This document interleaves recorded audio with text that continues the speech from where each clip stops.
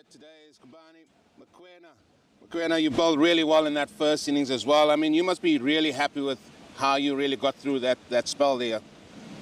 Yes, sir, I am really happy, sir. Like, it's a new experience for me, 4-day cricket. We're not used to it, and I really enjoyed coming back for longer spells because at school we used to bowl 10 overs, and yeah, I really enjoyed it, sir. Your coach told us that that's the reason why you were picked for this, especially the test match, because he knows that you've got the heart to really go for more than 10 overs, and you really did that as well. Yes, sir, I was really happy, sir, and how it worked off. Just tell us a bit what was going through your mind there as well. What's your plan that you have, especially with the new ball? What are you trying to execute especially? I'm always looking for top of off and shaping it away, but then the wind was bringing it back in. It was kind of hard to shape it away, so I was trying to attack the stumps as much as possible, and then yeah, it did work out. And then with the ball that's old, obviously the ball doesn't move around that much again when the ball is older. So what is your plan then, especially with the older ball? I'm always looking to hit the stumps, and I was kind of surprised how it was jabbing back in, and yeah, I just kept it simple. Listen, we know you can hold the bat. You can hit a few lusty blows, can't you? Yes, sir. Yes, sir. Well, South Africa's going to need some today as well. What are you guys looking forward to today? Of course, you're looking for that extra 50 runs. Try to put more runs on the board, and that for long. Listen, go well today again. So thank you so much, sir.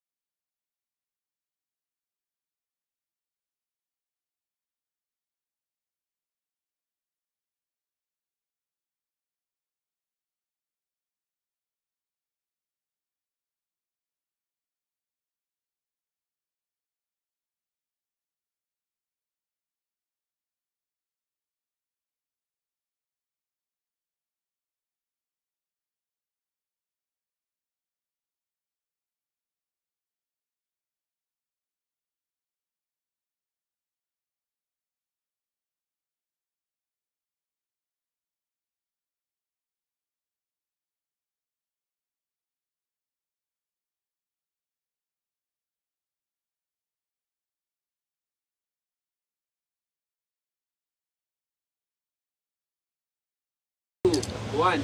And with me here is Farhan Ahmed, the man that has been standing out for England so far with both bat and ball. Farhan, yesterday, let's talk about day two firstly. I mean, you boys did really well to come back into that match, especially after tea, to get a good few wickets as well.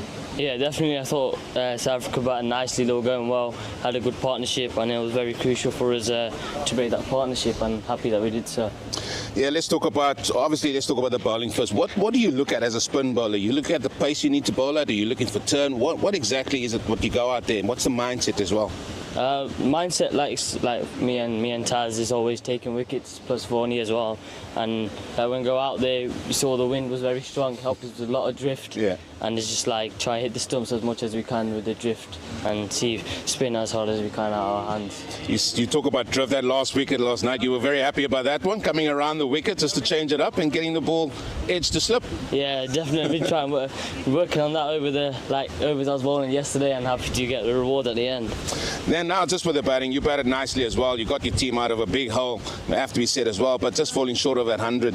But batting, this definitely seems like a new ball pitch. I mean, the new ball does a little bit more than the older ones, and really cashed in with the older ball. Yeah, definitely. Is this how it works with the cooker?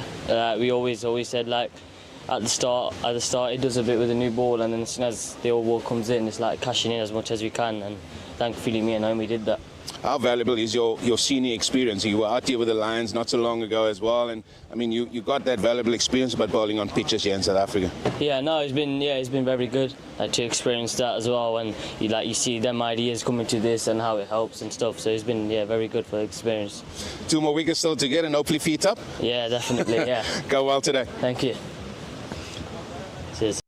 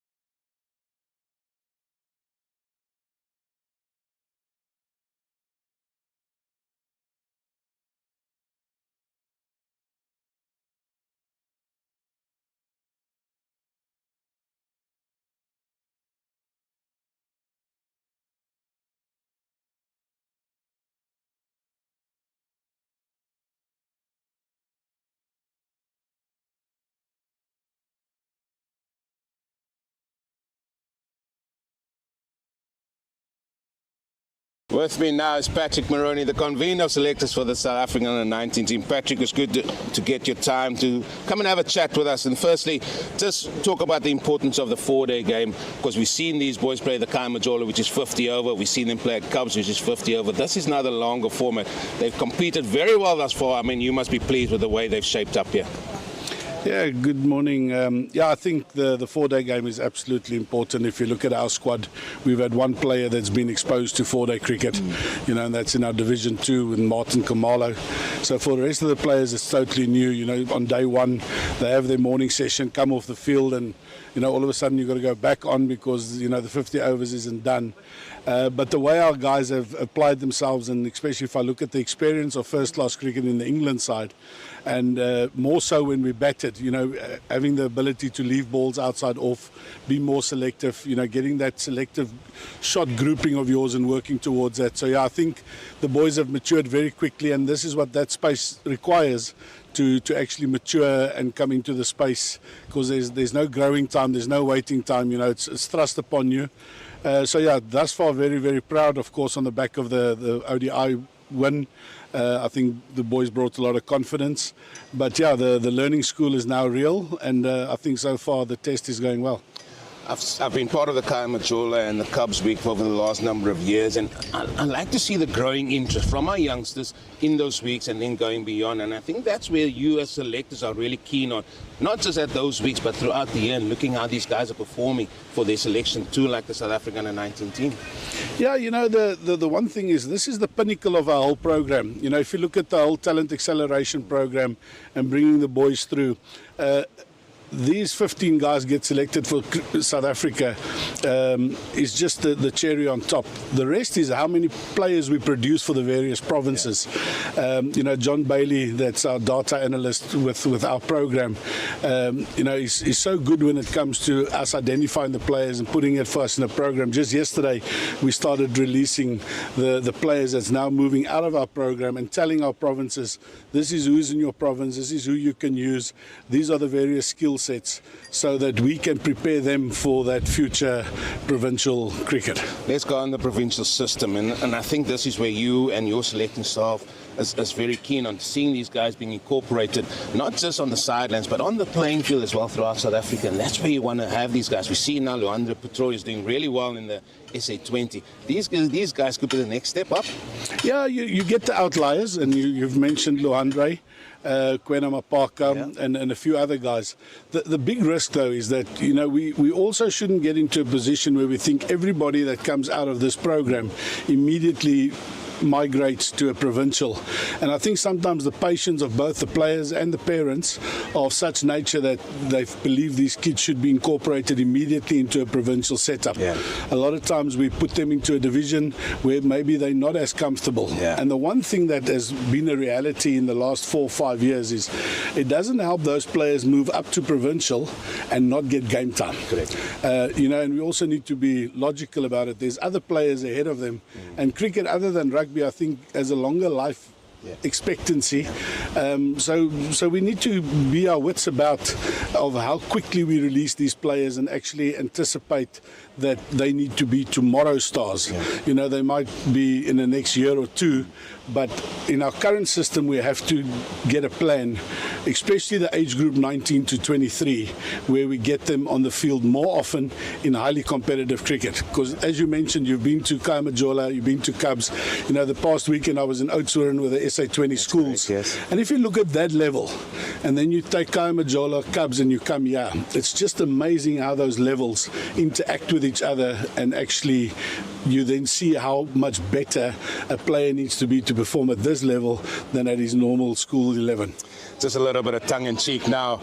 You do also have me as your bodyguard as well, especially at Coetzenburg, especially when teams get announced. And surely, I was available after the first ODI that South Africa lost, and they lost that quite convincingly, let's say that. But how thrilling was it, and how brilliant was it for South Africa to bounce back with those 2 victories? Yes, thanks due to the players, but also the coaching staff, and also for you guys, the selectors, sticking with what you have. And I think maybe after that first one, you must have thought, oh, what are we getting ourselves in for? But you stuck with them, you believed in these boys, and that, for me, was good to see. I think what we don't really see is the stage, and these are most of them schoolboys. If they didn't leave last year, they're still in school. That's why we travel with a tutor to help them with their schoolwork at night after in the middle of a 4-day game. But the big thing there is that with those guys, the expectation and the buzz around them and everything is so big. So you get to that first game, there's a lot of nerve. You're selected on the 10th. You get together on the 13th, you play your first game on the 17th. I mean, there's a lot of excitement in a very young mind. We didn't do well in the first day, but I always had the confidence in both the coaching staff and the players that they would bounce back. I mean, that was totally out of character, and we showed what it was all about, and we came back. So these players will grow. They're growing at a very, very quick pace. And some will get found out, and some will dig deep and make it to the next level, and maybe one day bear the green and gold. Don't worry, Pat, I will still be your bodyguard for that selection. But listen, thank you for your insight. It's great hearing from you. You've always been around, always been willing to talk to us as well. So well done again. Hopefully the boys can really get on with this going into day 3. It's a big day for them. I mean, it's evenly poised, isn't it? Yeah, no, it's evenly poised. I think yesterday afternoon, 1 or 2 shouts going either way. And this morning, if we can capitalize on that extra 30-40 runs, get it even Stevens, I think the spinners are going to play a big role in day 3 and 4. But we're looking forward to it. Luckily, there's a little bit less wind here in Stellies. It's been fantastic. And thank you to you guys for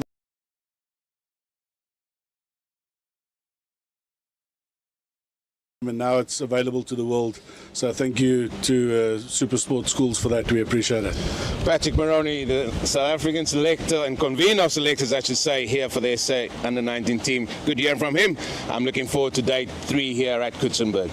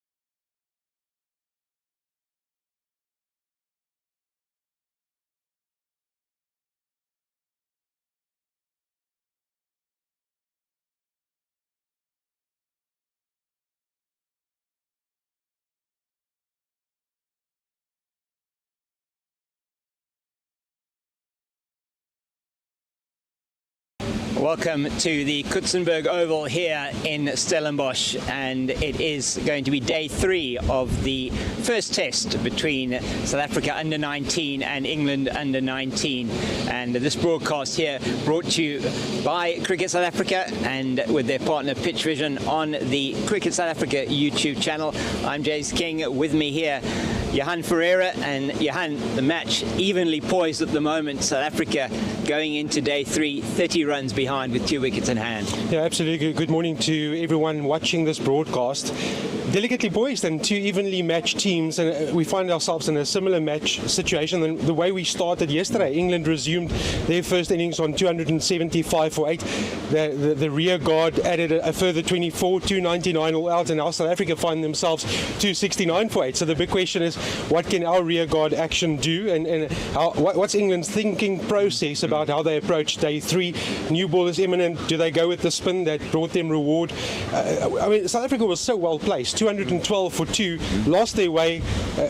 Mohamed Bulbulia played superb cricket along with Jason Rolls. They put South Africa in a commanding position. Concern from a South African point of view is the way that we lost wickets at regular intervals, couldn't capitalise on what was a fruitful start to that last session, and then the spin finally worked for England.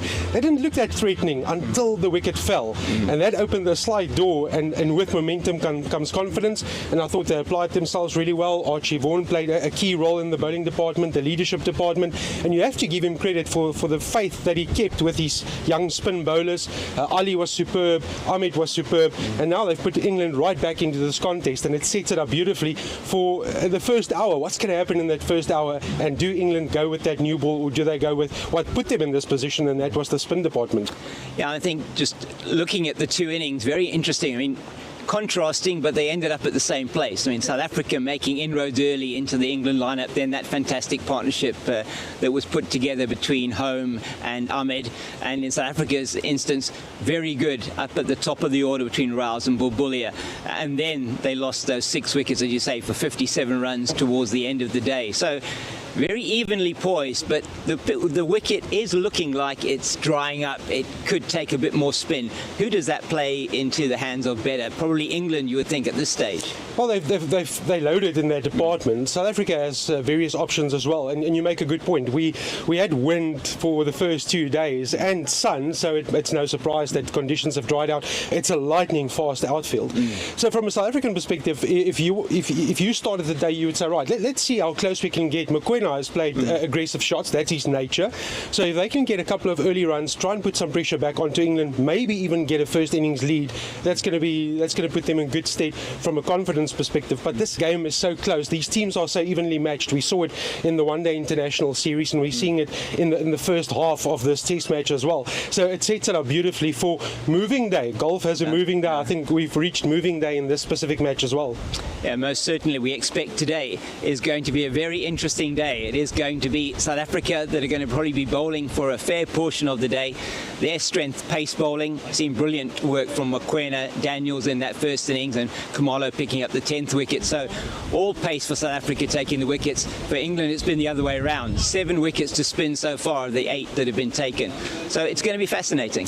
Yeah, absolutely. Mokoena and Daniels as a new ball partnership, they would want to make early inroads and put England on the back foot again, as they did in the first innings. England found themselves 90-odd for 5, but then recovered and then got themselves into this position. So lesson from the South African point of view, it's not over until it's over. So keep the confidence, keep playing aggressive cricket. You don't want to bog yourself down and then finally you add 2 or 3 runs and you lose your 2 wickets. Play responsible cricket. There's still runs to be made on this track. A beautiful, lush outfield. So there's definitely runs for the batters that apply themselves. And we saw from a South African point of view, those who came in and did the hard yards, they made runs. So it's all about application in the start of your innings and then cashing in towards the latter part.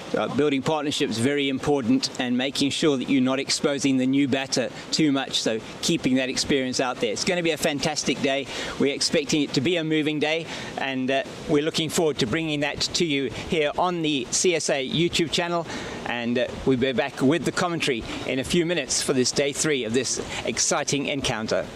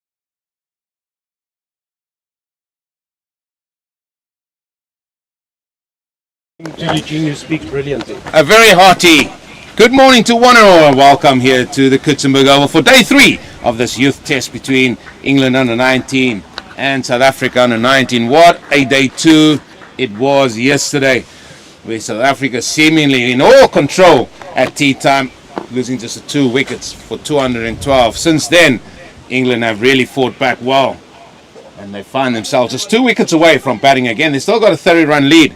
My name is Eugene Molian. I'm here with Johan Ferreira, and Johan, thankfully the wind is not as bad as what it was yesterday. It's still a little bit blowy, but I think this is bearable, isn't it? Yeah, good morning, Eugene, and good morning to all our viewers. Nice to have your company, and thank you for tuning in.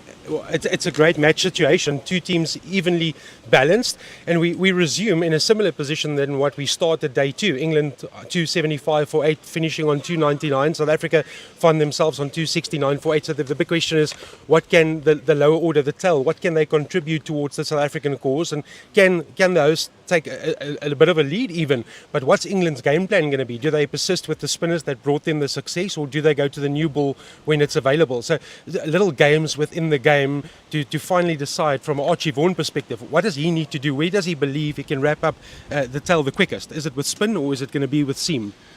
Well, that pitch is forever drying out, so I think at least for the next couple of overs it will be spin. And then it's a question, I heard you and the Cape Fox talking there about, will they take the new ball? I'm in no doubt that they should take it, even with spin, because then you can get the extra spin, extra bounce maybe as well, a little bit of grip. But it's almost like Groundhog Day from day 1 to day 2. And for South Africa, they want it not to be Groundhog Day because they want to go past the 300. For England, they wouldn't mind for it to be Groundhog Day, because that means that they'll be in batting in 10 overs time, if that's the case. Yeah, absolutely.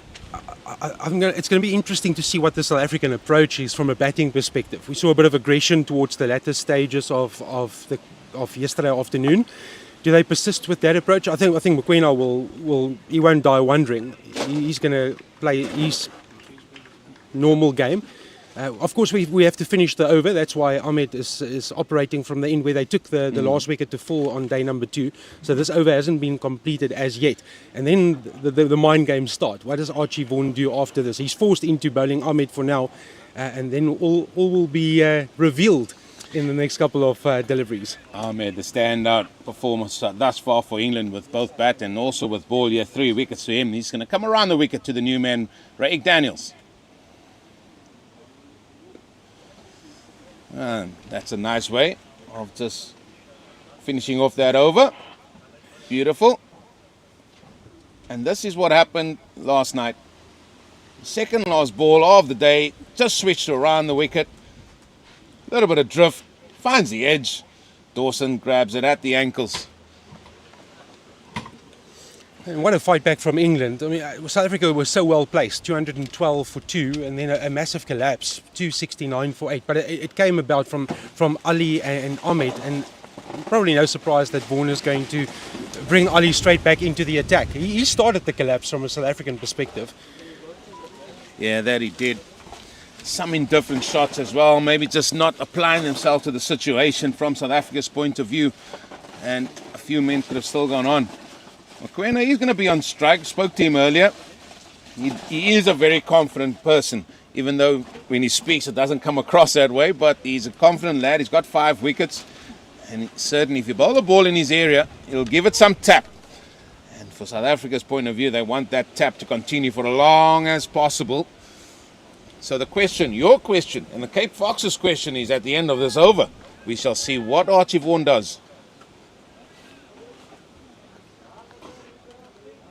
3 for 62 for the young leg spinner. Short leg in place.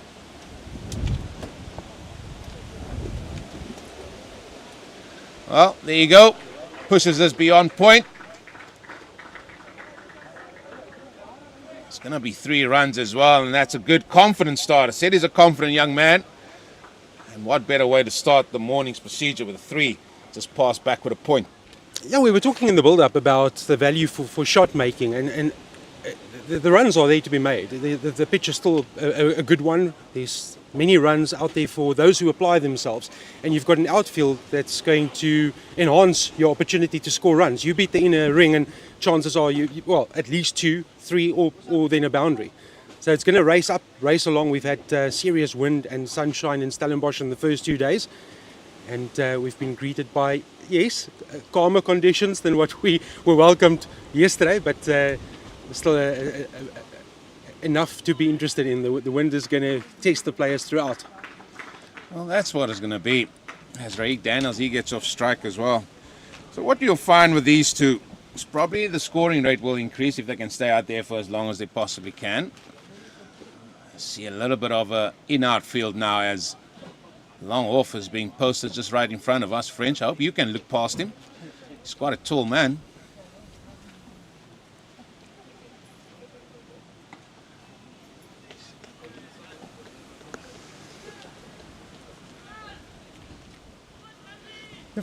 Again, I think Nkobani Mokoena is going to play his aggressive nature. Right? Daniels, from a game plan perspective, I would say you get the single, you put me on strike. Again, the ball going there in the point direction. That's what you get. Sort of searching for that drive with the leg spinner. Well, Archie Vaughan is calling his men to come in a bit. So maybe he thinks he want to rather have a bowl at Raik Daniels.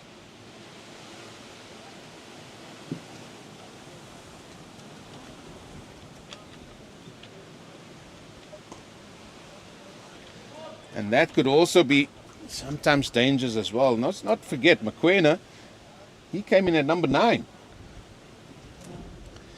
So Raik Daniels is one below him. And we spoke about that yesterday. South Africa bat well into the lower order. They can apply themselves. So they've got batting in abundance. And Mokoena and Daniels can definitely hold the willow. Oh, there should be 3. There should be 3. And yes, it is. Every run is so vital, Eugene. Oh, that's why I said you just got to take everything on offer here. And that's 3 runs to finish the over. It was sort of neatly played. Past Archie Vaughan there, it slipped. Yeah, went straight down to ground. And then you can see how quick this outfield is because that's off a spinner. And it wasn't like a quick leg spinner. It was a reasonably paced one. And more importantly, from a South African perspective, Mokoena retained strike. So Archie Vaughan brought up his field trying to protect that single. Can't protect the 3 though. So it is Mokoena that's back on strike. And there's your answer. So Ahmed still operating from the top. I think what you'll find, especially with these under-19 teams, is they do back deep as well. Because some of these boys might have batted in the middle order for some of their schools or even some of their provinces. But here they find themselves in a lower order. I don't like the word tail ender. I prefer the lower order. Give them a little bit of respect, don't we? For me, Eugene, when they have pads on, they call the batter. Well, he's got a long on and a deep mid-wicket. Mid-off is a little bit deep. It's not on the fence. Sweep on the offside.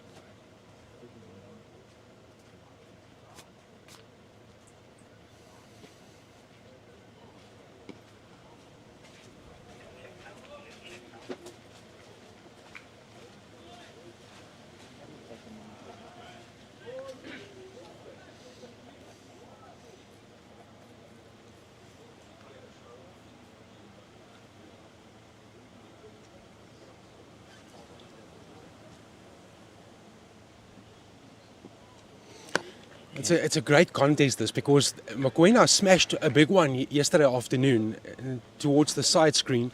So they've got the protection out on the leg side. On the offside, man sort of hanging halfway. He has the single on offer. If he can dab it onto the offside, that's a guaranteed one. He's coming back over the stumps here now. Don't want to give him width. That's not what he doesn't want to do. And he doesn't do that. For me, I'm quite surprised they haven't taken the new ball. That is available to them. They've opted to stay with the ball they have. And I think everybody, both sides even agreed, listen, this is a new ball pitch. With just 2 wickets needed, I'm a little bit baffled. almost that time of the over when you start bringing the field in again to keep Mokoena on the non-facing side at the next over.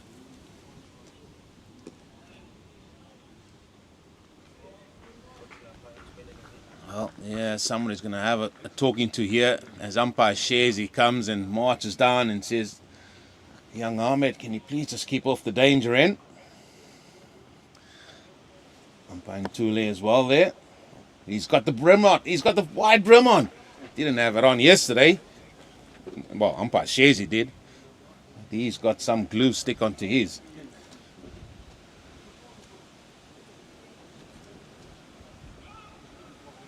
Well, that's going to be a maiden over as well, bowled by Ahmed, and that keeps Mokoena off strike for the next over. Mission accomplished from an England point of view. They want to bowl at Daniels.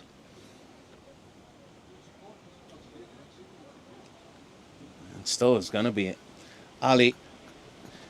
Yeah, for some degree you can understand this, but if both sides agreed, Johan, that it is a new ball pitch, why not try and finish it up early doors here? Give yourself more time, because whatever happens, there's going to be 2 overs lost. And every over is going to be vital in this contest. If it's going to be a tight contest, every over is going to be vital.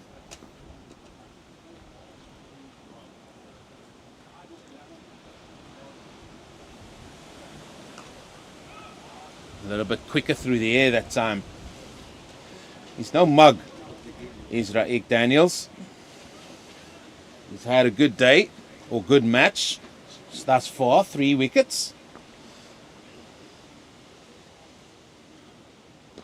Well, between the 2 men, Johan, that's bowling, and the 2 men that's batting, Ali's got 3, Ahmed's got 3 wickets, Daniels took 3, and Mokoena took 5. 4, yeah, Daniels took 4. Daniel took 4.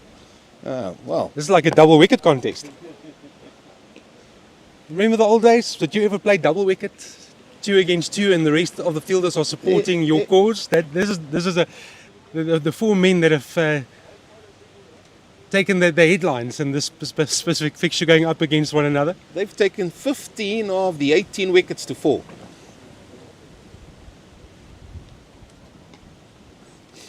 So, yeah, they're the key men for these 2 teams, especially with the ball.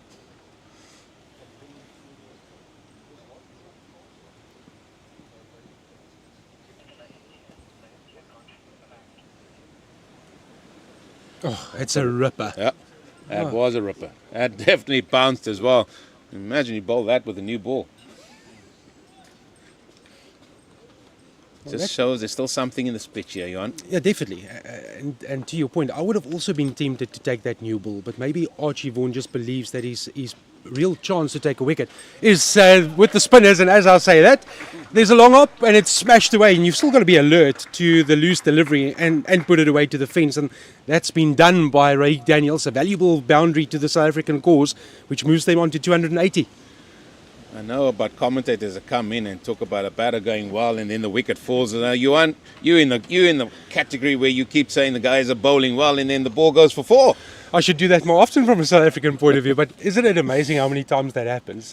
Commentators' curse, it does exist. Well, you can see Archie Vaughan just sort of gesturing maybe. Should we go for a little bit of seam here? Should we take that new ball? Obviously, this must have been part of the discussion because we had a fresh day, fresh start. So all these things would have been discussed. The thing is as well, and this is where the learning comes in as well for me. So we'll look at this after this ball. In England, they'll bowl with a Duke for well over 100 overs because it stays nice and firm, keeps its shape for longer as well. And the ball will still nip around a little bit. The kookaburra just goes soft.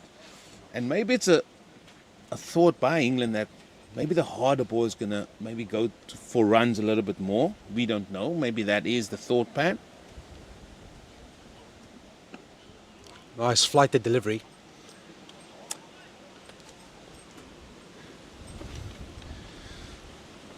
So, even with the softer ball, I would still be tempted to have my opening pair have a crack at these lower order batsmen. and see if they can break the partnership. You saying seam? I would still go seam. That's good running. Well, I'm glad I'm not on the field, because if you're the captain, Johan, and you give me a ball that's 83 overs old with 8 down and you said have a crack, I'll have a few words. But give you a couple of warm-up deliveries and then give you the new cherry and then play with a different game plan. See if you can put the South Africans on the back foot with pace. I'm just a firm believer. You got to grab and seize the opportunity. England have got the opportunity here that they could have and walk away with a 20-run lead, 25-run lead potentially before the start of today. They had a 30-run lead. They needed 2 wickets. They still do. It's just got to seize those moments for me. So let me pass this back to you. You come in batting at number 10. What would you rather face on the opening morning on the third day? Would you want to face spin, or would you want to face seam bowling as a number 10 batsman? Spin with an older ball. Well, exactly, to my point. That's why you want to make it as uncomfortable as possible. And that's what I'm saying. Give them the new ball. If it's a seamer bowling, why must he bowl with an older ball? He's not the fly on the wall. And we don't know what the plans are. But yeah, to your point, you're 100% correct. I mean, these two would have said, right, okay, we fancy this. We know the bowling's going to be at us all the time. So we can rather have a game plan of playing straight. The ball, with the seamers, the new ball might move around, which it has done on day 1 and day 2. It's shown that. Even when South Africa took the second new ball, it did that. A change of angle from Farhan Ahmed, and he did that at the end of day 2 and picked up an immediate wicket. 3 for 75 his return of 21 overs. That's been easy going from a South African perspective. 269 for 8 has moved along to 281 for 8. That deficit continues to shrink. It's only 18 runs now.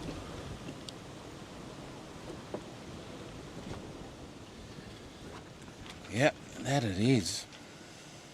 And here we go. That didn't take long. Maybe they're listening to commentary. No, I think it was all the plan. So it's going to be Minto. He's going to come and bowl here. And the big question is he going to come left arm over, or is he going to come left arm around? Well, Minto should be well rested. You'll see bottom right that he's only bowled 6 overs in this innings. 6 overs for 15 out of the 83. So he should be hungry to go. Well, he's coming over the wicket.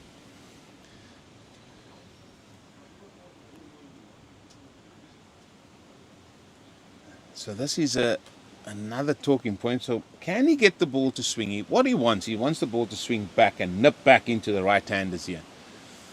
Now with pace on, how's Mokoena's game plan going to be here? He's sitting pretty, 17 of 22 deliveries. He's added valuable runs.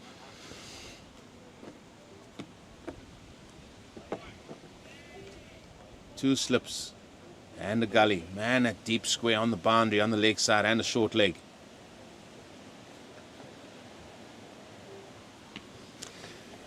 So the new nut is going to fly. So if he does go, play an aggressive shot, give it the everything you have, full power. You on the kitchen sink? Absolutely. And the microwave? And a lot more. And the kettle? Yeah, and the dishes as well. I don't think he's going to leave anything behind if he does go. No, definitely not. And obviously more aggressive field placing. You've got the new ball, your seamers bowling left arm over. That's good. Very good from Mokoena. It's an important spell this for James Minto, one fields. He's only bowled the 6 overs, 0 for 15. So, like most kids and most players, they want to have that air of, I've contributed. And he wants to run in here and maybe just, not necessarily take wickets. He just needs confidence about bowling well here, getting some rhythm in, because there's an important second inning still to come.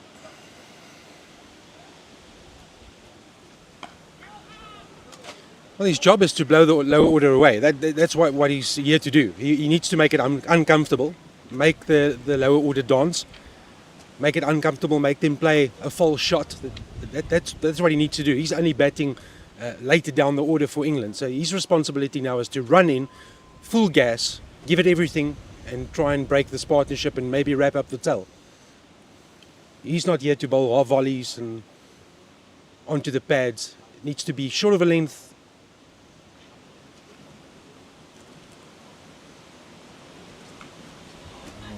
There's one of those false shots. Yeah, from what we saw from the warm-up games and then the ODIs, he just needs some confidence, the youngster that's bowling Minto. And when we saw him there at the warm-up game at Bishops that day, I think it was second ball. First ball was a wide. Second ball swung nicely back into Kasif Josephs, was it that day? Oh, it was Chippendale. Sorry, it was Joshua Chippendale that day. And we thought, oh, left arm scraping it back in. He could be dangerous. He hasn't found that rhythm as such. It's good application from Nkobani Mokoena. You assume that Alex French would be the man coming from the top. 9 overs, 1 for 28. So between the two seamers, the two opening bowlers, before this over, they'd only bowled 15 overs in the South African innings. Jack Home is another option, and he does make it uncomfortable. Yeah, he has bowled the majority of the overs in terms of seamers anyway. There's a bit of bat there. There's a bit of bat. I heard two sounds. Yeah, I'm with I you. heard two sounds, and I'm a good fair distance away. Totally aligned with you, Eugene. You could clearly hear the willow as well. Well, they survived the first over of the new ball, second new ball. 281 for 8. That looked dead had it not been for the bat. Two different, two noises. There, so a good start by the umpire as well. As it is, the tall man French is going to be running with the wind at his back. And he's certainly going to be helping. That wind is going to come over his right shoulder. It should help his away swing. His length was an issue. He picked up the wicket of Van Schalkwyk yesterday with the ball that was full of length. Nipped back, sort of caught Van Schalkwyk on the crease a little bit. Was given out LBW by umpire Shazi. You just want to get that length a little bit forward, because what you want to do with that kookaburra is drag the batter forward and allow the ball to go to the slips. Two of them plus a gully as well there. That's what you want. They've stuck with the short leg.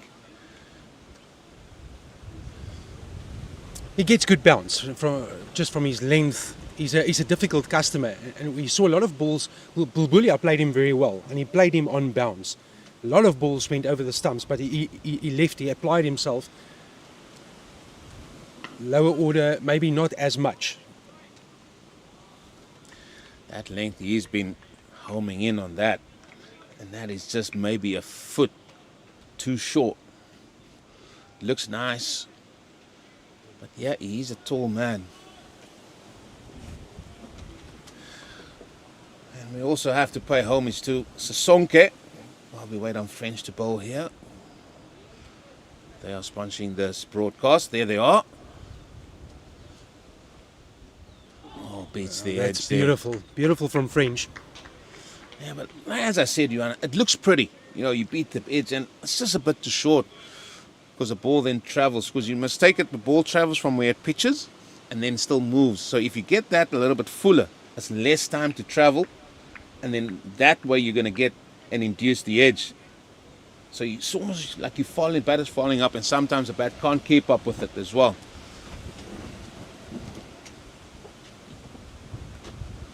So for me, I would push the man back. I would employ the short ball or short of a length delivery to push the man back, and then follow up with a foolish delivery and see if I can get the feet not moving, feet stuck in the crease, get that LBW into play.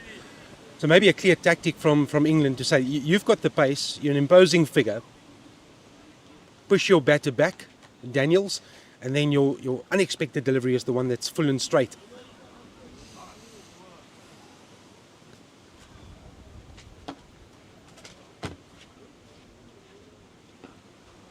Not far from that. That's a better delivery, better length.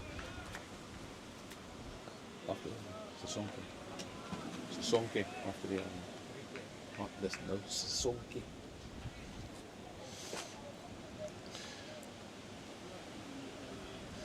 I must say it's very quiet out there. I think England have just been very accommodating. Not saying much. Maybe they're focusing on their batting.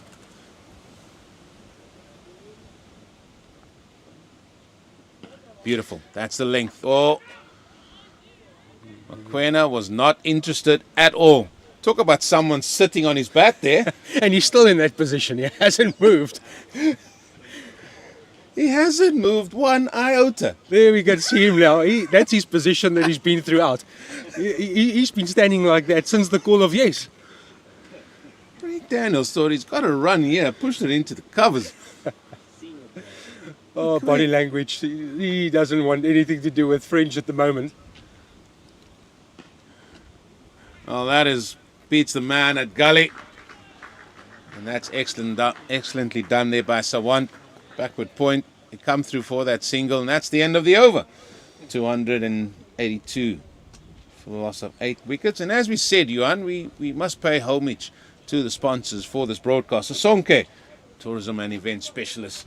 And if you have teams that would love to come over to Southern Africa and enjoy the sporting finesse that's out here, and they will put a package together which contains sport that's on the field as well as a lot of the events off the field, please get in touch with Sasonke Tourism and Event Services, your destination management specialist.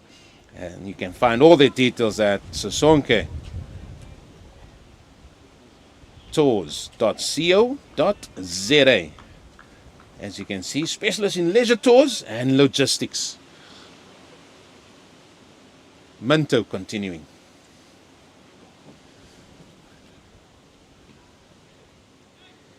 Well, he still hasn't found that line. I just feel at this end, come around the wicket, get a lot straighter. We called it yesterday as well. When they started, we were surprised that Minto didn't have a run around the wicket, especially with the wind. The wind was a lot more aggressive than what we've seen early stages on day number 3. But it's still good enough to employ that tactic. Go around the wicket, see what happens. You've got nothing to lose, everything to gain. For now, that's just too easy to leave. Make him play. Body language doesn't say much as well from Minto. He's just not happening for the youngster. And he hasn't bowled one ball around the wicket at all, I don't think. He hasn't given himself that opportunity. No, we haven't seen it at all. Yes, he only bowled 6 overs yesterday, and now having completed another over this morning into his second.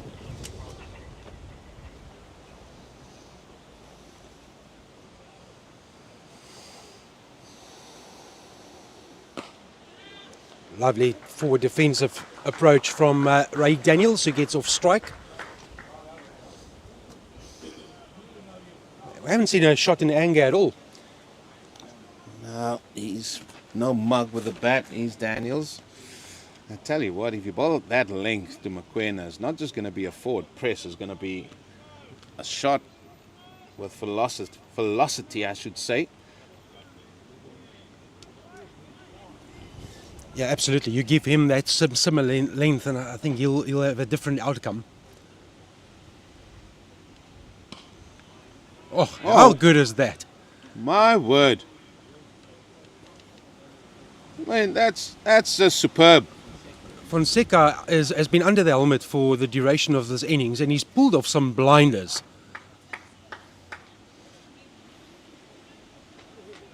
That's quality. Yeah, excellent reflexes there at short leg. That's what you need as well. It's not so long ago, Tony de Zorzi pulled off a blinding catch in the test. Batsman literally flicked it off his pads. Now, there's the effort ball. And you can see the drop of the right shoulder when he gives the effort ball there. And a little bit of a towel. Yeah, it's really become a specialised position, and normally the helmet, the man under the helmet, it goes to the youngster in the team. That's normally. Who's the youngster in this under-19 team? Well, that's what I wanted to say, isn't it? Ahmed, he's 16, so he's bowling. He's not going to be bowling and standing at short leg. No chance. They want to protect his hand, protect everything that they can. He needs to bat, he needs to bowl, so he escapes that one. And Well, then probably go down the ranking order. Well, here we go. Around the wicket for Finally. the first time. For the first time to die.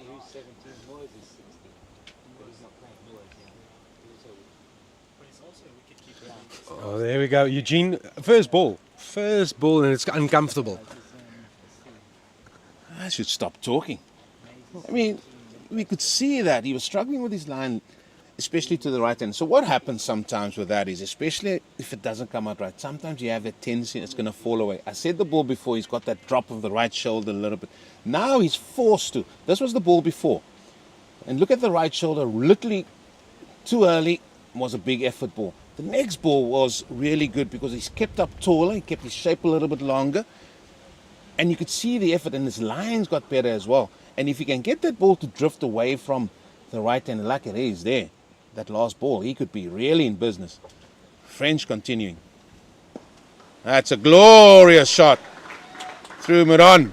The chase is on by Ahmed. Well, he stops the boundary, but 3 runs it is, and that's a glorious shot.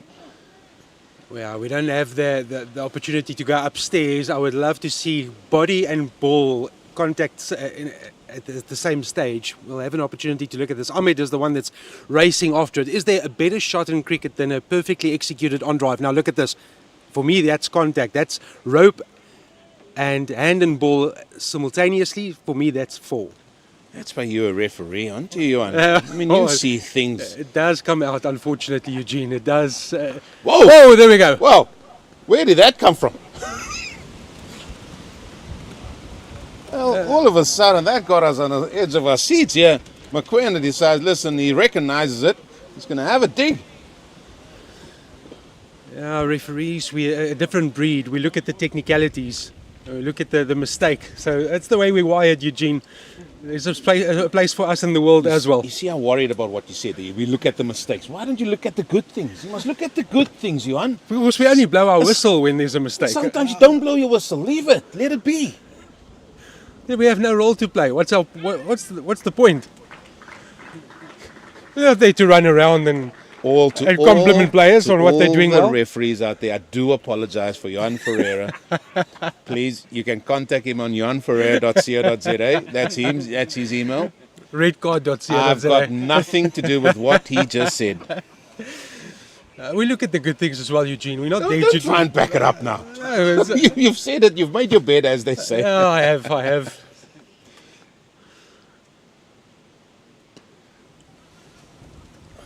It's played out a little bit more defensively from Mokoena. Viewers might say, "What's a rugby referee doing cricket commentary?" I played cricket, umpired cricket as well, so I'm not helping myself here. But do you need a shade? Do you need a spade? I mean, because you're doing quite well digging a hole for yourself here, let me tell you. But, Eugene, have you ever heard of a wicket keeper that's gone on to being a rugby referee as well? We talk a lot. That's why you keep and you referee, because you just can't stop talking. You take the mic, it's in a sequence. So you start as a wicket keeper, then you become a rugby referee, and then you become a commentator, because you just can't stop talking. At what stage will you give me the whistle and say, blow the whistle and say, right, Johan, stop talking? At what stage can I do that? Bring the whistle again next time, please. Eugene, self-analysis and introspection is an important part as well. So I'm gonna let you talk now. No, it's okay. Well, I've got 1 ball left of my stint, and I'm going to hand you over to the Cape Fox, who's going to join you in a minute. Lovely to the entertainment is part of the whole package as well. Lovely to have a laugh with you, Eugene. That's good. There's a short ball. Just too short. That ends over number 87. South Africa, 288 for 8. I'm going to leave you in the capable hands here of the Cape Fox to stay on with Johan Ferreira. Yeah, thanks, Eugene. Lovely sharing this commentary opportunity with you as well, as we welcome James King behind the microphone. Yeah, I nearly dropped the mic there. Thank you very much, Johan. Great to be here with you, and Very interesting start to the first half an hour of this third day's play. And England not yet making the breakthrough. It's been good from the two South African batters so far, out in the middle, the two bowlers. Backing up their efforts with the ball, with keeping England out in the field. Just an 11-run deficit now. No, they've done extremely well, James. Just the way they started this day, they haven't offered any opportunities. It's all about application. And again, a lesson for the youngsters at home. Never underestimate the value of your position. You might say that I'm there to bowl and I'm only coming in at number 10 and number 11. But every run in the context of this match, it makes a difference. Lovely shot, beats the inner ring. That's going to have enough wheels on it to go to the boundary. Oh, it's excellent from Daniels. He's looked really good out there in the middle. As Eugene was saying, he certainly can hold a bat. And that gets the deficit down to just 7 runs for South Africa. Yeah, it's been interesting to see England's tactics. You felt perhaps, I mean, as they did yesterday, their probably best chance of getting a wicket looked like it was perhaps with the spin. So maybe they will turn to spin quite quickly if they don't get any wickets here. I'm on your page. I think have a burst with the new ball, see what you can get out of these two, and if nothing happens, go back to the success recipe that they employed and deployed through the majority of day number 2, and that's been the biggest threat from their bowling department to pick up wickets, where from a South African perspective it came from the two that's batting at the moment, Mokoena and Daniels, sharing 9 wickets between them from the 10 that fell in the England innings, and now doing a job with the bat, a valuable job with the bat from a South African point of view. They've looked at ease with what we've seen from Minto and French. And it doesn't look like there's really much on offer for Minto with the swing. And we saw him, I think you and Eugene were talking about this a bit earlier on, is that in the warm-up game, and also we saw it in the one-day internationals, he was able to get quite a good in-swing into the right-hander. And certainly when he was bowling over the wicket in those instances, he was straightening a few on the right-hander. Maybe just trying to get the angle here into Daniels. But that's not going to worry him. He's going to be able to go underneath all those all day if he wants to, Daniels. And it also shows that there's still a good bounce in this pitch. Day 3 pitch. Still carrying nicely to the keeper. Yeah, and that's why I think I would, if they haven't got the breakthrough, I mean, it's quite interesting to see. I mean, you were talking earlier on about Minto having bowled, I think it was 6 or 7 overs only before he came in to bowl this spell. French at the other side also, I think 8 or 9 overs that he'd bowled, and the spinners have bowled the majority of the overs. You look at the South African pacers, Khumalo and Daniels, both over 20 overs in the match.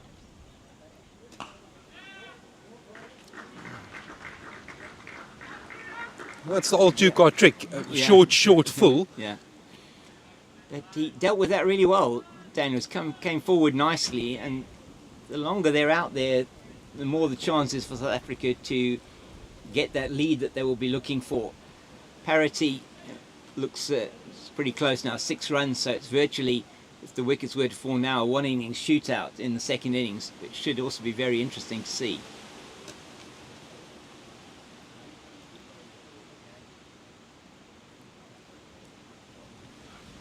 Oh, there's another short pitch delivery to Daniel, to Mokoena.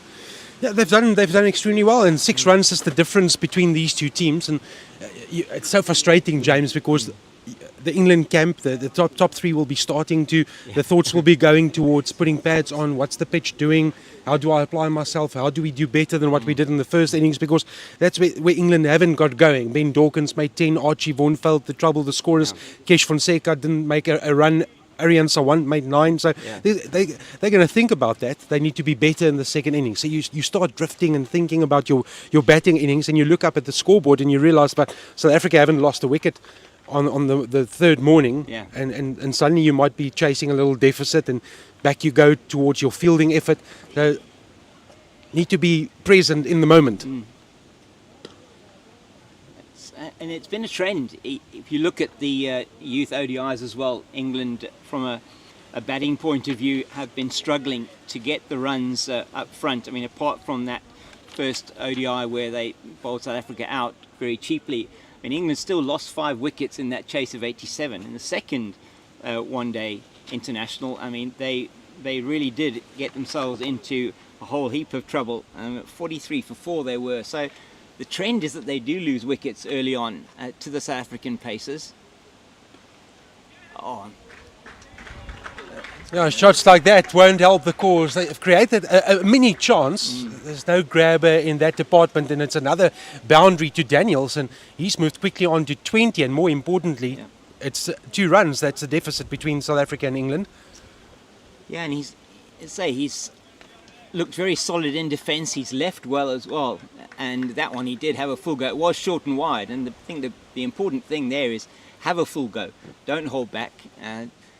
See, often when you're tentative, you get maybe the thinner edge. That one, he just managed to flay it in the gap and found the boundary. South Africa will be very happy with this today.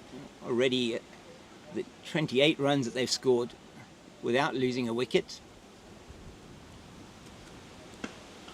Oh, that's another great shot. Glorious shot from Daniels. Showed him the maker's name.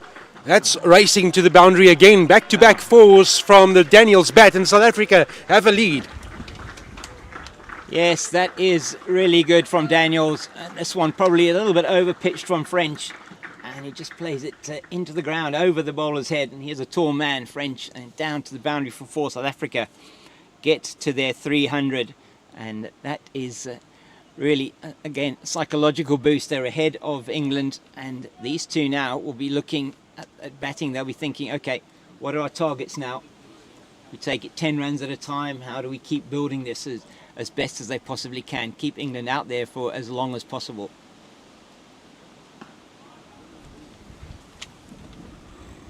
Again, I go back to my earlier point about the value and the contributions that a lower order batter in modern day cricket has to make. So for you as a youngster coming into a team, never underestimate your role as a batter. You can win a game for a team. Ask Mukaya and Tini about the single to third man in the Australia game. Yeah, you can ask KG Rabada about his innings at Centurion with Marco Jansen to win that test match against Pakistan. Oh, how good was that, James? To the World Test Championship final. Incredible, wasn't it? So lower order runs, so important. And South Africa have been making a habit of getting that right. And they really do put a huge amount of work in at that senior level in getting the tail end batters to contribute, and it's really is a very, very important part of the game now. Spending time just being able to express yourself as a batter down the order. Oh, now the on drive. This is an exhibition from Raik Daniels. It won't have enough legs to get to the fence, but 2 more runs added to the South African tally. Well, Raik Daniels, he's maybe putting up his hand and saying to the coaching staff, look at me, I can go higher up if you want me to. Yeah, you just feel, though, that England, with the pair of Minto and French, that they've just not been able to exert any pressure at all on these South African pair. Just isn't happening for them with the new ball. You just wonder how long is it going to be before they actually go back to their spin option with the harder ball. No, well, they bounce a bit more. You look at the bowling analysis there. Tazim Ali and Farhan Ahmed, 6 wickets between them. Archie Vaughan picked up a wicket as well from the 16 overs that he bowled. I think that thought process, it's not too far away. No. Archie Vaughan, he's trying to get involved in a verbal with the South African batters, and you can understand why. It's also the mental aspect. You want to get into the batter's head, so he's having a bit of a go, which is good. That's what you want to see. It's all competitive cricket. You're playing for your country.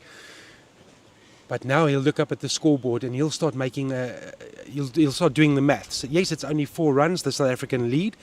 He doesn't want this to get out of hand. So when does he go back to the spin options?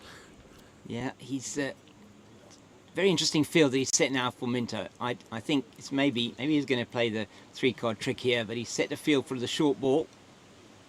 And that's just short of a length, and where Gully might have been, it goes through that area. He's only one man, almost standing at a 5th slip. He isn't really in the gully there. Went wide of French at that sort of wide-ish don't know really, I suppose it is a gully position, wide of gully in the air. Mokoena survives. Yeah, created another half a chance from an England point of view. Squared him up. Yeah. And unfortunately, from an England perspective, there's no fielder there. So that's another run, more frustration. And it's certainly, he's got the field set on the leg side, 5-4 leg side offside field. You sense he's going to be, he's got a short fine leg. He's got a man the deep square boundary. Got a man at it's that sort of a shortish mid wicket, and he's got a man at mid on, and he's got a man at fine leg. So he's looking for the false shot to the short delivery, and you just sense he'll be attacking the stumps. He's got protection out in the deep on the offside as well. So they've gone defensive here, England. Well, it's the first time that we've seen England operate in this innings without any slip. Yeah, and I just think Minto, for me, is best when he's bowling the ball, when he's actually pitching it up. He's giving the ball the opportunity to swing. There's a reasonably strongish wind, not as strong as it was yesterday for you all here, but it's coming across the ground. And with the new ball, you would think that he would be able to get some kind of movement in, even if it's a natural movement with the arm coming into the right-hander. But bowling short, he's not going to get any movement at all. Lovely straight bat offered once again. It will be cut off, but not before the South African pair go through for another single. I've been very impressed by Daniels, especially with his straight bat shots. He's showing the full face, getting in line, and that's not normally something that's associated with a number 10. But he's not really a traditional number 10, to be quite honest. No, he looks better than a number 10, doesn't he, in this instance? In South Africa, they do bat deep. I mean, you look at Chad Mason coming in at number 8. I know he didn't really make a contribution in this innings, but you've got Devon de Villiers at 7, Mason at 8, Mokoena at 9, Daniels at 10, and they have acquitted themselves very well. Oh, there we go. That's the big shot, and that's going the aerial route all the way. It's going to be a maximum. Well, it wasn't going to take too long for Ngubane Mokoena to say, I've had enough of the short stuff. I'm going to play the attacking shot. And despite the square leg being back on the boundary, Mokoena knew that he had enough with the wind. It's wind assisted, that he could take on the boundary, and he did it with ease. Oh, look at that. Yeah, and that one just isn't directed well from Minto, and he gets the full treatment from Mokoena. He gets underneath it, and he puts it up, as you said, into the air with the wind. Just going to fly, and it does so. So yeah, short ball barrage here, not been successful yet, and that means they're putting that man who was at a short fine leg, they put him now back sort of 3/4 of the way, it looks like, to the boundary at that long leg position. Oh, now he gets the edge. Minto will be tearing his hair out. Bowled the perfect delivery, got the edge, no slips. We've spoken about it. They took the slips out. Hindsight isn't exact science. That ball off to the fence, another 4. And, well, it's not pretty from an England perspective. And for South Africa, they are loving it. Yeah, the lead gone up to 16. With this, here's a false shot outside the off stump, but he just hangs the bat out. But there is no slip, so unless he gets the fine edge, it is always going to go down to that boundary for 4. So it's interesting. Now, what do England do? I would say maybe they should be going back to spin. It looks like is it going to be French to continue? Minto very expensive in that over. Seeing Farhan Ahmed looks like he's getting ready to come on to bowl. The problem now for Archie Vaughan is 2 batters are set. One is on 29, one on 27, and it's been blistering from South Africa this morning. 269 for 8 overnight, suddenly 315 for 8, so a partnership that is worth 46, and that's the 46 that has been made in no time really this morning, coming in 45 minutes of play. Yep. It's been really good, I must say. And we do then have Farhan Ahmed coming back, and really liked what I've seen from Ahmed. I think yesterday was very good. Once they got the breakthrough, England, they were able to exert pressure on the new batters coming in. It's something we didn't necessarily, or we just sort of touched on it this morning in the pre-match discussion, was how difficult it is on a wicket like this. We know that the wickets here at the coast are not easy when you first come in. It's not that easy to bat on. You've got to get yourself in. You then build the partnerships, and we saw that yesterday with the South African innings. Once they got the breakthrough, it wasn't that easy for the new batters coming in, and that was pretty much the situation when they went from 212 for 2 to 269 for 8.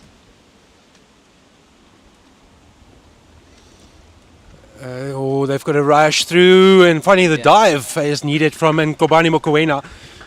Being behind square, that would have been his call, and he felt comfortable to go through. So Raik Daniels ticks over to 28. And as you say, it's come in double quick time, 45 minutes only this morning for the 47 runs that they've put on. So a run a minute, and it's been very good from these two. South Africa now batting at 3.5 and over. They would have been exactly 3.5 and over actually at the beginning of the over. So that's not a bad scoring rate in a test match context for players that have, apart from one in the South African team, Oh, there is. I think he's just bought him a wicket. He's just given it away. Yeah, he has. Mokoena given it away, and you have to say, bringing the spinner on has worked for England. He played it in the air, looking to clear the man at long on, and he perishes as a result. Ahmed gets his 4th.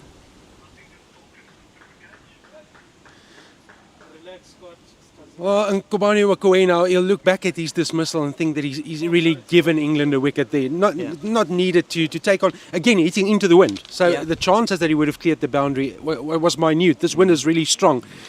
Definitely the side that Minta was bowling from, to attack the boundary, wind assisted, no problems with distance there. But just being mindful of what the wind is doing, and that was the wrong shot, really. For a man that's such a good job, 29... contributed to South Africa's scores and to the lead. That's already worth talking about. 17 runs at this stage, but that's just opened the door again for England to try and get that last wicket and then put pads on. Lessons that you do learn, James. Yeah, and they come sometimes very hard. In this instance, they've done so well to put on that 47 for the 9th wicket, but he has to go looking to be aggressive against the spinner, and you just feel they could have nudged it around a bit and worked with it a little bit, but kudos to Archie Vaughan. They saw it wasn't working. I mean, I know it was something we said perhaps they should look at, just bring the spinner back on, harder ball, might get a little bit more bounce, and just wasn't able to get all of that, as you say, into the wind as well, and well taken in the deep by Dawkins. Well, Dawkins will now be thinking about his time out in the middle, and still need to get 1 wicket, but then he needs to rush off and get pads on to open for England. But credit to Farhan Ahmed as well. Credit to Archie Vaughan for going back to spin, and that's where we always felt that England had a real opportunity, the biggest threat coming from the spin department, and it didn't take Farhan Ahmed long to strike and break that partnership. So his analysis 4 for 76. Martin Khumalo, the last man in for South Africa. Yeah, Martin Khumalo is, as Patrick Moroney was talking before the game today, is the only player in this team that's got first-class experience, and played 1 first-class match for Easterns up country. That's okay. And in that match that he did play for Easterns, took 5 wickets in that particular match. So a very good first-class debut for him earlier on in this season, in the 2024-25 season. And so he will have had more experience of 4-day matches. This one is tossed up and trying to invite Martin Khumalo to play a false shot, but having none of it. Good application from Martin Khumalo, gives a strike back to Raik Daniels, who's well set on 28. South Africa 316 for 9. The lead 17. So Johan, you were talking about being a referee and a cricket umpire, and that was pretty much where I sort of started off on the schoolboy level. Wasn't necessarily good enough to get into any of the senior teams, but from an umpiring point of view, did my stint there and did a bit of umpiring as well in the border at club level in a few years later. So always good when you look at things from an umpire's perspective. You want to make sure everything's right, don't you? When you're on the field, you want to make sure, yes, you're making the right decisions, you're doing everything that you can. That's right, as Minto is going to continue. I'll tell you a story after this. Yeah. So I guess, James, for me, I'll blame the Air Force, because I went to the Air Force after matric. Okay. And that's where they install a different type of discipline into you. And okay, yeah, sure. Looking at perfection, you get up in early morning and you have to make your bed and iron your bed and polish the floor. And it's the best time that you never want over again. That's what they say. Yeah. But I had the opportunity to go there, and that's really where the love for sport kicked off, having been exposed to that, and very grateful for all the learnings. And also just to stand out there. You might not be able to play at a big level, or maybe you're not someone that can crack it into a national setup or provincial setup, but you can make a contribution as an umpire. Go and study the laws, go and write your exams, do everything that's needed to stand out in the middle. And you might have a love for cricket. You can go into broadcasting, you can stand out in the middle and share this experience with the players. And that's what cricket gives you and sport gives you. Yeah, it's fantastic, isn't it? It's just to be able to just participate in a sport that you love. That's neatly played again by Daniels. He has looked good, hasn't he, out there in the middle? As you say, he's been playing well straight, and that's really been his strength. Perhaps there was thinking he could have gone for two. Well, two things there. Firstly, Ray Daniels, he's just hit his pad out of frustration, because he knows that he didn't really want to expose Martin Khumalo for 3 deliveries. At the same time, Khumalo was turning blind. I don't know if we'll have an opportunity to see that again, but he had his back to the fielder, so he wouldn't have known exactly where the ball was in relation to the fielder picking it up. And that takes the 2 away, and that puts unnecessary risk. So there you need to be visual, and you need to see the fielder in relation to picking up the ball to determine if there's a 2 or not. Yeah, all good learnings there for these players. Very important, as you say, game awareness. Yeah, got in nicely behind that one. But so yes, you were going to regale us with your story. Yeah? Just picking it up from where the Air Force ignited the passion for sport, and having opportunity to referee as a rugby referee, and then going back home after the Air Force stint and picking it up at club level, and then playing a lot of indoor cricket. Yeah. So for me, there was a stage where I was at the indoor cricket facility 5 days a week. Wow. You had to draw me away. I wasn't married back then, so I could sit there for 5 days a week and then play club cricket over the weekend, and even offer up services to an umpire on a Sunday, and that was life, and it was a great time. And now having the opportunity to sit behind the microphone and tell these stories and look at youngsters that's making their way in international cricket. Yeah. It's a real honour. Yeah, it really is a privilege, isn't it, to be here. And we're bringing you this broadcast courtesy of Cricket South Africa's YouTube channel, as James Minto is away from us again. Yeah, and that one, Martin Khumalo not looking very confident in playing that one down the leg side, but there's no danger for him and South Africa. 317 for 9 after 92. But yeah, it is fantastic, isn't it, to be able to be out here watching this match and bringing it to you. And this broadcast being brought to you by Sisonke Tourism and Events Services. That's sisonketours.co.za. You can use them for all your tour requirements here in South Africa, and they really are a fantastic asset to have here in the Cape and around South Africa, taking you on not just the sporting aspect of it, but also very much in terms of the experience of coming to South Africa. As Farhan Ahmed's in again. It's wonderful to welcome tourists back to our country, and there's a number of England supporters who have made the journey to South Africa. I was sitting amongst them through the course of yesterday's commentary stint. During breaks, I was sitting on the pavilion and listening to their stories and their experiences and how they were loving their time out in our country.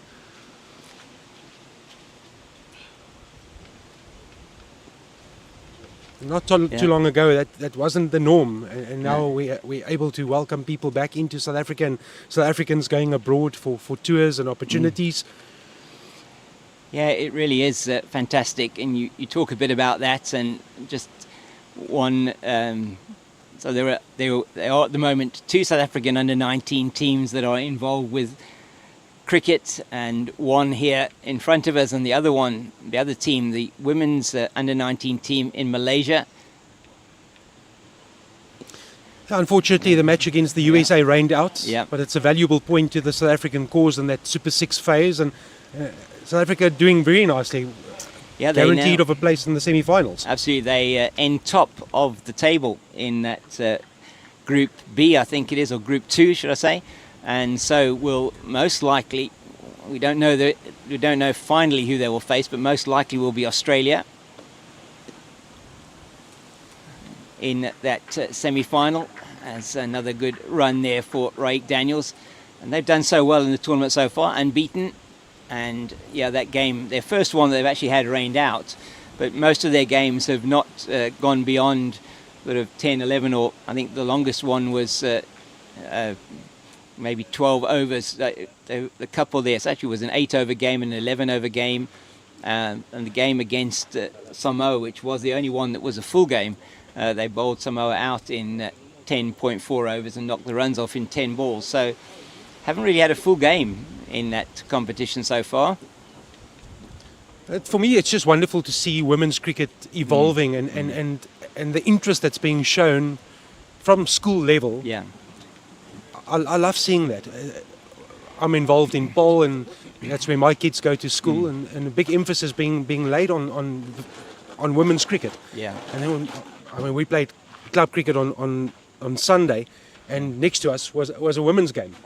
So 3 fields in Durbanville, and you've got everyone sharing this passion and this love for what brings us together.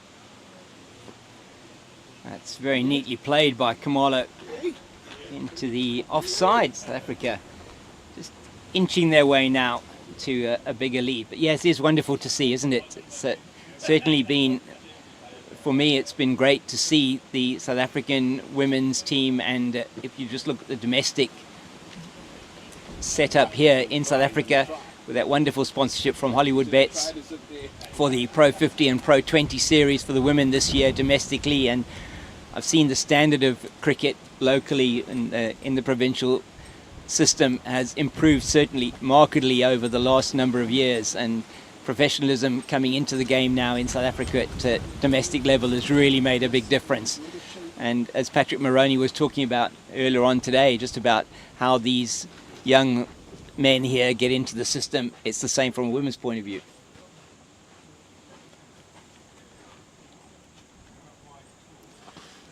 Yeah, and to your point, the women's game has investment and television opportunities, and now you look at Alora Wolfart, the captain of South Africa's women's team, and what she has done in her time. Incredible, absolutely incredible how she's performing. I mean, both at in fact, all 3 levels. She's one of only 3 players in the world that scored a century in every format. That's across women's cricket completely. Oh, it's a good delivery from Minto to Kamalo. And she really is, she started off very young. She was with us at Sunningdale Cricket Club as a 9-10-year-old, a long time back, playing with the boys. And there it was fantastic to see that. You would always, she'd go out onto the field with the team, and at that stage she would bowl and she would bat. But even at that early stage, she was, a force to be reckoned with, even against the young boys at that age. So fantastic to see how she's developed her career, and now the captain of South Africa and doing so well. And formed a formidable opening partnership with Lizelle Lee, and look at what Lizelle Lee did overseas, and in the shorter formats of the game. So these heroes in the women's department, and that is that's creating the interest. That is. And that's important. You need heroes. And You for youngsters sitting here in Stellenbosch looking at the under-19s, they become the heroes. Yeah. I want to play for England, or I want to play for South Africa. So you have a responsibility, the way you act, the way you play, the story that you tell for young people that want to do what you've done. That's going to fly off the bat, and that's going to be out. No doubt about that. That's going to wrap it up. Minto finally gets a wicket. He's knocked away and finally created the opportunity. Martin Khumalo is the man that's going to be dismissed for one, and Ray Daniels will be left not out on 30. It brings to a close South Africa's innings. Yeah. This is how it came about. Just short. Khumalo didn't want much to do with that, and it is taken behind the stumps. But South Africa have done well, resuming this morning on 269 for 8. Finally finishing on 319. Ray Daniels unbeaten on 30 from 44 deliveries. Martin Khumalo dismissed for 1. That has given James Minto his first wicket of the innings. 1 for 34. So match analysis will mean that South Africa will change ends with a lead of 20. And it's still, for what you said earlier, James, it becomes a sort of a one innings knockout between these two teams. South Africa with a slight advantage. And there is the summary of that scorecard. Yeah, 319, as you said, and really was Bubulia and Rouse that play South Africa into that position where they have taken lead of 20, and you can't really write off that partnership towards the end, how important that might be in the context of this game. Mokoena and Daniels putting on the 47 for the 9th wicket to get South Africa at least a small lead. They'll be coming out all guns blazing, you feel, to try and knock over a couple of early wickets. Will South Africa? England, on the other hand, will be wanting to build up a target that they feel their spinners, most certainly their spinners, will be able to attack South Africa in that 4th innings.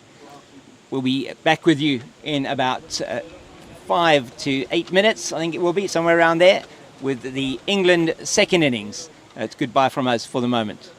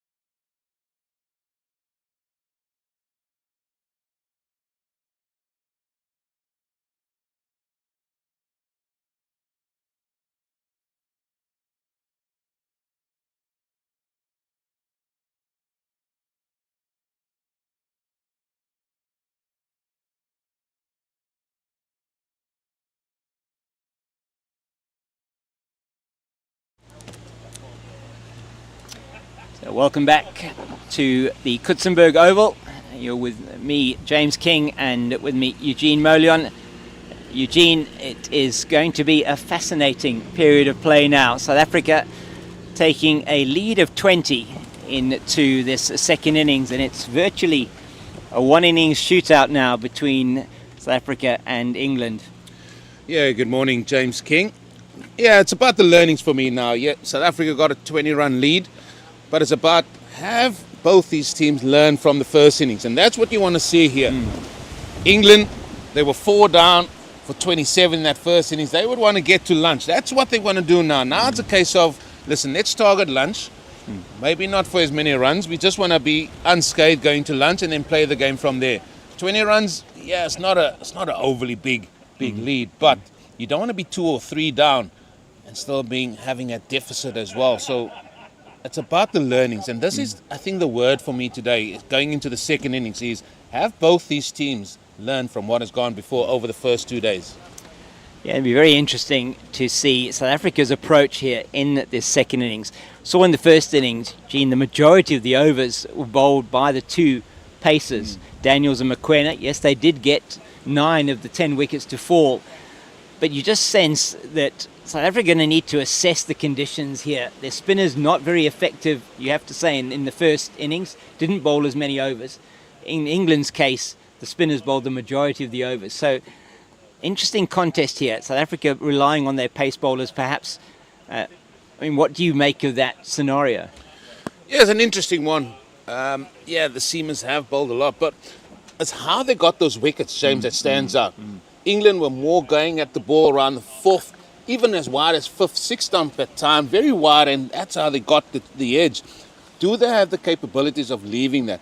South Africa also got spinners in their attack as well. So they've got that armory if need be, but they use them more as a defensive project, just to say, listen, can you keep an end up? Now we're going into day 3, and you want your spinners to say, right, okay, it's a wicket-taking opportunity. And that's what you want, and I'm sure that's what Benny Hansen would want from his spinners. But this hour, you said it's fascinating. Are we going to see England leave the ball? Vaughan and Dawkins, they are out there in the middle. Or are they going to still go and they really come at the ball? It's almost like they're walking towards it. No, is there going to be a change of plan? That's what I'm more curious about. Not so much the runs. No. Just is there going to be a change of mindset?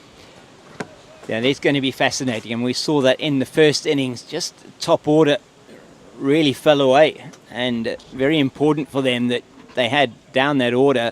I mean, Ahmed and was Roo initially, and then Home who came in. So it will be interesting to see how they approach it. Unsurprisingly, Rake Daniels opening the bowling from, I don't know what end we call that one. Is that the Coetzenburg end? Yeah, we've got to get that. I mean, when Midgley was here, he called the end behind me. I think he called it the river end or some sort of end right, like that. Yes, it is the river does flow, the Eerste Rivier, I think it is. It flows behind us here. So could be the Eerste River end. The other thing, James, and you're probably going to see much about this today, where is Pashla Maslaka, the wicket keeper for South Africa? Where is he going to stand? Yeah. And he dictates a lot, because we saw a lot of the edges, healthy edges, not carried to either him or the slip. And always look at where first slip is, and first slip is very deep. Well, we're all set.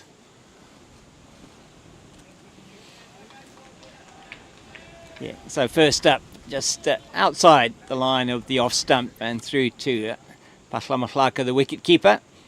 It's a big day for him. It is. He had a very indifferent day on day 1. And he's keeping. I mean, you have another keeper in the captain, Benny Hansen. Hansen at 3rd slip at the moment. We've got 3 slips in attendance. And that's a full delivery from Daniels. Met on the full by Dawkins. I was a little bit surprised by that. Isn't able to get it past mid-off. Yeah, the way he shaped that was to look to play that on the onside. Maybe more sure to try and hit that straight, and that's what South Africa did well early on. He's going to have a little bit of shape. He left the first one, which was slightly wider. That one was on the stumps. What's ball number 3 going to give us here?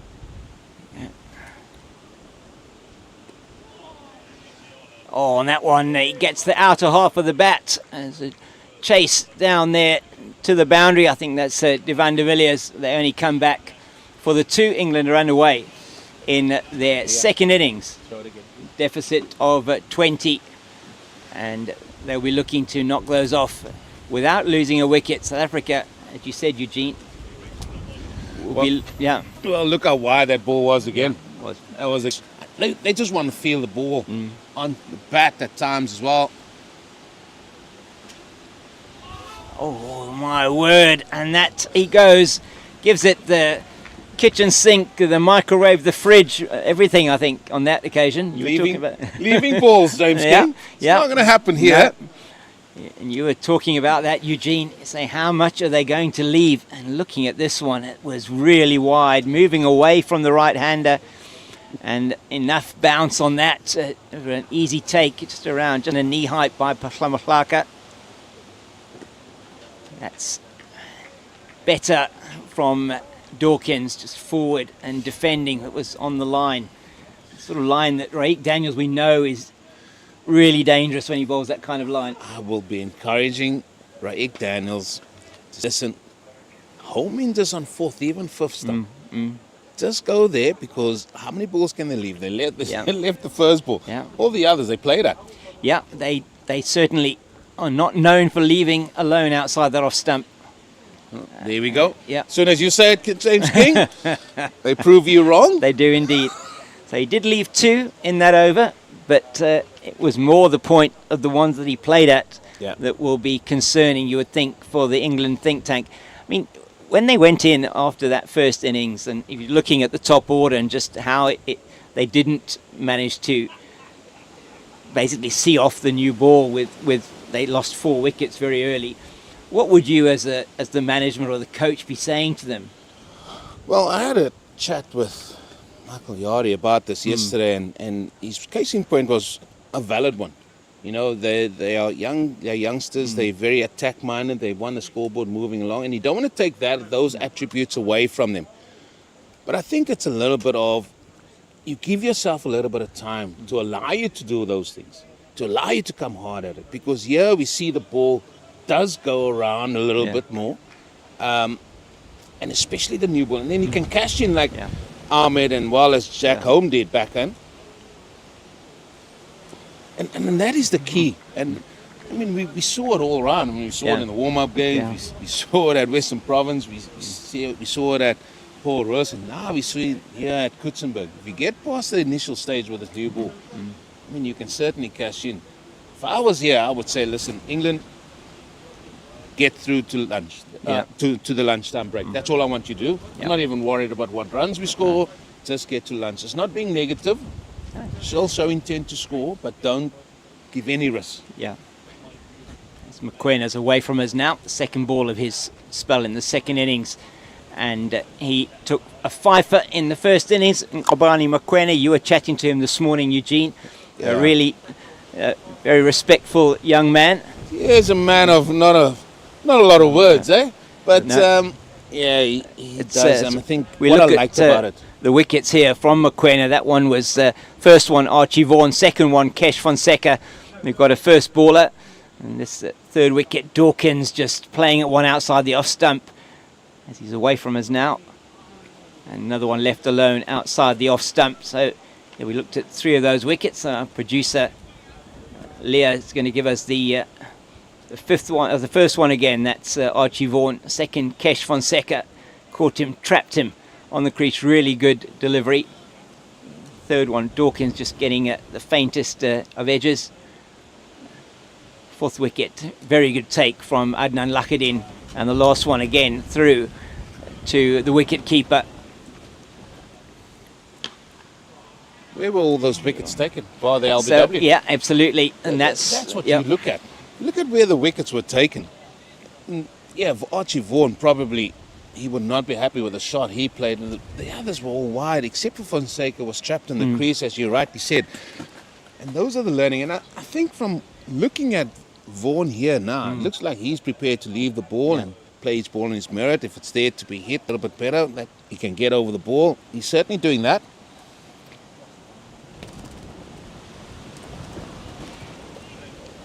Yeah, that is he's showing admirable restraint so far, Archie Vaughan. We know he likes to get bat on ball. We've seen that, as you say, throughout the series, both the one days and, as you saw in the first innings. And he wouldn't have been happy with the way he got himself out in the first innings, really going at a wide one, which he should have left alone.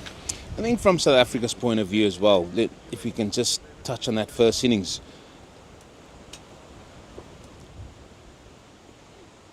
And this is something that I had a discussion with one of their coaches and staff, and I said, when you go into that first innings, you want to bat for 4 sessions. Yeah.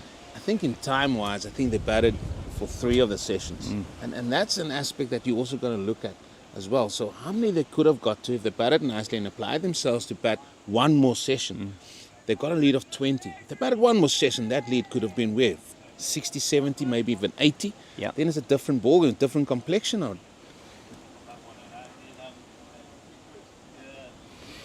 Yeah, and Mokoena this over, just guilty of not actually making the batter play at that. Just a single off the over from that wide off his 6th delivery. Yeah, I don't mind that. The reason I'm saying is because he says, right, okay, England showed us that they like to guard the ball. Maybe to Vaughan, they might have to be a little bit tighter. Maybe to Dawkins, they'll say, listen, we can go on 4th or 5th stump. So at times, you can also have 2 plans for both batters as well. And you've got to be flexible with your plans. One plan doesn't fit all. I think that's where the learnings come in, doesn't it? Where you've taken the analysis and... That is the point I've just said. I said Dawkins is more prepared to chase the ball outside. Vaughan, he showed is leaving him more, so you can be a little bit more tighter to him. And this is what you got to see. This is what you got to see when you're on the field, and you got to sort of apply that and say, listen, this is what we see. Let's go for it for a few overs. Yeah. And you know, just perhaps looking at, Archie Vaughan and engaging with his other batter, not happening at the moment. As we see, I think that is probably the 4th play and miss already from Ben Dawkins in the 8 balls that he's faced, and virtually identical shots every single time. I rest my case, Cape Fox. I rest my case. Points made, done and dusted. Yeah. Let's see, and Daniels is the perfect bowler from a South African perspective, you feel, to be able to exploit that, if you could call it a weakness. Maybe weakness, but it's just the way that they play, isn't it? And he's had a full go at it. He got the edge through the gully region for his 2 runs so far. I don't mind that. No. Now then, I don't mind that short ball. Now that's a different prospect now. Now, what does Dawkins have in his head? Now, sometimes when that happens, batters think, oh, listen, if it's going to be up in the area that I recognize, I'm going to have a full go. He's tried it a few times. He's missed it. I think Dawkins under pressure here. If I'm Daniels, I'll throw the wide, long half volley here, just wide with a little bit of nip away. Who knows? It was a particularly good bouncer, that one from him. Well, bumper, I think you call it. Not a me. Bumper. That's Ezra, is it? Please don't paint me with the same brush, Cape Fox. I say short delivery, and Ezra says bumper.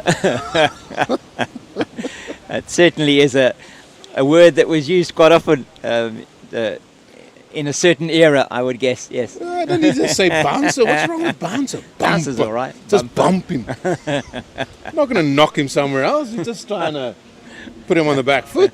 That's right.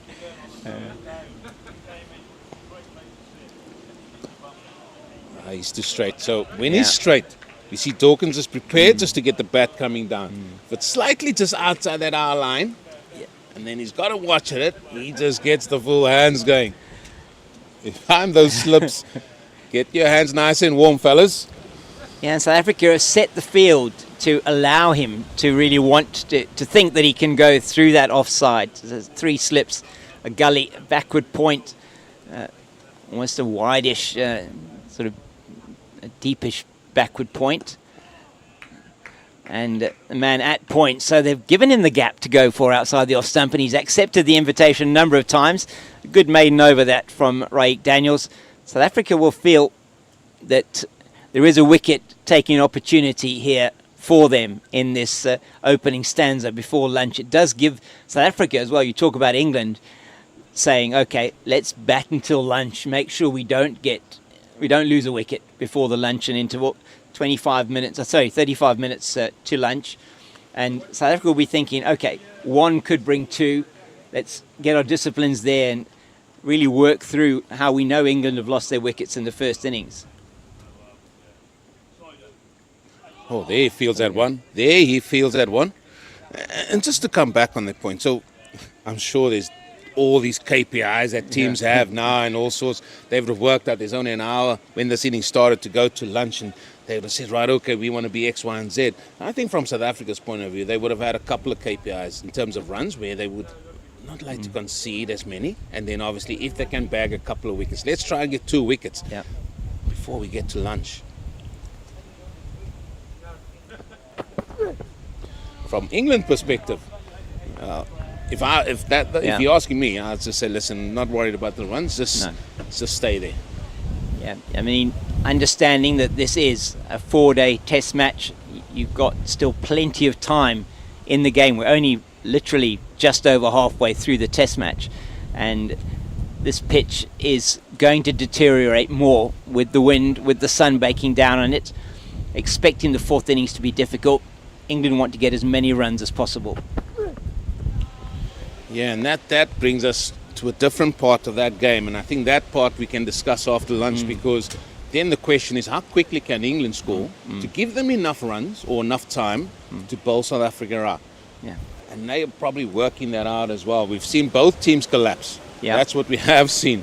And there's a big possibility that those can happen again on a deteriorating pitch when it has wind and sun and everything else on it.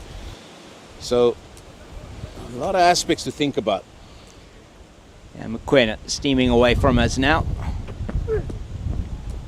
And Archie Vaughan maybe learnt something from that first delivery where he just hung his bat out and could so easily have taken the edge. What we haven't seen that often from the England batters, that they've just sort of hung their bat out there. Often they tend to go for their shots. Might see the ball flying around a little bit off the edge, but they don't necessarily have, they haven't always been really tentative in their shot making. Well, there's proof of the pudding, as they say. Full ball outside the off stump. Vaughan hits that back for a square. South Africa's liking that because maybe not in full control, the captain of England, but he gets 4 runs to himself and 4 runs to his team. Yeah, certainly from the reaction in the air for a little while, and he does play at it outside the off stump, goes past the man diving at backward point, and through for the first boundary of the England second innings. Still a deficit of 13 runs for England, and Vaughan, his first really attacking scoring shot. Oh, that's a good dot. Got 4 off the over, 7 without a loss, and this gives Raig Daniels another opportunity to have a go at Dawkins.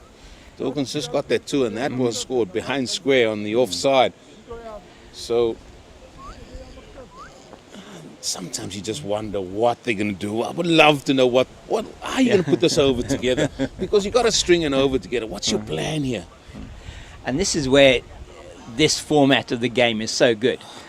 You got the situation, these youngsters, you were talking with Patrick Moroney earlier on, it's around building their ability to play at this kind of level.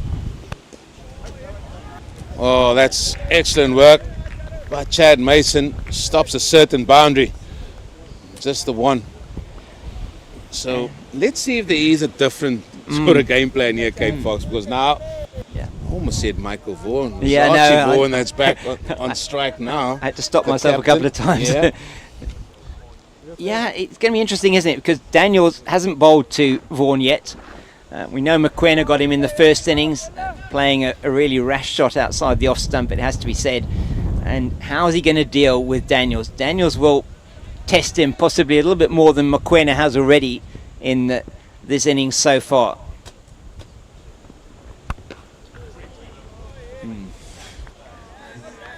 just don't think he's got that pace behind him to bowl that length. Yeah. He's very, very good at getting it fuller. Very good at just making that ball drift in the air a little bit, hit the seam, and sort of skim through to the men that's standing behind the stumps.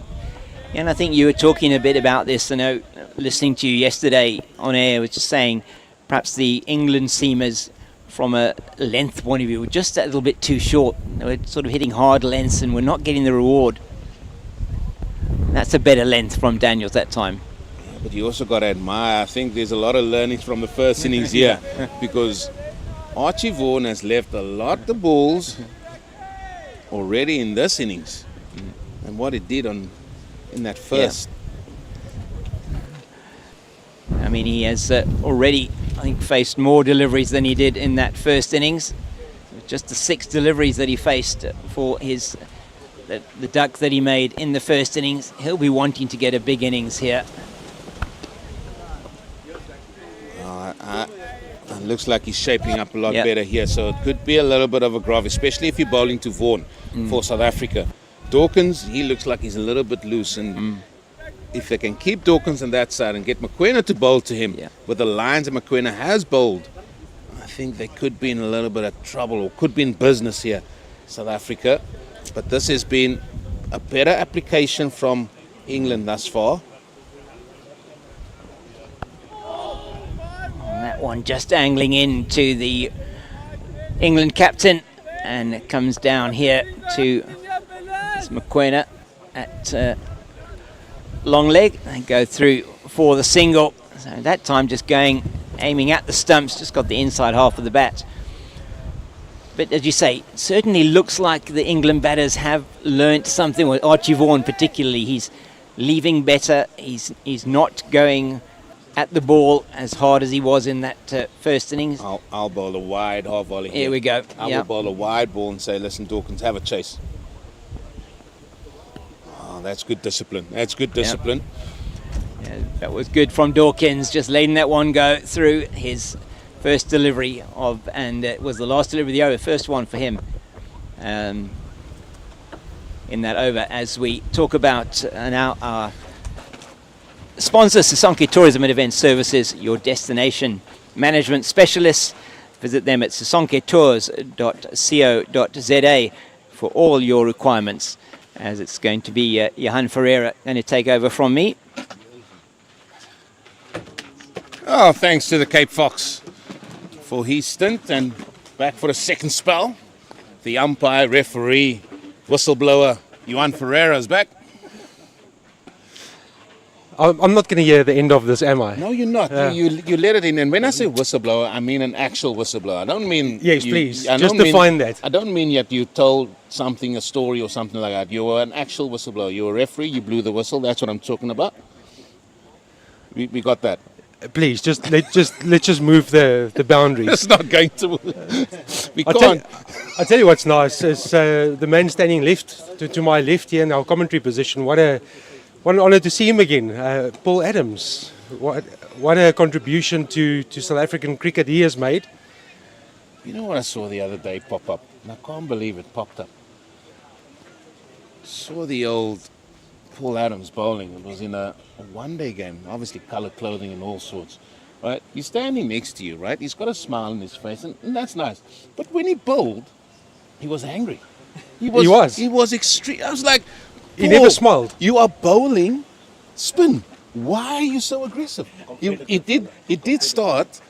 I'll continue after this. When he started playing, he was a seamer. Let's not forget that. And maybe that's where you get his aggression from. But let me tell you, talk about white line fever or anything like that, as the boys say. I mean, he was a different kettle of fish. You could talk to him now, but on the field, I mean, the looks he gave people was like, oh my word. Well, he was the first bowler that I ever saw bowl a ball and not look at the batsman. I know plenty of those. I can tell you plenty of those. Glorious shot. Absolute glorious shot. The chase is on. But the ball wins the race. Archie Vaughan, he's looking in fine fettle out there. Yeah, absolutely. That's a quality shot. Archie Vaughan, he needs some runs. Isn't that the best of tours? But that is out of the manual. If you want to see how to play that shot, that drive, that's exactly how you do it. Now, I was sitting in my off time the last half an hour. I was sitting behind our commentary position, and the young England keeper's dad is sitting behind us, and he was talking about the fact that the players stay one side and the parents stay on the other side, and they haven't been exposed to the group, and just how they've enjoyed their time. And then he's brought two mates along over to South Africa, and they were talking about how they're enjoying this broadcast, and a lot of viewers from England. They even brought the Airbnb couches to the stadium. They're sitting on Airbnb couches. Don't be saying that too loud. We don't want them to. Well, we're not going to give their names away, but that's how settled in they are. They said they learned the lesson early on. They've looked for the shade, and now they can just sit and watch cricket all day. That's how you do it. I had your back as a whistleblower. I said, and now you're living up to the other definition of a whistleblower, Johan. Maybe Paul must just take the mic. Oh, there is a. Oh. Yeah, get the hands through the ball there. Eugene, you know what? It's just created this atmosphere and this experience for the tourists to come and sit out and enjoy some good quality cricket. You mentioned a big part that in that conversation there, and that is that the parents were one side, or the family on one side, and the players one side. And I think that is also part of touring as well. I mean, Paul Adams, they toured a lot, and they went to different countries as well. And being away from your house is also something that you got to learn, and how you cope with that, especially to try and bring out the best in you. And this is also what these boys got to learn, South African boys as well. Let's not forget that. Well, this is the contest I want here. Dawkins has not been showing us that he can leave balls all the time. He's willing to have a go. Can he have the discipline to do that? South Africa, it's about 25 or so minutes to go to lunch. They would want to say, right, listen, we just need one or two here. I think if they get two, they'll feel very much happy.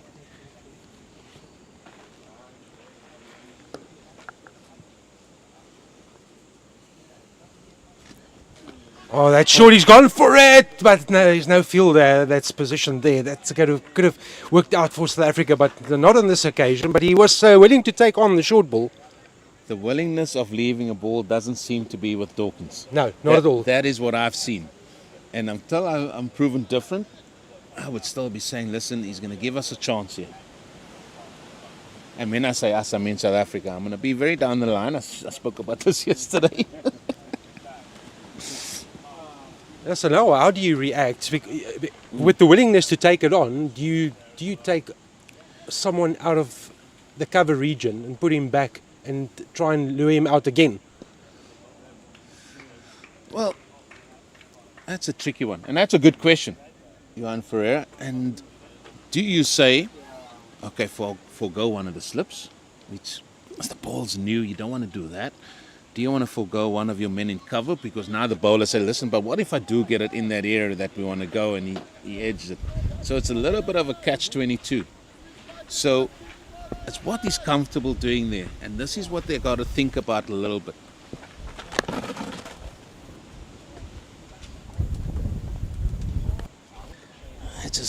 If you keep it there for long enough.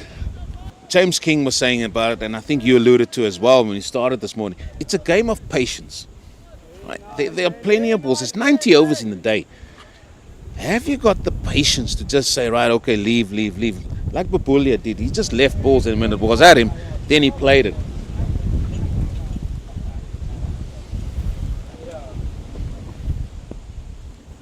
Well, this is developing into something very, very interesting here for us, folks. Doesn't swing from leg stump though. Yeah, so I think Bulbulia is the prime example of application. I mean, he hardly put a foot wrong. Yes, a couple of iffy runs, but that's fine. That's nothing wrong there. and he got a good ball that he was finally dismissed with. But he really knuckled down, he worked hard, and he wasn't prepared to play anything out of his comfort zone or out of his bubble. Whereas Dawkins is playing the sort of one day international role. He wants to attack the bowlers. He's if it's short, if it's there, he's going to go for it, immaterial of the match situation. And for now, there's still a deficit that England still trailing by 5 runs. Didn't make too many in the first innings, only 10. He's got a real opportunity here. Put England on the front foot. It's an important partnership with a man that really hasn't had form on his side in this tour, Archie Vaughan. So he's also struggling for runs. Momentum or confidence would be slightly lower. This is a big passage. This is a big period for both of these teams, more so for England. You don't want to give it away, open up a slide door, and then suddenly find yourselves on the back foot, which has been the storyline for England throughout this tour, especially in the frontline batters in the series. Well, that's the modern day cricketers for you. They want to take the game forward.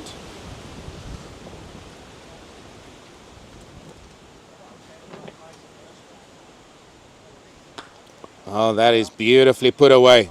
What a shot that is from Archie Vaughan. Ball racing away. That's excellent stuff, though. Who's that there? That looks like Chad Mason. And they come through for 3 runs. But Archie Vaughan looks very assured about himself there this morning, folks. He's left well. He's played well off the back foot. He's driven the ball off the front foot.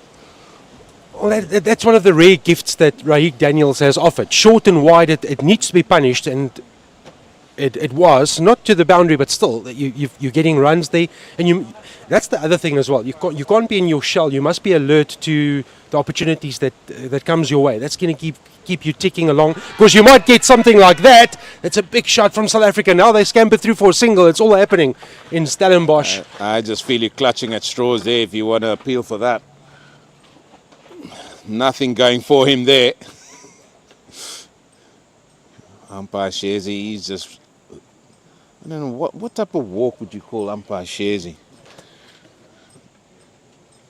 Well, he did move across a long way, maybe just height, and that was what I was alluding to. But Umpire Shazi, he just didn't have anything to do. Sometimes when you look at that, it just doesn't look right.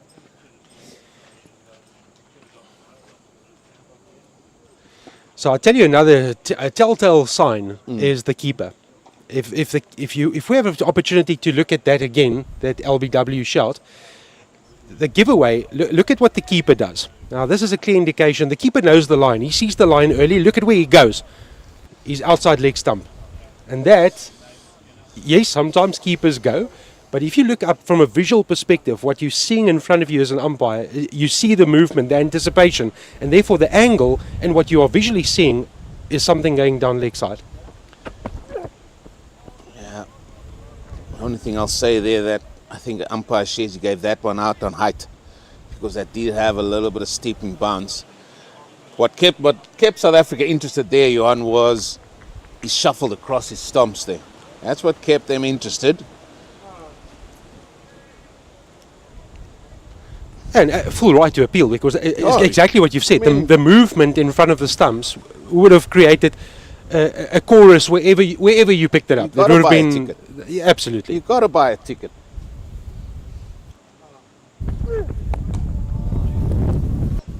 Better position from Archie Vaughan, and straight bat. 19 without the loss of a wicket. So they've almost wiped out this entire deficit.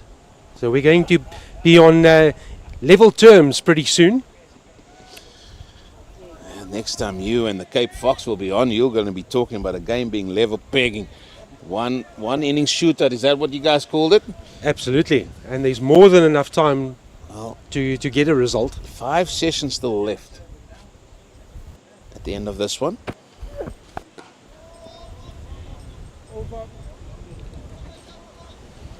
But there's definitely been better application from England. They've given themselves a chance, and this is what I think the discussion was. They're still getting the balls to put away, and that is good. I think that's good batsmanship.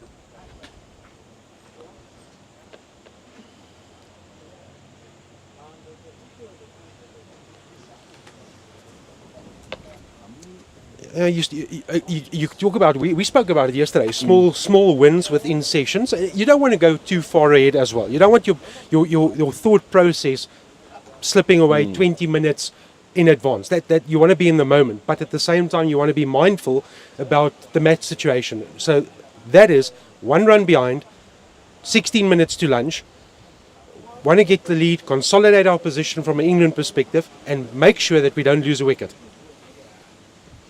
2 men back for the short ball, and he has a slash outside off stump. That's where Dawkins, to me, Dawkins isn't set. He's not in the moment. Doesn't need to do that. That's way outside off stump. Why go there with your score on 6, 1 behind, working towards lunch? Why give Raik Daniels an opportunity? Well, I think it's smart batting, smart fielding or field placing now. They're taking the man at cover out. They say, listen, there's a gap for you, have a go, because Dawkins looked like he's the likelier man to have a go. And they put the man back at deep square. So I think Raik will give the short ball as well. But I mean, I do feel sorry for sounding like a stuck record at times, but that fourth stump line once again.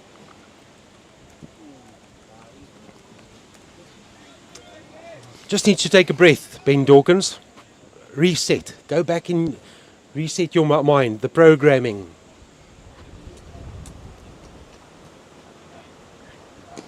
Again goes on the big drive. The on drive will result in a couple for England.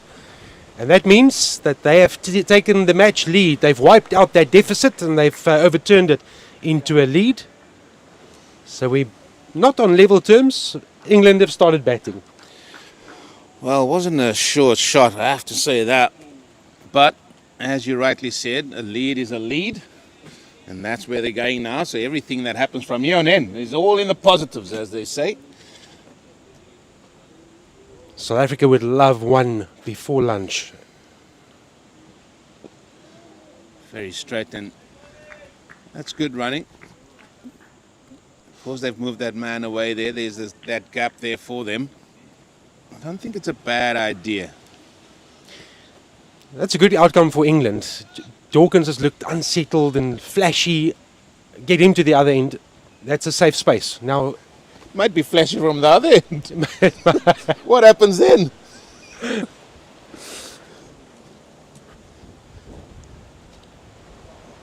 Oh, we got it. Did you say it's the keeper's parents behind us? yes, Thomas Rue's parents, they are here, and I see they've moved on. I'm just turning around to see if they've moved position. We were talking about this broadcast, and Mr. Rue said to me that he's getting a lot of comments from England and people loving the broadcast and tuning in and talking about the series. We've got some visitors from Somerset behind us. Can we call them the couch potatoes? No. No, cider country that, mate. Somerset, cider country. Well, we're talking about that as well. He said outside of England, the best cider is in South Africa. Oh, beautiful. I mean, that just sat up and asked to be punished. As I said before, he looks well assured today. Archie Vaughan is well put away once again. A big innings for Archie Vaughan. Yeah, old cider country. And I'm trying to figure out now. I mean, I've been there for a while. The Wurzels come from, have you heard of the group called the Wurzels? Yeah. The Wurzels come from that side of town.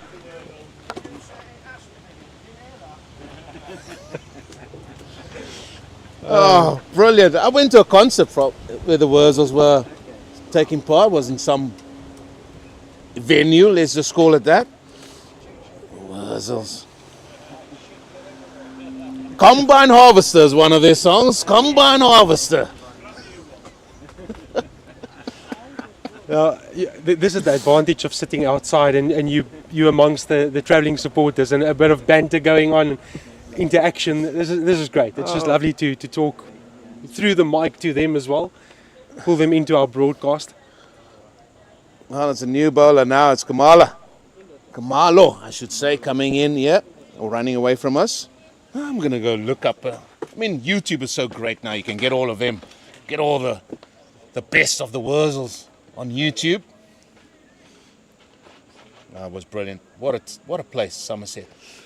So I said to one of the supporters that I remember York and eating fish and chips in newspaper, and that was fantastic. And he looked at me and he smiled and he said, well, they've upgraded that, it's now polystyrene. That's a cover drive as well through the gap and on the way to the fence. Well, it beat the fielder. It's a touch and go, but well pulled in by the South African man. Let me tell you something about the seagulls in the UK. Do you know why they're that big? Because they keep eating your fish and chips. Because they are the biggest things I've ever seen. True story. I can vouch for the fact that I had every bite of my own. I didn't leave it behind. No, you should have left it. You should give some of the seagulls. They need to be feasted. You know, they need to be eaten. They need to eat some. There was a big banner up saying, please don't feed our seagulls, they're on a diet. Oh, I can't believe Mr. Ferreira. Well, would you give that up? Mate, they are massive. But would you give up a portion of your fish and chips? You don't know what they're capable of. You really don't know what they're capable of. That's all I'll say. I'll leave that there with you. I know it's 10 minutes to our lunch break here. Maybe we're getting hungry. Maybe we've I'm become not the getting seagulls. hungry. No, I'm on a diet. Let me tell you that. 29 without loss. England looking good here. I love how Vaughan has come out, and today he looks settled, looks ready for a fight, up for the challenge. Yeah, I think it's more a case of he wants to lead. And he's the leader of the pack here. And he wants to show with the bat that he can be that man as well to take them forward. I mean, he's looked really assured. A couple of failures in the one-day international series and failed to score in the first innings in Stellenbosch, but now much better from Vaughan. Behind the ball, good sound off the bat. I wonder, maybe worth asking him after the day's play. You obviously want to get out of the shadow of your dad. I mean, you're your own individual, but the fact of the matter is he's the son of a cricketing great in England. Do you get to your hotel and have a video call and say, hey Dad, it's not happening, what's wrong? You watching the visuals, what am I doing wrong? Or do you go to the trusted source of your coaching staff internally? I mean, not everyone has a former England captain as a father, but I think it goes, you can look at it from definitely a variety of ways. That could be certainly one. There's some parents that would say, listen, we're not going to get involved. You've got your men, and then if you really need to, then they'll make the call, whatever. Or he will just say, listen, he'll trust his own, but I don't think he's living within his dad's sort of shadow type of thing. I think he's out there. It's cut away again. He's out there, he's done really good things with the bat, scored runs, and that has warranted his selection as a captain for his country here in the under-19s. And I think all these men now, even if you have a son that from one of the legends, let's call it that, I think these guys now are building their own legacy, and that is what Vaughan's doing here as well. I mean, he's going to learn a lot from this tour, from a playing perspective and a management perspective about captaining, etc. So, yeah, for me, I wouldn't say that. I mean, people have their own opinions on that, but those things we can ask him and say, listen, do you phone your dad up every day and say, listen, what do you think here? Because his dad did tour here as well. so on that point, I like exactly the line that you're taking in. For me, Archie Vaughan is an individual, and he would have to put his stamp on this team, on his play. But the fact is, you do have a mentor as a father who you can tap into over a Sunday lunch, and I would separate the two. For me, I would go into the those who are entrusted with touring with you, the leadership team, and if you want to bounce something off them, you've got international cricketers in their squad that can assist you and help you along. But at the same time, it's nice to have a helpline and a 50-50, a phone a friend scenario where you can run something off your dad from a leadership perspective. And that's what dads are there for as well. It doesn't matter if it was Michael Vaughan or Thomas Roo's dad who's sitting here behind us. They're there to support you. That's the parents' role. Let me tell you, some kids don't like listening to their dads. They will listen to everybody else. Their dad will say exactly the same thing as what they, and then they will listen to them and say, oh. But yeah, Divan de Villiers. And that has been lovely. bunted down to past mid-on. That's going to be 4 runs. Now then, Dawkins. Maybe that will give him the confidence he needs here to take him to lunch as well as beyond. Well, to me, that's his shot of the inning so far. I just love the on drive. It's something that you need to perfect. That you need to have it as an opening batsman, and that's excellently played, well executed by Ben Dawkins. Maybe that's just the shot he needs to settle him down. Doesn't need to play the expansive stuff. Stay in your bubble, stay in your zone, work with what you have, and suddenly the scoreboard keeps ticking over. Play to your strengths. Make the bowler come to you.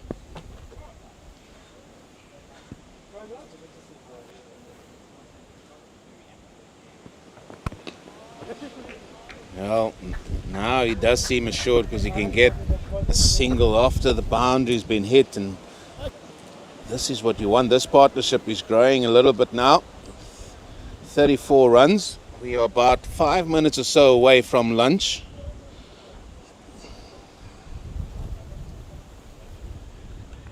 There has been a few playing misses, but that happens. It's a brand new ball. You expect guys to sort of feel that one, but sometimes it has been guys, the batters as such, going hard at the ball. But this innings from Archie Vaughan has shown me that he's applied himself, his willingness to be patient out there. This is going to test South Africa.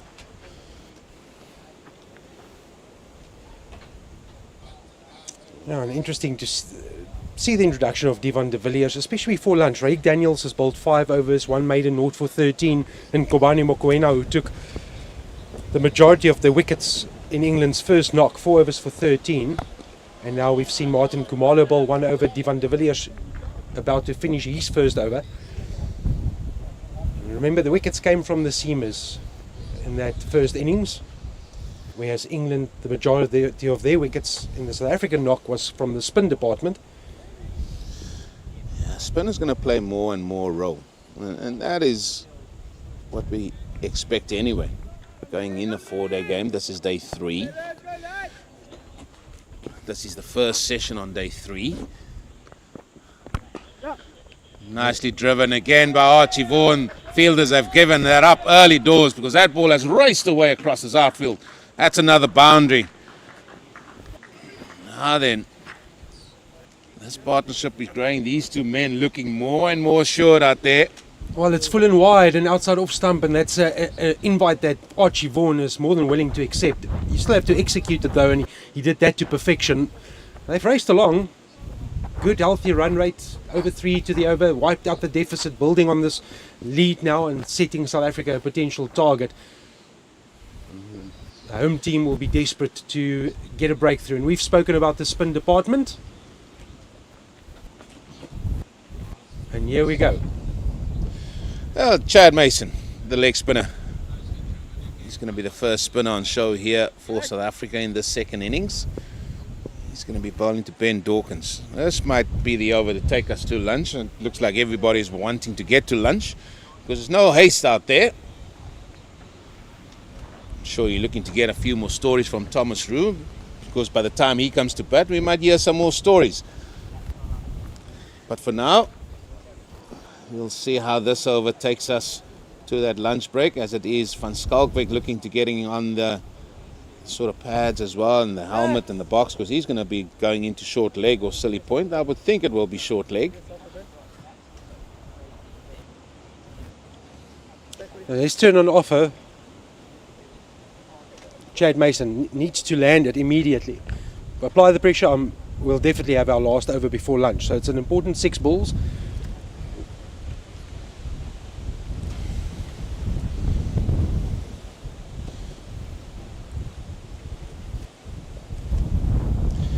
Well, this is what I'm not sure of. They've got 5 men on the leg side for the leg spinner, so this ball should be turning away from the right-hander. So that's the first thing I'm looking at. So if you're going to continue to bowl that line to these men, it could cost you. as well put away by Dawkins. And that is why when I looked at the field, and I always look at the field looking at, okay, where are you likely to go here? He's got 5 men on that side. And more often than not, the field would dictate how you're going to bowl. And you've got not enough men on the offside, so you're not going to be tossing it up around the off stump because that ball's going to keep turning away to be hit through the offside. Well, when Van Schalkwyk saw the length, he ducked. He was on the floor. He knew what was coming. And that's a real loosener first up delivery that England have capitalised on. Ben Dawkins on to 21. Archie Vaughan has 20, 42 without the loss of a wicket. So Mason's first delivery off to the fence. You don't want to be loose now. It's very important to apply some pressure, and you don't want to do that with half trackers. Much better, and there's some turn there. That's going to keep Chad Mason interested. I would get the 45 across. Get one more. You need one more onside, on to the offside, I would say. There was a bit of turn there, wasn't it, Mr. Ferreira? Yeah, absolutely. Slightly short. You can just tuck it away. Get one more outside on the other side, and then say, listen, home in on off stump. So at the minute it's a bit far too straight.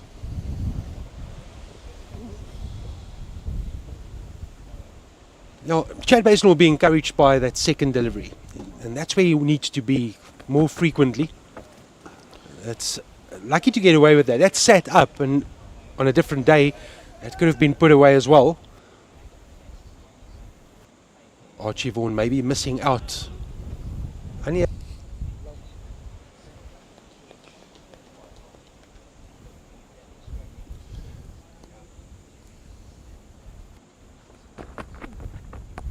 oh, here goes the aerial route, because it was tossed up. Somewhat lucky to get away with that because it wasn't timed from the Vaughan bat. Well, his lunch might have tasted all so differently there. He decided to go after that. Was a teasing delivery outside at off stump. Wide outside at off stump, it has to be said. And Vaughan just manages to get this, and he just cleared the covering, but that is going to be lunch. And that is a much better session by the England opening pair here by Vaughan and Dawkins. They've put together a very good partnership here, something for them to really build on. They've seen through the deficit as well, and now then they can go and enjoy a bit of lunch, and there's been a good session for them. South Africa, they've got to come up with a few plans. They've got to be patient, and they've got to really stick at their plans. That is the match situation where we find ourselves at lunch. England 44 without loss after 12. They've seen through the deficit of 20 runs, so they are 24 without loss at the minute. So let's all go and have a bit of lunch, and we'll see you after the lunch break for the continuation of this, the first youth test between England under 19 and South Africa under 19.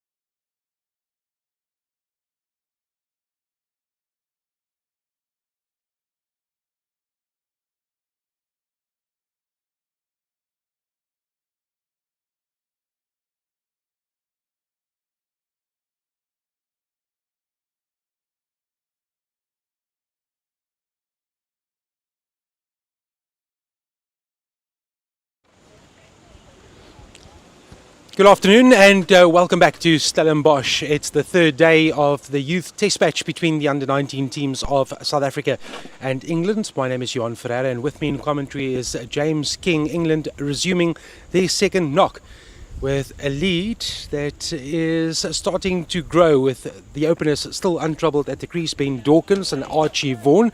And they've done pretty well for England in this opening salvo from the South African bowlers, Raik Daniels and Nkobani Mokoena, sharing 9 wickets between them in England's first innings. They haven't managed to break through.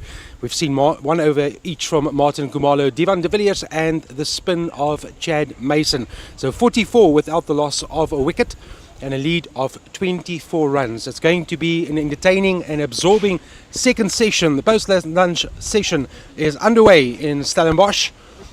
First up, immediately off pierces the gap, well fielded by South Africa, but it is the opening run. It's an important session, James, in the context of this match. It's almost become a one innings per team sort of encounter, because the teams were pretty evenly matched after that first innings. England trailing, they've wiped that out. They can now start building and now look towards what is a potential score of substance. Yes, indeed. Thanks, Johan. It has been a good session for England up until that lunch break. 50 minutes, 12 overs, 44 without loss. That's exactly what they would have been looking for. These two to stay untroubled, and have been a couple of no real chances, but certainly Ben Dawkins had played and missed quite a bit early on in the innings outside the off stump. They've looked a lot more assured, didn't they, in the sort of 20 minutes before lunch. Didn't stop playing their shots if it was there to be hit, and you just sense South Africa had quite a bit of workload in the first innings, the seamers, and once again it looks like they're going to be asked to deliver for their team. Excellent fielding, but can't prevent the single. And just building on your point, Ben Dawkins started iffishly and gave a couple of opportunities, had a waft outside off stump, unnecessary in the context of the match, but he survived that, and now he's playing a lot more straight and finding the gaps, and this is going to build confidence. Archie Vaughan also not the best of form heading into this innings, but he's off to a good start as well. So from an England perspective, they're sitting well. They've got their 2 openers still unscathed. An important first half an hour after lunch. You don't want to open the door for South Africa. No, you've seen on this wicket that you get 1 wicket, it's quite possible that you can get more. It's a typical wicket for this area of the country, and it's dry. Certainly we would expect, even for the pacers, maybe a little bit of variable bounce as we get through towards the end of today. Still looks like it's playing pretty well though, from a surface point of view. Did have a look at it before play. Very dry, and maybe the spinners will come into play more as the game progresses.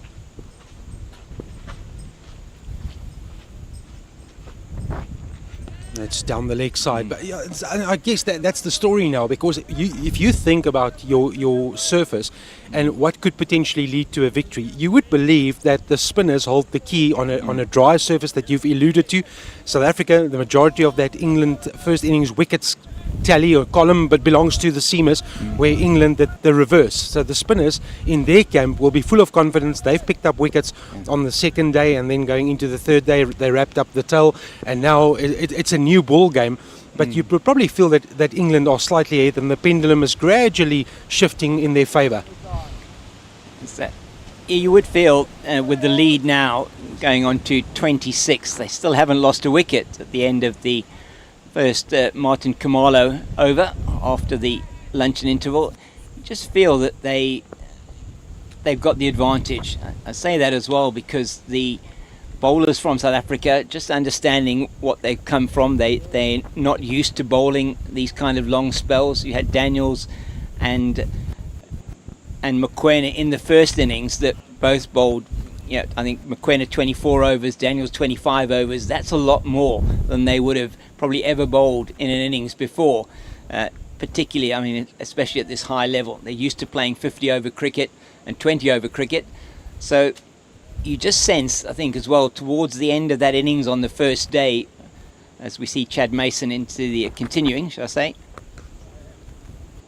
And he's just missed his length again. It's outside off stump. It sits up and it's tucked away towards the boundary. It's a 4 and it brings up the 50 for England. 50 without the loss of wicket. So, just to carry on with that point, you just feel, I feel that the bowlers, and particularly the strike bowlers, pace bowlers for South Africa, you just wonder how much gas perhaps they've got in the tank to be able to continue to put this England lineup under pressure. And from a spin point of view, South Africa are going to rely quite heavily on Mason and probably Riles to bowl in this second innings. So it's going to be very important for them to try and make breakthroughs, dry up the runs if they can. Use of the feet. Being Dawkins, I don't think will change his approach. He's going to take the attack to the spin. Chad Mason took us to lunch. He's first over costing 6 runs and now leaking a boundary early into his second over. They need to find a way to build some pressure on this England opening pair. It's better length from Mason. And that's where he wants to be, the leg break bowler. And not quite sure whether he does have too much variation. He's definitely got the standard leg break. He could get some very nice drift. And that one, Dawkins, coming down the wicket again, not quite where he wanted it to go, but he's going to get a boundary for it. Mason reacted because he saw the feet move and then tossed it wide, and Dawkins was alert to it, got back to ball, and then it raced along. How quick is this outfield? Yeah. It is lightning fast, and you get value for your shots here at Coetzenburg Oval. And there, as you see, I think Dawkins, as you said, was good from Mason, putting it in wider. Dawkins equal to the task on that occasion.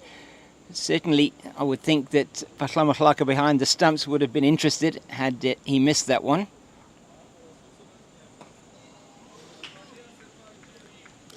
They've taken 8 off this. So South Africa have failed to apply some pressure after lunch. England allowed to get away, continuing where they left off just before the lunch interval.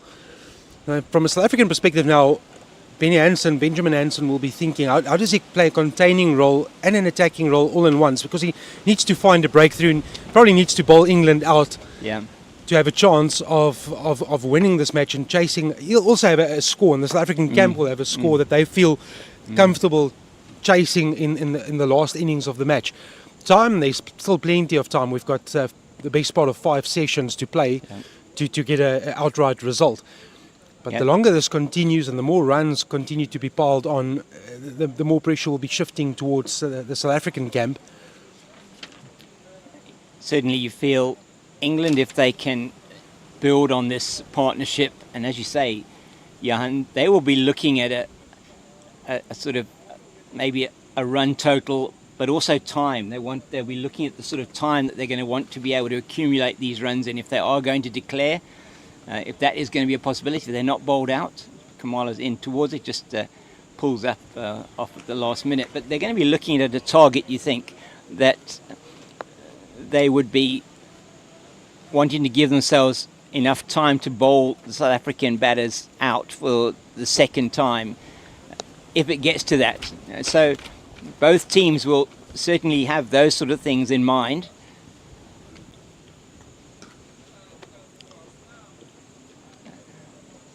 And you sense that England will be just taking it maybe half an hour by half an hour, seeing how they're going. If they do get on top and manage to dominate the bowling, they then will probably accelerate the run rate. Although at the moment, as you say, they're going at nearly 4 and over. So, Michael Yardie, let's give you the Michael Yardie cap. You're sitting and you're looking at this picture. Message to these two going out. What would be the approach? Oh, that's Vaughan misses that one. It's I would say to them, I would have said to them, okay, you need to bat until tea. That's the target for you, for the two of you. Maybe take it an hour by hour. Let's get to drinks. Let's get that first hour out of the way. Keep playing positively. We want to keep playing positively so that we can ensure that we've got enough runs on the board to give us the opportunity to declare and put South Africa under pressure. But it would be just go out there and bat, play your natural game.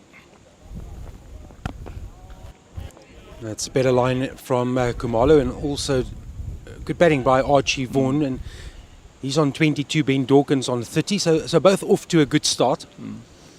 I agree with you. I would be mindful of the opportunities that is out there, the one loose or two loose deliveries that is given to you per over, and at this stage that's the South African storyline, and being able to put that away, that keeps putting the pressure on, the scoreboard pressure that we talk about. But for now, you want to bat South Africa out of the game.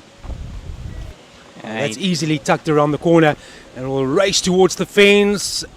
Cut off brilliantly on the boundary. Need your fielders to support you as well. Yeah, outstanding work there by Mokoena on the boundary to prevent that going through for the 4. It'll just be the 3. Look at it again. He really is. Gets over that one very nicely, does Archie Vaughan. No danger at all from the short delivery. But a slow bounce from Kamalo, and he's able to play it very nicely. But, Dawkins, was it, that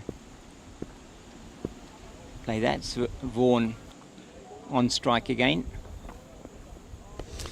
This time, Benjamin Anson has reacted to that short delivery by posting a man. He's got 2 men on the fence, one fine leg and one on the square leg fence. So for me, Kumalo needs to settle into a certain game plan. What am I attacking, and where's my potential outcome to get a wicket? And then knock on that door continuously. If it doesn't work and you feel pressurized, if you can play a containing role, you can keep knocking on the same door. But when there's runs being leaked as well, then you need to change your game plan. For me, this is a very defensive type of field set, and Vaughan hasn't given any indication that he's going to hit it. The aerial route, he's been on top of the bounce there as well. He played the previous shot in a similar way.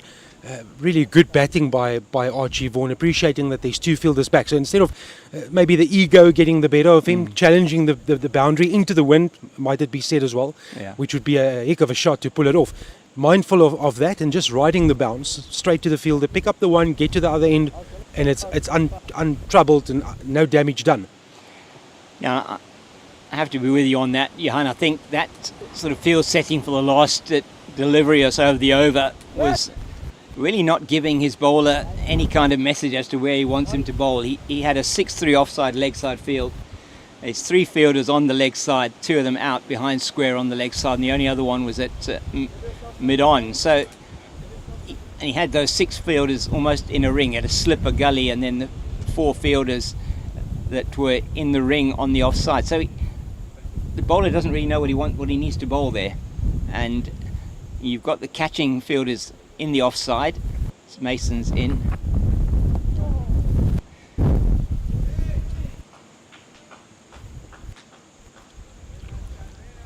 And the same will go for Mason, attacking a certain line and then executing. So they've strengthened the offside field. The previous over they had 3 on the offside, now they have 4.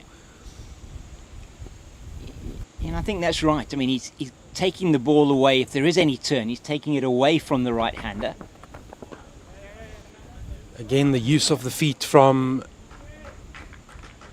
Archie Vaughan. And there it was.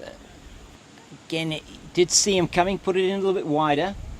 So Dawkins has shown he's prepared to use his feet.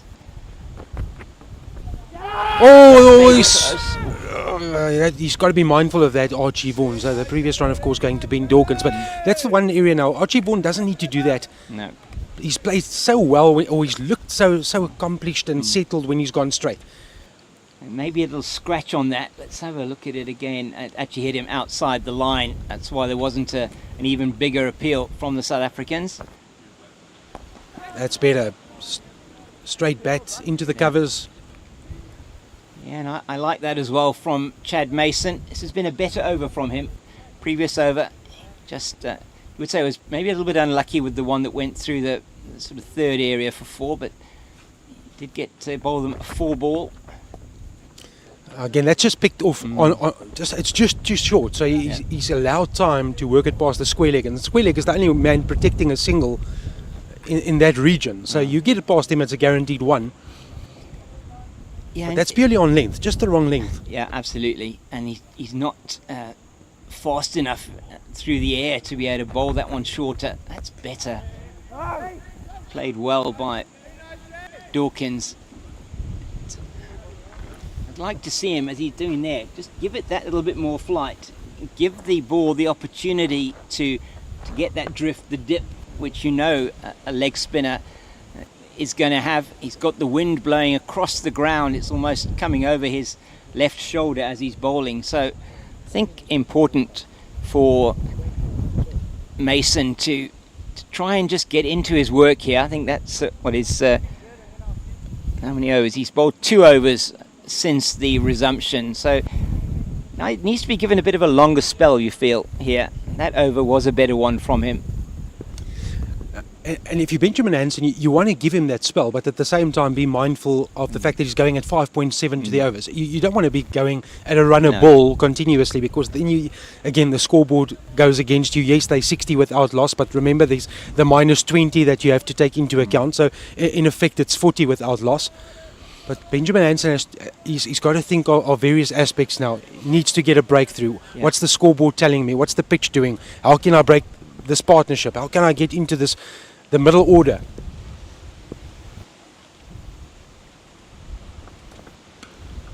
And you raise a very important point there, Johan, is that South Africa haven't been able to create pressure in this innings, haven't been able to dry up the runs for the England batters, and that in itself is something that you say Benny Hansen, he'll be wanting to make sure that they can string maybe a few overs together where they're conceding 1 or 2, a couple of maidens maybe, start to get the England batters thinking, okay, where am I going to get my next run from?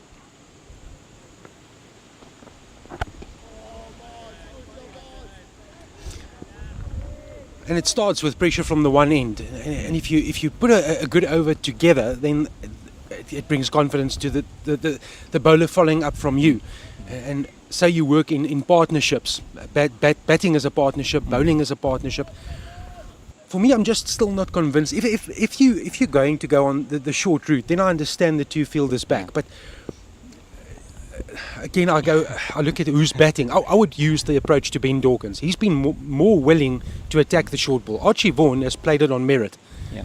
So for Vaughan, I would bring the square leg fielder that's on the boundary. I would bring him up to a conventional square leg. Try and protect the single. Or if you then want to give Vaughan the single, which I really doubt, I can't see why you would want to give runs away at any stage in this specific innings, then rather protect the one, and then for the more attacking natured batsman, then put the trap out. Yeah, this is a neither here nor there field at the moment. Again, he'll do it over and over again. Yes, he's going to pick up 1, but there's no risk there. Absolutely no risk, and he's shown already that he's able to pick the length up quickly, roll his wrists over that one, keep them down, and just would give him a different idea in his head if you had that man who's deep on the square leg boundary, back in at square leg, going to prevent the single, and potentially is in more of a catching position. If he does go fully at it, takes the risk, he could hole out to long leg. That's onto the pads as well, and will result in another one. Now, I would the follow-up delivery there from Khumalo, I would have gone short. Yeah. He's got the men out on the boundary to deal with Dawkins taking him on, and as you said, Dawkins hasn't looked as sort of as assured as Vaughan has looked with the short delivery. And you can always, with the field you got set, he could always throw one up for him outside the line of off stump. He's got the slip, he's got the gully, but he's just, it seems like he's bowling, telling him to bowl on the stumps, or maybe even leg side-ish, which is not what you really want your bowler to do. Not for the first time Khumalo aborts his run-up.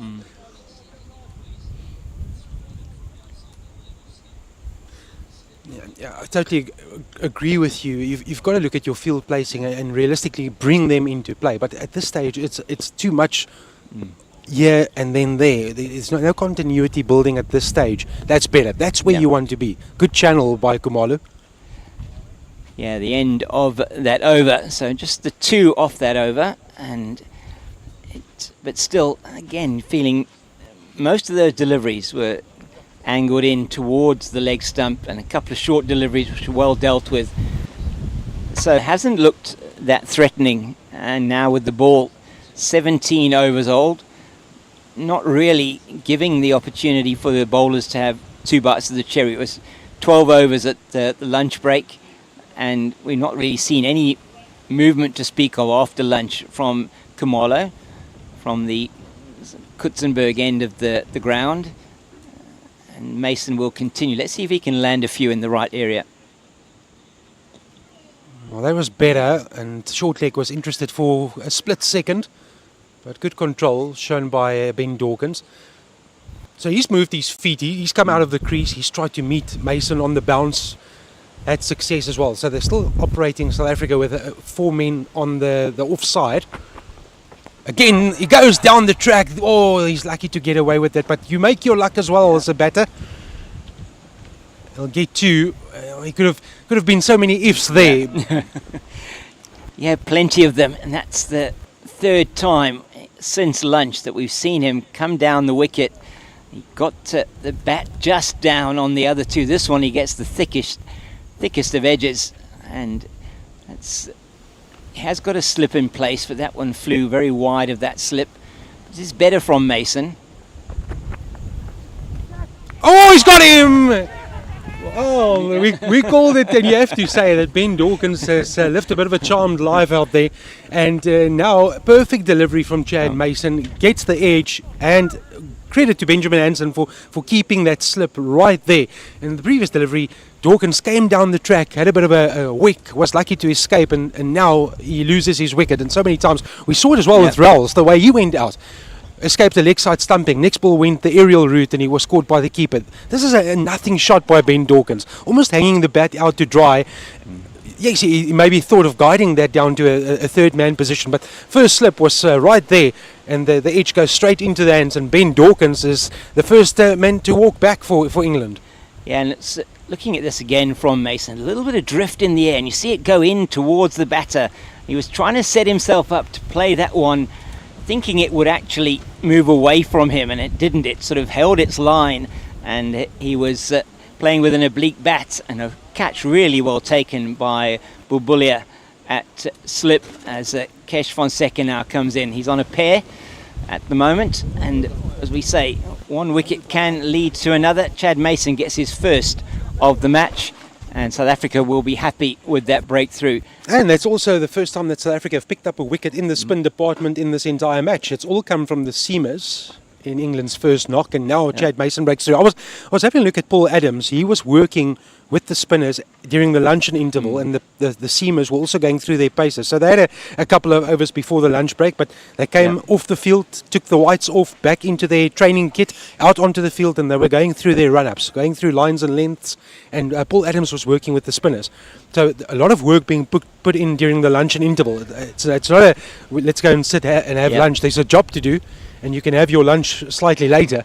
But Mason has struck for South Africa. Now the follow-up delivery is a short one, and and then the misfield will get Fonseca off the mark. And you were talking about the fact that he was on a pair, and you get that short ball, you hit it straight to a fielder, and then the fielder helps you out with a misfield, and you're off the mark. So that's going to settle the Fonseca nerves, but that was not the follow-up delivery that Chad Mason would have been after having just removed Dawkins. No, not at all. A real drag down, and you just thought that one being hit straight to Khumalo would have just kept him scoreless, but he's off the mark with a 2. That's a better delivery from Mason. South Africa will be encouraged by what they saw there with that delivery that got Dawkins. Some lovely drift and then dip on the delivery from Mason. There we go. There's another chance. Oh, it's happening now. Well, Fonseca, it was never there. It was sort of a push from Fonseca, a man that's maybe a bit low on confidence. Different day, different outcome. You hit that through the covers, but it's going to keep South Africa very interested. Just look at this from Mason. It's a flighted delivery and a half shot, which is never a good idea. You either commit or you don't, and that was the half shot, and that could go anywhere. Maybe a bit of luck for Kesh Fonseca to get him going. He's on 2. Archie Vaughan on 28 at 66 for 1 after 18 overs. Yeah, and he was just sort of pushing forward at that. Had he hit it any harder, he would have been caught. It was, as you said, really not really a shot. He just was trying to almost get bat on ball, and a bit of extra dip there perhaps from Mason. That one has get very low, loud appeal from the bowlers and from the bowler and also the men behind the stumps. Oh, Archie Vaughan, he picked the length early, so he went back, and that's been the storyline. The previous over, it sat up nicely, he rode the bounce, got a couple of singles. This time, just see where this pitches. Not quite there to it. Not the length that he had in the previous over from Khumalo. No, it just, as you said, seemed to die on him a little bit. Still was, I think hitting him, it was probably going down leg side. It's encouragement for the bowlers. And that will, even though that it was the wrong shot selection from Vaughan, it might just cast a bit of doubt in the mind. He might think that the pitch is now playing slightly low or inconsistent, which it's not. No. That one was just a slightly fuller length than what was used by Khumalo in the previous over. Yeah, not short enough for him to be able to play that shot, and he's been there quite a while now, Archie Vaughan. He doesn't want South Africa to go bang bang in terms of the wickets. Khumalo's got some other ideas. He didn't really move his feet there either, that one, just playing it outside the off stump. South Africa will be encouraged, and just feel with the wicket of Dawkins just opened up the one end. Fonseca wasn't looking that confident in terms of facing that Chad Mason in that last over.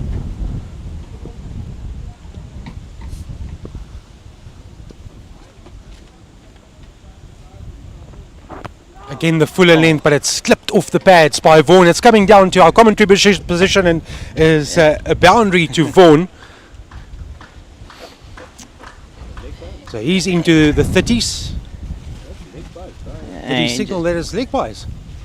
It looked like it probably came off his pad there, and it may well have been signalled as runs. We didn't see that race signal from Ntuli. Race to the boundary. It came right down here and hit the cooler box to the left of us that's containing the much needed water and other beverages that we are keeping us hydrated. Go short. This time Vaughan is on top of it. He'll get two. Squeleg needs to run around to the mid-wicket region. So Vaughan does now enter the 30 column, 68 for 1. Yeah, England will be very happy that Khumalo has not been on target this over. Vaughan needing to keep his team together.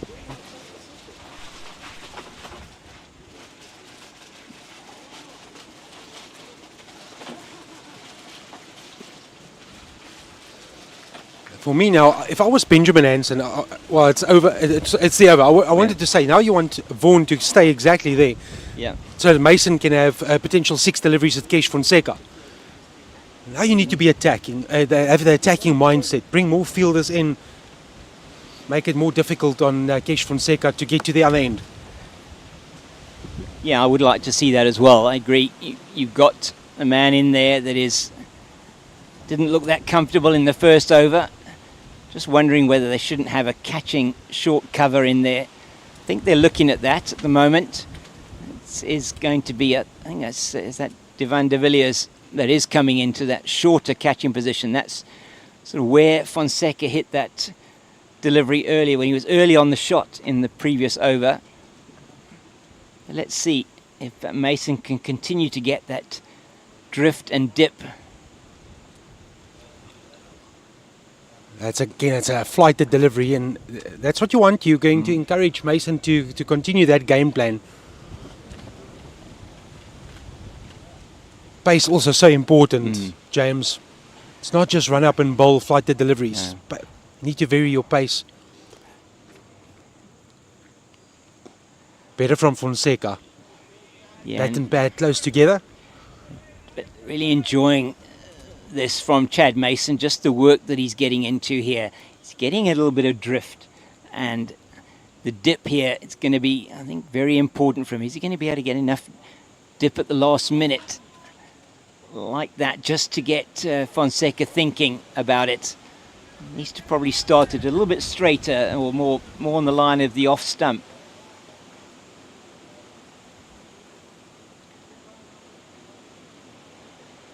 Not sure the short leg will come into play.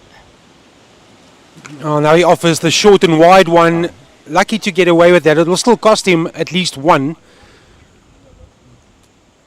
Yeah, some good work there by Lachadin in the covers to prevent that going through for 4. But it was the drag down. And you were talking a bit earlier, Johan, that England will want to capitalise on anything that they see as being able to be hit.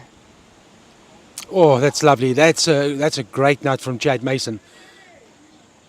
Bowling at a player that has 34 to his name. And Vaughan there making the mistake of going back to what was a definitely too foolish a ball from Mason. That's good from Vaughan. Yeah. That's much better from Archie Vaughan that time. And Chad Mason, it's good over from him. Just the single off that, 73 for 1 after 20 overs. And is going to be Eugene Molion, who's going to be joining me for the next half an hour. Thank you, Eugene, and thank you to Johan for that first half an hour after lunch. It seemed to go by very quickly as England have taken the score from lunch at 44 without loss to 73 for the loss of 1.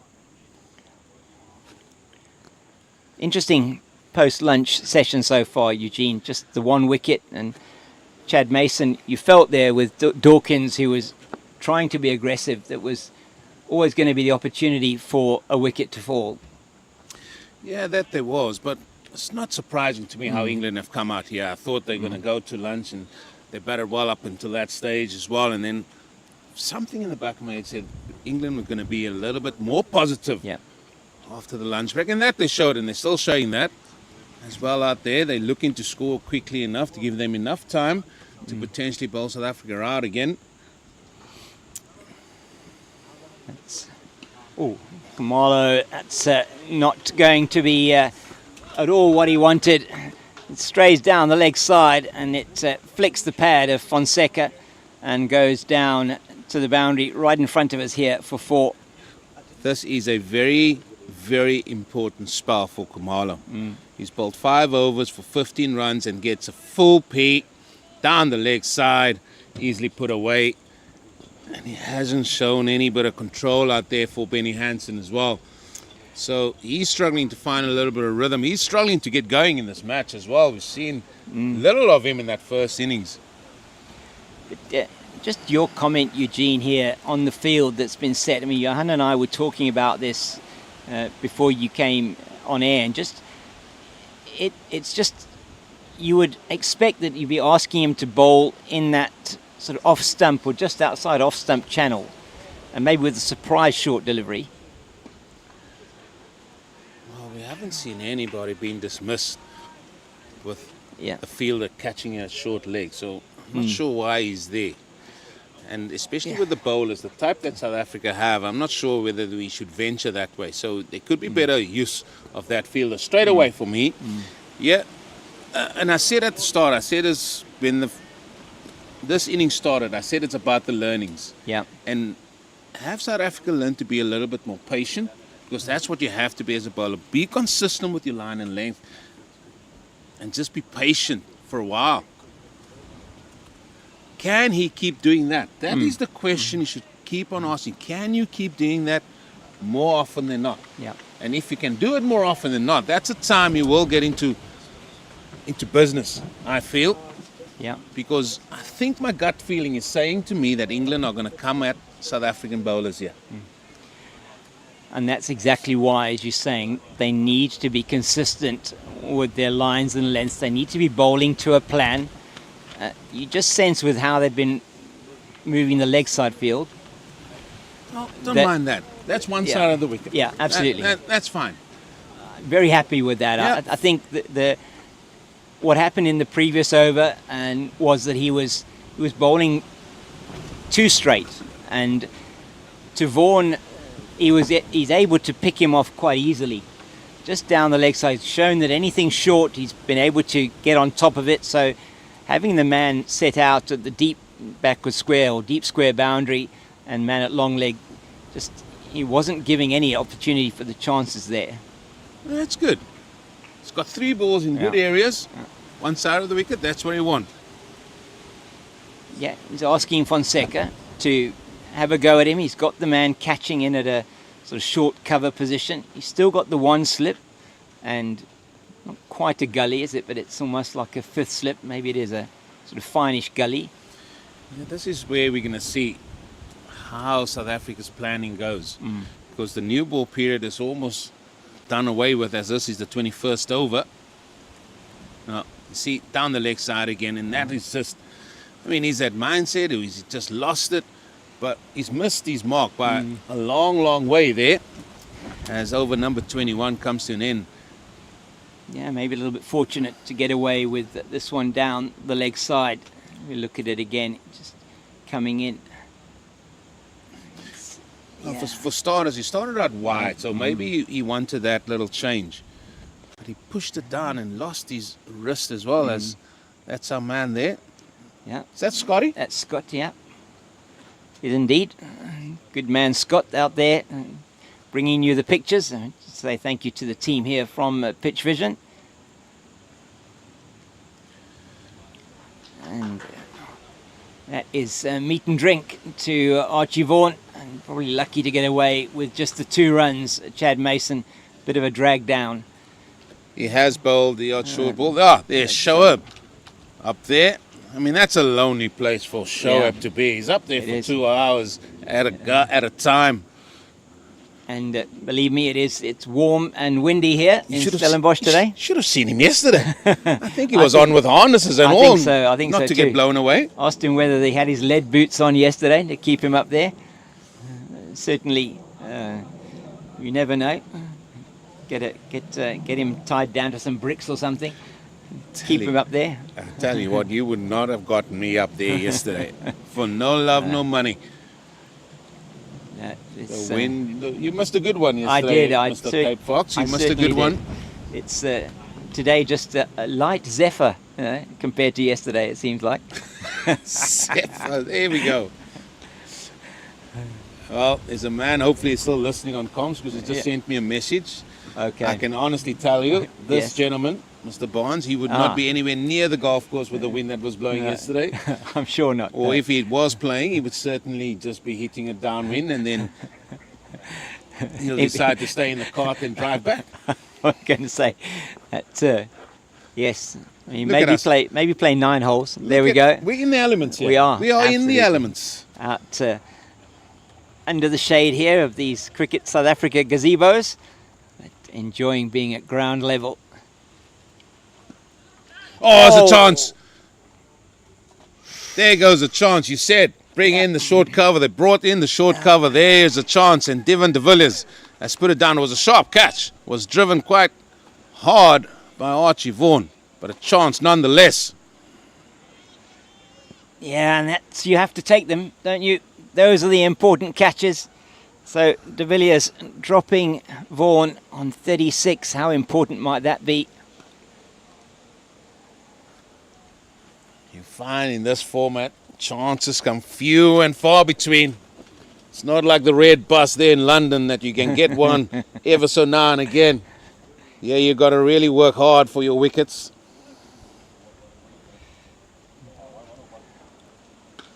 Oh, that is hit hard again, Lachadin. He's been kept busy there.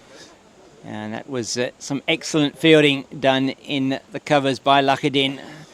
And Pachla Mahloka there, just going across to Devon de Villiers and giving him a low 5, trying to just get his mind off that drop catch.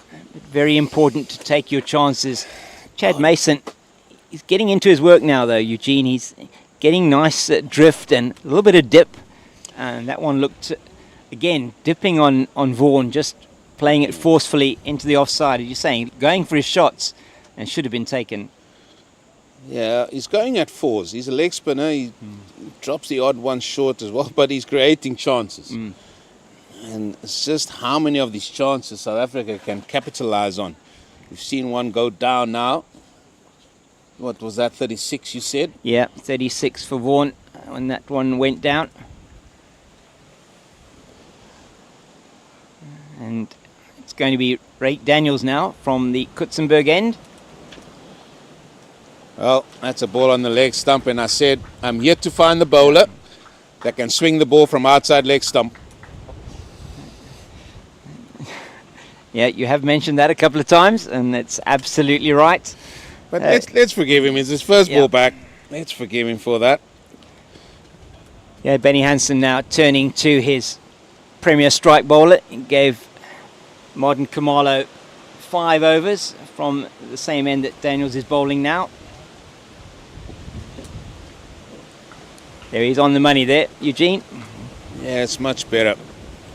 So what would we like to see from Ray Daniels here? I think the first thing is, if you're going to be a 5 over spell, you want you to go for about 10 or less. Yeah. That's what I would say if I was the captain there to him and say, right, we don't want to leak runs. If you can do that, you will create enough pressure by dotting them up, and hopefully that way we can get a full stroke out of them. Yeah, another nice straight delivery. But as you say, Eugene, it is about creating the pressure. You do sense that although there wasn't really a huge amount of scoreboard pressure, Ben Dawkins, who was going for his shots, he tried a couple of times, come down the wicket to Chad Mason. The one that got him, he was in two minds. He was neither forward nor back, and just sensed that he was. The shot wasn't there. There was quite a bit of in-drift from Mason, which probably undid him in the end. That's good. That is good there. That is a great area for me. Said it when Khumalo was bowling, and now Ray Daniels, if he settles in, and show us the patience. Yeah. Show us the patience that you can be there, hang it out there. Just wanted, yeah, sorry. No, because I was going to say, if you get this test match has been one where if you get one, you can certainly get 3 or 4 at times. There we go. And that just stems from the ball before, because you've seen it go nicely and you think, I can just go a little bit. Don't go chasing it. Yeah. Let them go chase it. And I think that's the thing. We were chatting with Johan a little bit earlier, just around the workload of the South African seamers. And you look at both Daniels and Mokoena. Both, I think Daniels 25 overs in the first innings, Mokoena 24. And the workload more than they would have probably ever had before in terms of bowling on a day. Well, now then, here's something that we haven't seen all together regularly thus far. Ball keeping tad bit low. Yeah, it's a second one that we've sort of seen that maybe has squatted a little bit. That one certainly was lower in terms of the bounce than the previous one that wrapped Vaughan on the pads. It was going down the leg side from Khumalo, that previous one, but warning signs perhaps there for the batters. Just getting back to the South African bowlers' workload. I mean, how do you, as a bowler now, this will be something they wouldn't have experienced before. I mean, Khumalo, yes, because he has played one 4-day match for Easterns in the South African domestic cricket setup.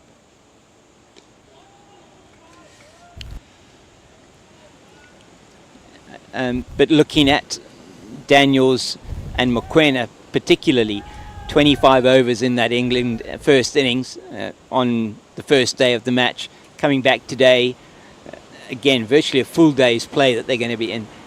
How many overs realistically are they going to be able to bowl before they are going to tire? Well, as you know me, Cape Fox, I've always said when it's at this level, these boys are coming from schoolboy cricket, and that's where all the restrictions are on the seam bowlers, and rightly so. I think we got to look after them as well. It's here where there's no restriction on the seam bowlers, so it's more a case about how quickly can you recover. Yeah. And when you get called up again to bowl, you should be hitting your straps. Obviously, you might not be bowling a longer spell in your second and thirds. However, I think the heartwarming thing, or for me, from those two, is that they kept running in, they kept bowling the ball, and they got something out of it. They got reward in that first innings. Now in the second innings, this is where the game gets, this is sort of moving day. It's way down leg side. It's just going to be one, is it? Oh, that man is so deep, they decided they're going to come back for two. So, yeah, they did a great workload as well. And kudos to them. But, yeah, they got to really put the work in. And it's how Benny Hansen's going to use them. And I'm sure that's also part of the planning from the coaching staff, where they'll say, listen, let's just go with shorter spells. Oh, there's an edge. Hands goes on the head once again. Ball is racing away. Fielded as well to stop it. Yeah, Jason Riles, a good chase there from him down to the boundary. And they come back for 3. So it does mean that Vaughan will be on strike at the beginning of the next Raik Daniels over. But again here, a false shot from Archie Vaughan, and gets away with it. Yeah, I said there's chances that he does create. And every time he comes up, Chad Mason, something happens. He will bowl a short ball, which he did that over. He will bowl a ball down the leg side, which he did as well. But he's creating chances. And as long as that's going on, I think Benny Hansen will be thinking, okay, he might get me 1 here, and who knows, maybe 2 with a new batter. And the chances, as you say, chances have been created. He did have Archie Vaughan dropped when he was on 36 at that short cover position by Devan de Villiers. That one kept a little bit low again there from Raik Daniels. You have to understand, we're on day 3 now, so those divots or indentations, let's just call that was created over the first 2 days, they're still there. They had the heavy roller on, but that can't get off because the heavy roller is only staying on for 7 minutes, if my calculations are correct. And then after that, he's got to go off. Oh, that is a good shot. Oh. That is a good shot. Now, did he move across? It's all a question of how far he's moved across, because Archie Vaughan does have this that he steps across, and he's got to go back. And we're going to have a look at that again. Yeah, it is Daniels, the strike bowler for South Africa, who gets the wicket. And we look at this one now in towards Vaughan. Trigger movement does go across and probably hit him on the back pad. We can't really tell here, on his front pad. Yeah, it hit his front pad. To Archie Vaughan, it looked like it could potentially go down the leg side. I also have to say that the ball didn't have far to travel. He's not happy with that decision, but England have lost their second wicket, and that to Raik Daniels. So, man, he'll be probably happiest about that, Devan de Villiers, and he put 8 more runs onto his score after he was dropped, and it is going to be Aryan Sawant that comes out now to bat for England. 88 for 2, a lead of 68 in their second innings. And even though it perhaps did take 24 runs to come after the first wicket, another wicket has fallen in England. Not a big partnership there between Fonseca and Sawant, and now you just sense maybe South Africa will feel they've got an opening. Well, these men are very, very good batters, the English. So I think you still got to put them under pressure. However, Raik Daniels is proving to be a little bit of a golden arm here for South African under-19s. Every time he comes on, things happen. And he keeps bowling from the correct end, because the breeze is blowing from left to right. When the camera's down, panning straight down the pitch here again. So the breeze is coming over his right shoulder as well. Put in an extra slip now on the attack.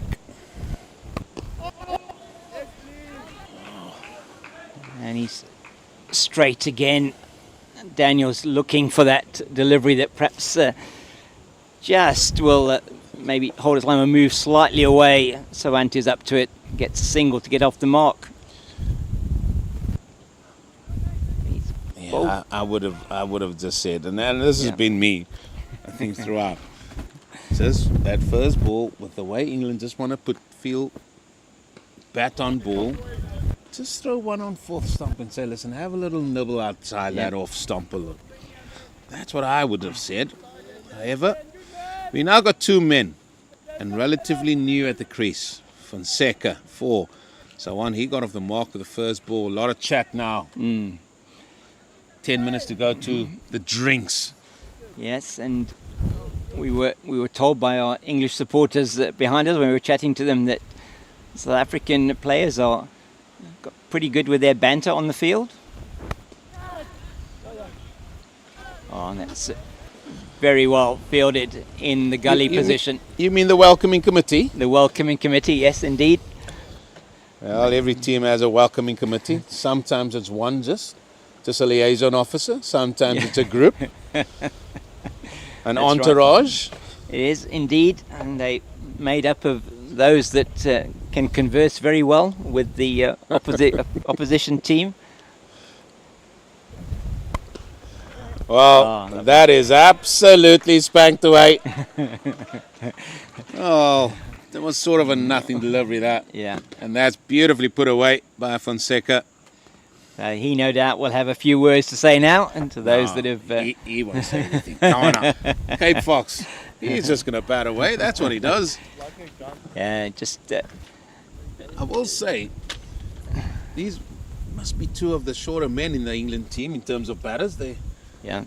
Thomas Rue is another one that I can... Yeah, Thomas Rue is not quite short, but these two definitely are the shortest.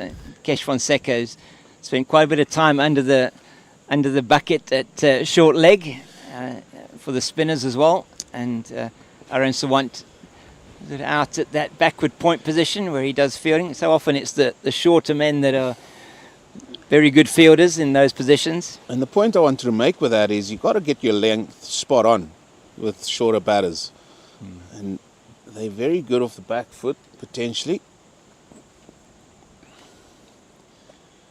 As it's Sawant, that's going to be facing up for the first time here to Chad Mason. Can he string 3 or 4 good deliveries together here?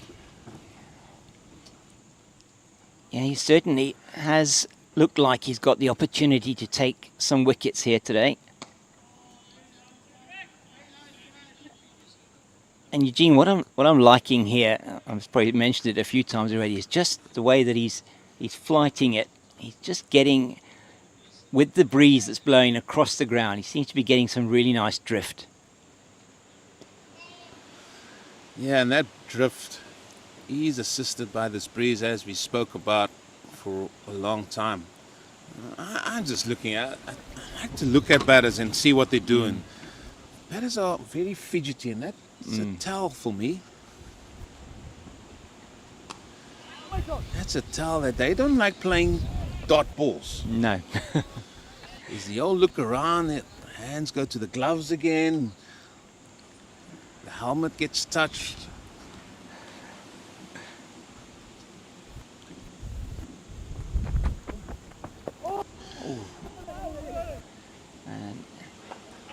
That doesn't help either. No. He's just lunging forward and get the inside edge and goes on to the onside. Yeah, you sense there probably would have been quite a loud shout had that one not just taken that, say, inside edge off the bat of Sawant. Mason stringing a few balls together here without scoring. It's a good leave that time from Fonseca.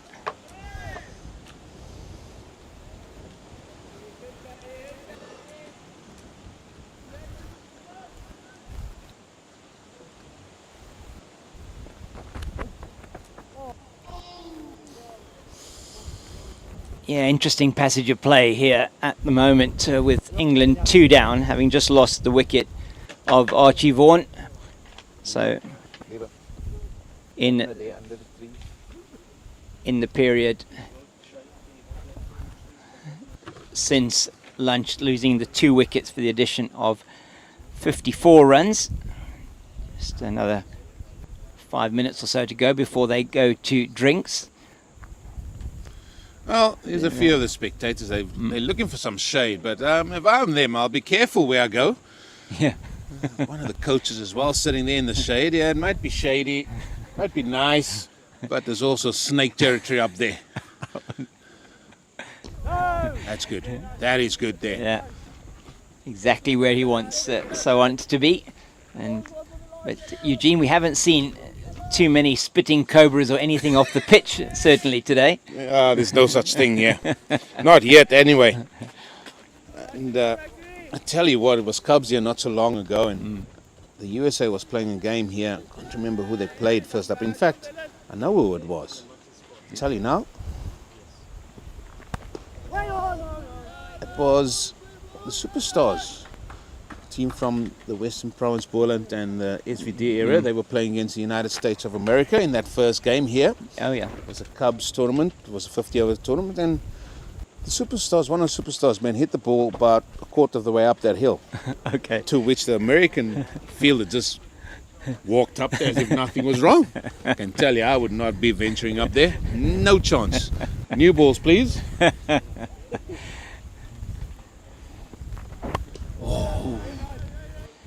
Yeah, so Daniel's hitting good areas in this over already to Aryan Sawant. And as you say, Eugene, he's made him play every single delivery so far. And maybe he's just going to try and just drag him out a little bit further. Has he got that craft, Ray Daniels? You'd think so. Oh, he does. He has that ability. The convener selectors, he keeps reminding me that Daniels does have this ability to nip it away, and then the nipper backer. But this is good dots now. This is what you want. Yep. Still 2 balls to go. Can you string a maiden together? This is the important bit. I think this is the bit from the longer format of the game that sort of doesn't get looked at. And because of the way the game has been played now as well in test match cricket, that the players are coming hard at it, that don't want bowlers to settle. If you can't get wickets, don't let them score. Yeah. Try up the runs and they are going to give you those opportunities. Right, now don't be looking for the ball that swings from leg stump. Never swings from leg stump, ever. No, it doesn't. He just has him exactly where he wants him now. Daniels, 5 dot balls in the over. Into his work, he's been getting the ball to just hone in on that off-stump line. I was one to count the dots. Yeah. If I was in the field, I'd be counting the dots and yeah. letting the batter know, listen, Definitely. that's 5 dots you faced up, mate.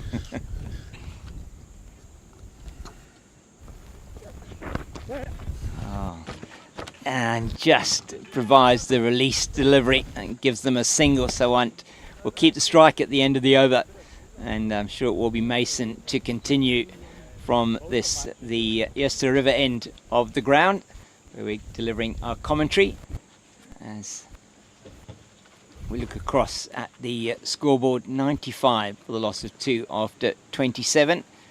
So run rate has slowed slightly for England. One stage up and around 4 and over. I'm still trying to get back to that last ball. Yeah, I mean, I know. bowlers don't like bowling maidens, it seems. No. I would have bowled that ball out at off stump, nice length, let him leave it, goes through the keeper, happy days, maiden. Yeah. That's me. But it's searching again for that wicket-taking delivery, and you've got to be patient in this game. It's Mason away from us again. I mean, one bowler sort of at both here domestic, but he's played for the Proteas that springs to mind for me. Dane Patterson is such a great exponent of that art of setting the batter up in terms of how he bowls.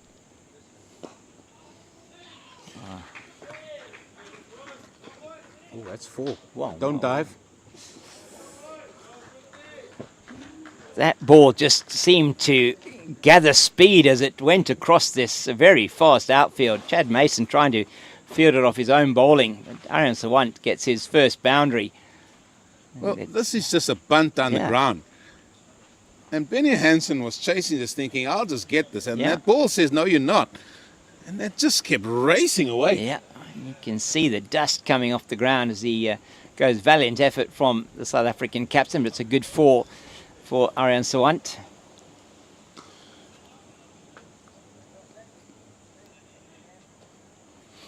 It's probably the final over to drinks. Yeah.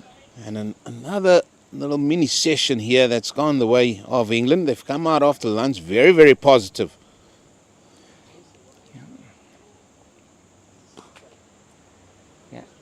55 runs since the lunch break in this hour, leading by 79, and maybe the 2 wickets going down, maybe South Africa would feel they've just got some kind of foothold, but England still finding runs reasonably easy to come by. Yeah, it's easy to come by because of the lack of patience. I'm going to keep saying this word over and over again.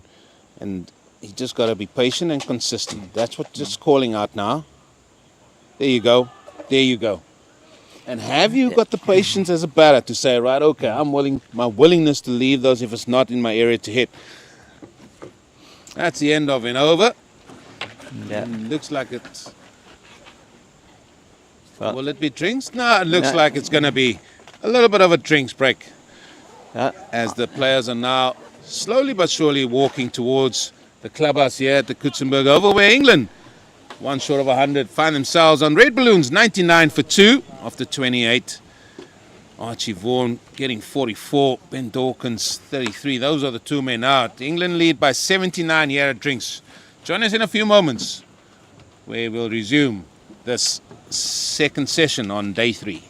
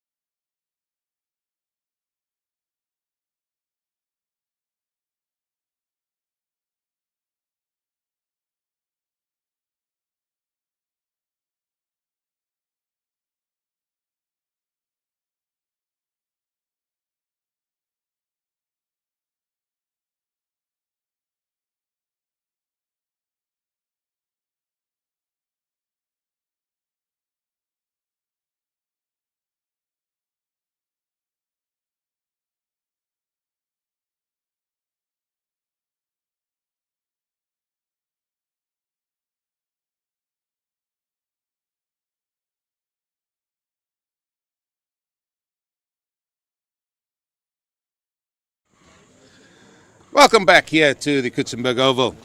Drinks has been a thing of the past.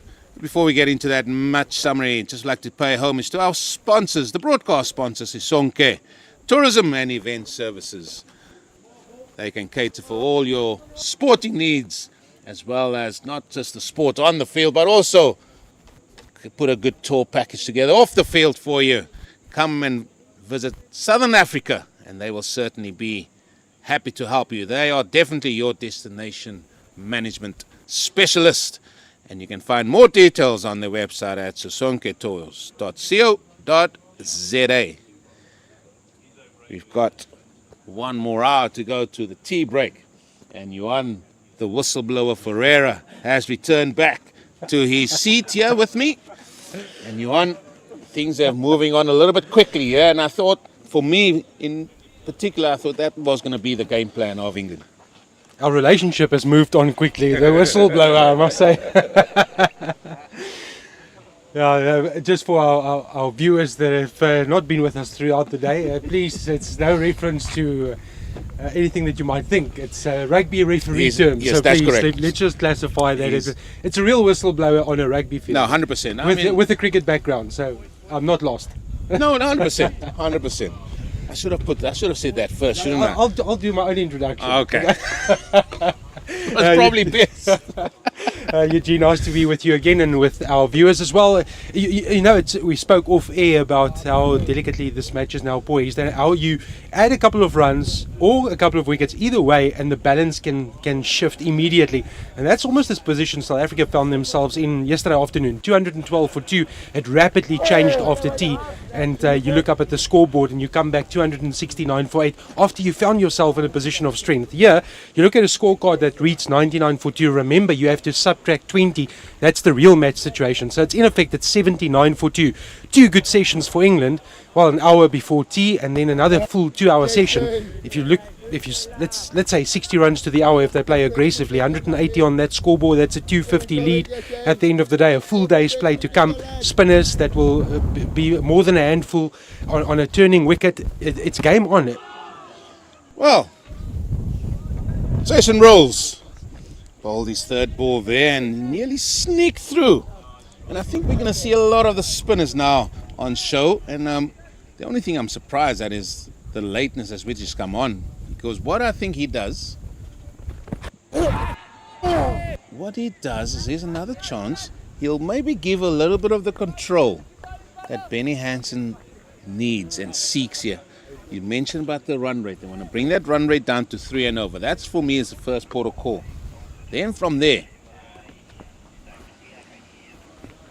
that's beautifully bowled. Now, that is beautifully bowled. The pace I like.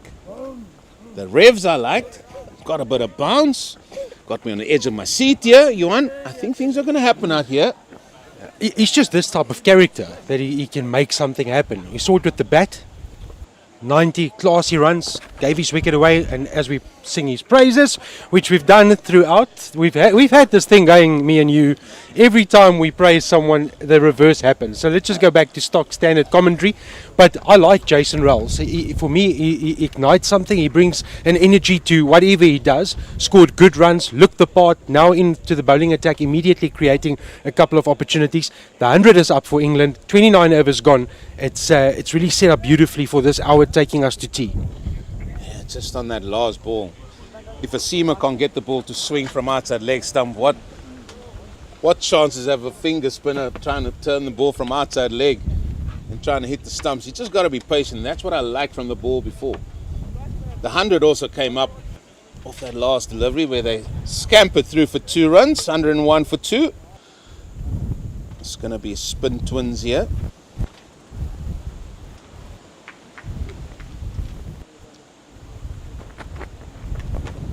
So Chad Mason has had a good lengthy spell. We spoke when I was in commentary with James. We pleaded that he had an extended spell. So now he's into his rhythm, into his stride, bowling his 10th over. So Chad Mason is getting that opportunity. Aryan Sawant on 7, Kesh Fonseca on 10. Here's the old pitch at outside leg stump delivery. He's such a good character, Chad Mason. I had a lot of time with him during the Kai Majola and then Cubs week. He's A very, very positive character.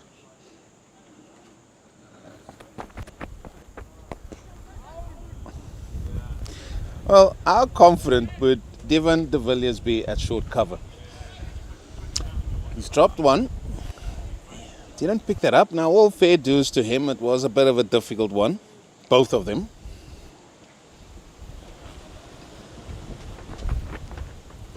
And cricket is exactly that. It's a confidence game. Well, I'm sitting here and I've watched him as the bowler was running in. He's at short cover, but he's actually walking in. And would he be best served just to be a stationary position? Just go where you want to be. Oh, that is smacked. well. It's smacked to the fence. That's well put away. It was a short delivery from Chad Mason, and he has literally lashed onto that, has Sawant. So I love what you've just said, because if you are in a short catching position, you can't be walking as the delivery is bowled, because the reaction time is far less than what any other fielder would get on the inner circle. And as you move, you're not static enough, your eyes aren't static, and you're not set in a position to catch. So you're almost caught off guard, and the reaction time purely is too quick. It's going to catch you unawares, and you're probably going to be in no man's land. So you need to be in a set position by the time the delivery is bowled, without movement, so that you can react quickly to wherever you need to go. Yeah, and that also is the point where he's short cover, just stand there, you're in a catching position, ready, accepting the ball, and go either way. He's still a little bit deep, and then he walks into that position. And I'm not sure if that is what is asked for. And that's just something that need to be looked at.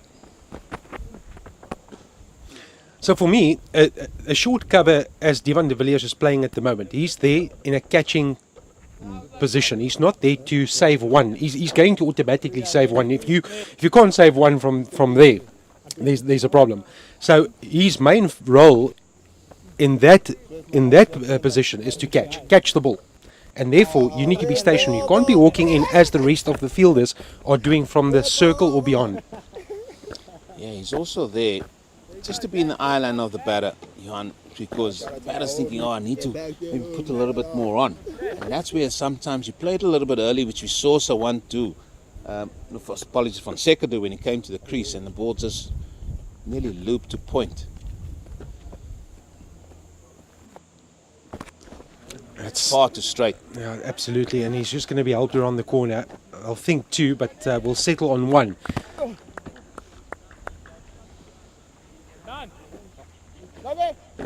I still have a feeling about Jason Rolls today. I think he's going to, but he could potentially open this up from a South African perspective. He's just going to be at you. Yes, he gave it was a loose delivery. If he can settle onto a line and length outside off stump, this could be interesting.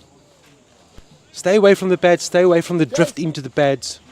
The protection and the catching options are on the offside.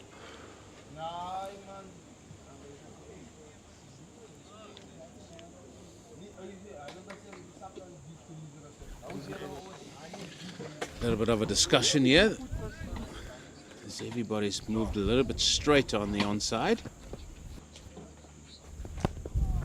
Better. Come here, Chase, come here, Rousey, come Wallace. Keep going, fellas, keep going, man.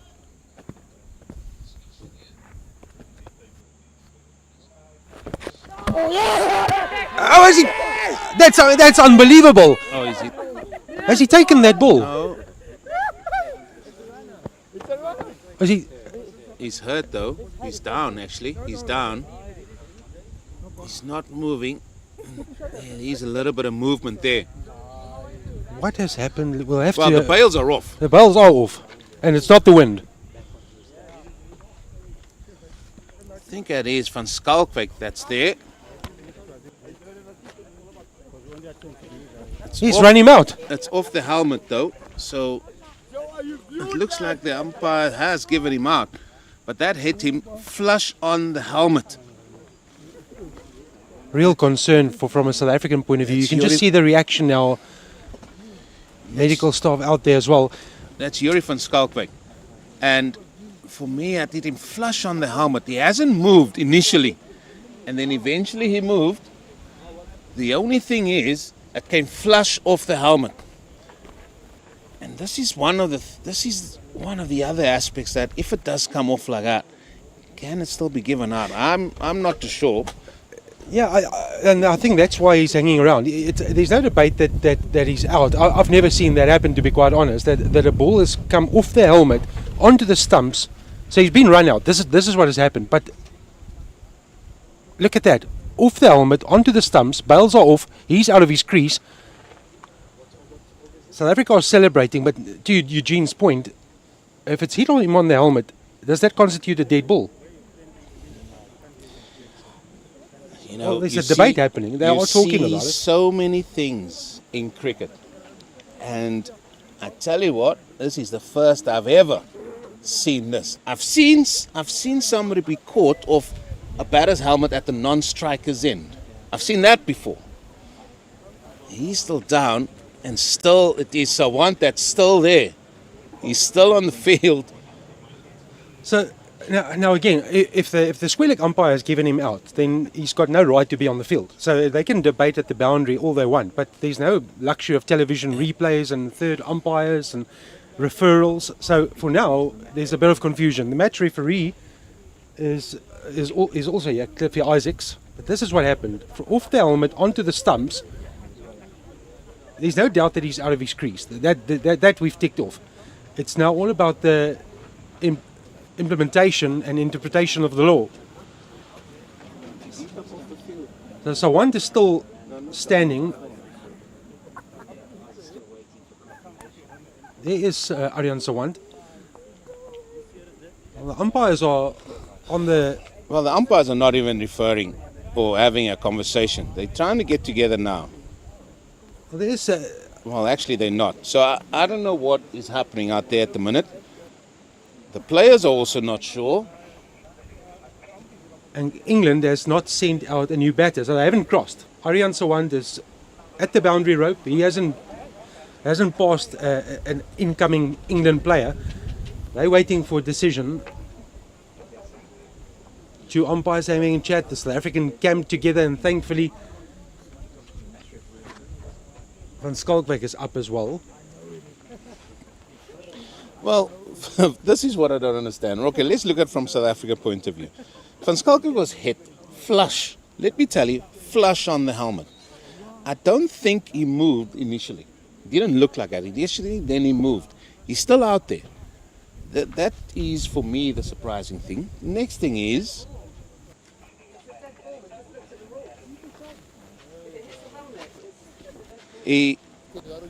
After all of that, Eugene, I can tell you that Sawant is now taking the walk back to the change room, and there's a new England batter coming out.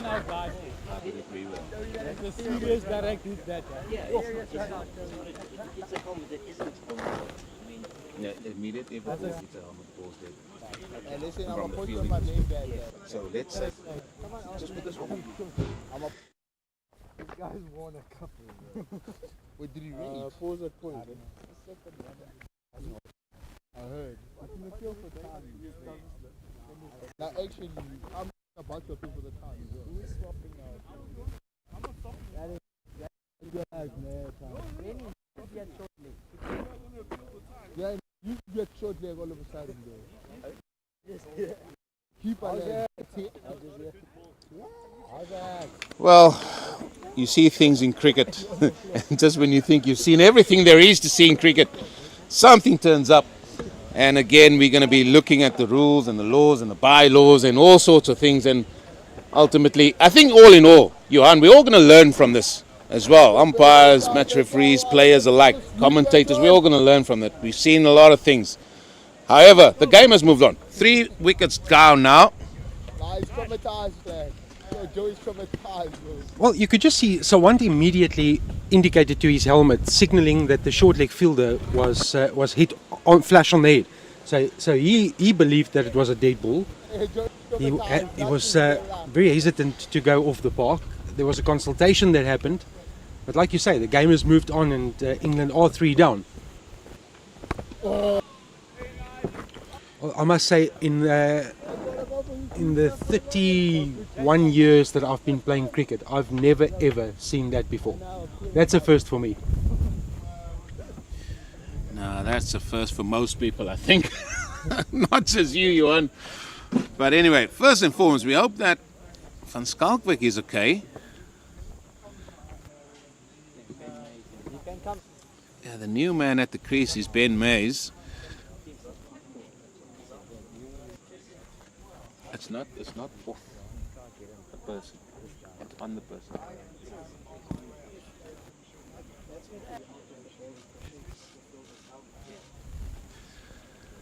Well, we'll get the final results of that dismissal for you after the tea break when we have a chat with whoever we can. But as I said, the story moves on, the game moves on. 3 wickets down, England now, 106 for 3.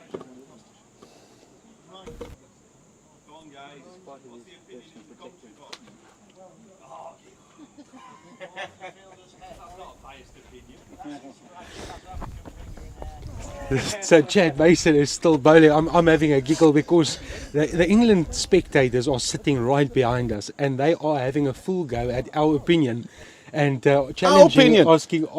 Well, it's actually the opinion of the umpire. It's my opinion. They asked me. I said it's out, and then they say no, it must be a biased decision. Well, we all said we'll get down to the bottom of it. I'll certainly get them. We'll read the rules word for word, letter for letter. Apologies. Laws of the game. Remember, Eugene, you can't use the wrong terminology with England supporters. Remember where cricket started, so you can't say rules when it's laws. There's a lot of things you can't say. It's good. Good banter all around. But thankfully, from a South African perspective, Van Schalkwyk is okay. That's the first thing. Player safety is number one. There is a rule, or the law that states you can be given out. You can be given out if the ball gets hit and ricochets off a fielder with a helmet on onto the stumps or in the air. So the decision that was reached was a verdict of out. So that is 100% correct. So there's nothing contrary in the rules to suggest otherwise. In the laws. In the laws. Thank you. Yeah.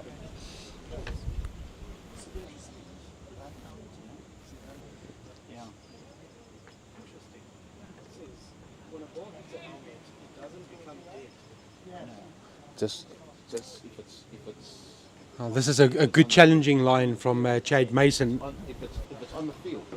Brings to a close another over 106 for 3. England leading by 86 runs. Well, we continue to learn and hopefully bringing you some lessons at home or wherever you are watching this broadcast. I've got a lesson for you, Johan. Your friends that you were introducing to there early on, the guys from Somerset there, they still on the couches. They were very, very friendly to us before lunch. Now they've made a turn for the worst here behind us after lunch. Getting far too comfortable in those chairs. They're phoning the people at ICC by the looks of it. Maybe MCC. They're all on the phones. For anybody at MCC in England, if you can get in touch with 3 gentlemen from Somerset, they need some advice. Well, they're all on the phones because they're all going to the rule books. The law books of cricket, and everyone's going to look at their different versions, what they can find, and then debate it. But yeah, certainly a big talking point in Stellenbosch this afternoon. That's a big shout. He's given him. Eugene Molion, 2 hours ago, I said to you, Jason Rowles is going to produce something this afternoon. I'm feeling it. We've had 2 wickets in 2 overs, my friend. Well, the one was a run out, this one was bowled, and this was well bowled. And I said if he can maintain that, he'll definitely be in the business. Not sure whether it is court or LBW, we're not sure. But it's Ben Mays that's going to go back. And I said about those red buses, when one comes along, certainly comes about 2 or 3 at times in this match.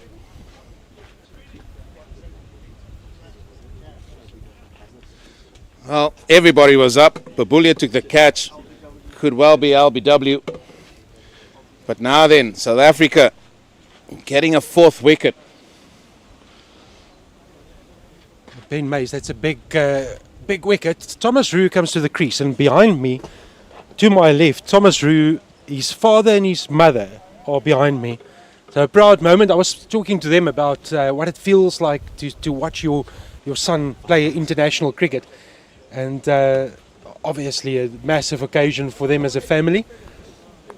If you missed that session, I was talking about, or they were talking to me about the fact that they were separated from Thomas, players staying together in the same facility, and the travelling supporters grouping together as well.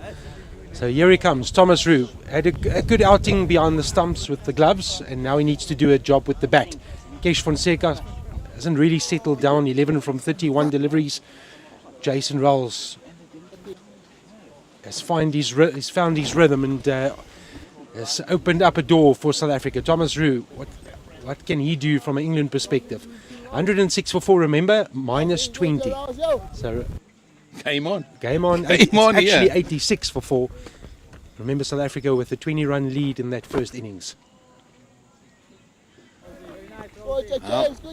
From here on in, I'm going to have nothing but good things to say about Thomas Roux. I would love to still go wherever I need to go later on.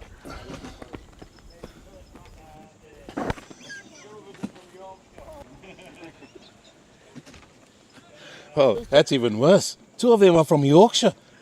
Have you been up there, Yorkshire country, I mate? I have indeed. So, I've made a couple of errors in my time in Stellenbosch, and the first, just don't randomly admit to a travelling England supporter that you support Man United.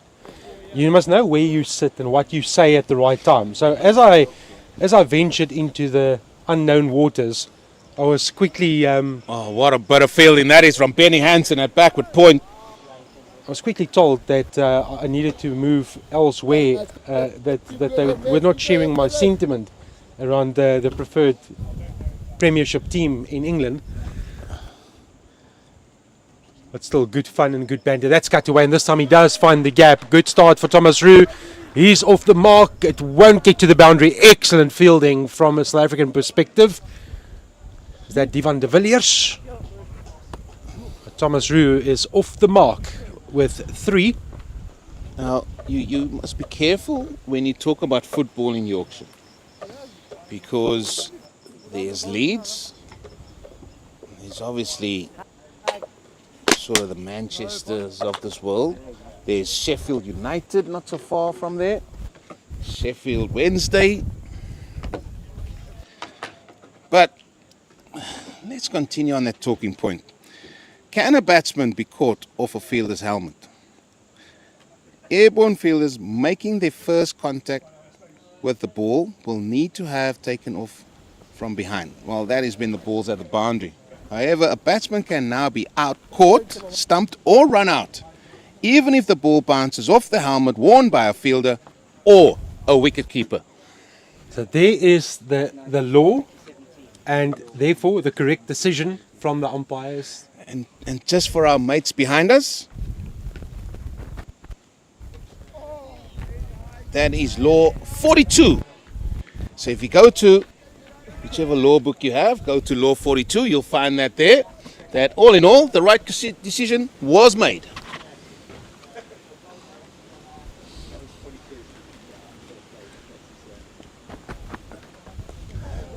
Chad Mason is bowling his 12th over, 109 for 4. I'm quite happy we got to the end of that. That's beautifully. I mean, we all learn. Absolutely.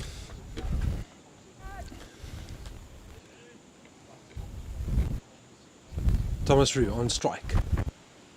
Goes for the conventional sweep out to the man on the fence.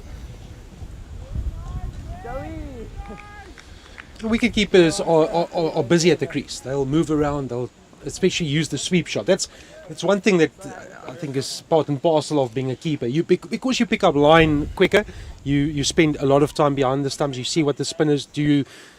You know what the pitcher's doing as well. But it is a stock type of shot for a wicketkeeper to use the sweep shot.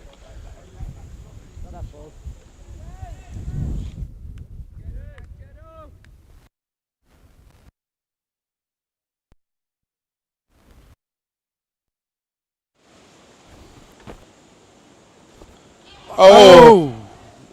There's often appeal. I think he might have got a little bit of a scratch on that. Because if he didn't, I think that could have been out. The Tabo, Mashaka, he's got his hands on his head. Must start on a full toss.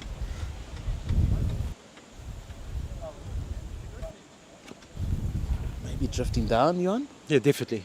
Drifting down. It's hit him on the full, but the ball still has to go on and hit the wicket.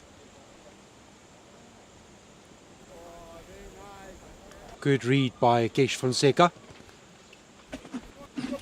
110 for 4. Another Mason over draws to a close. Fonseca has 4, Fonseca has 11, Rue has 4. 110 for 4 as Eugene Molion moves out of our commentary position, and James King replaces him.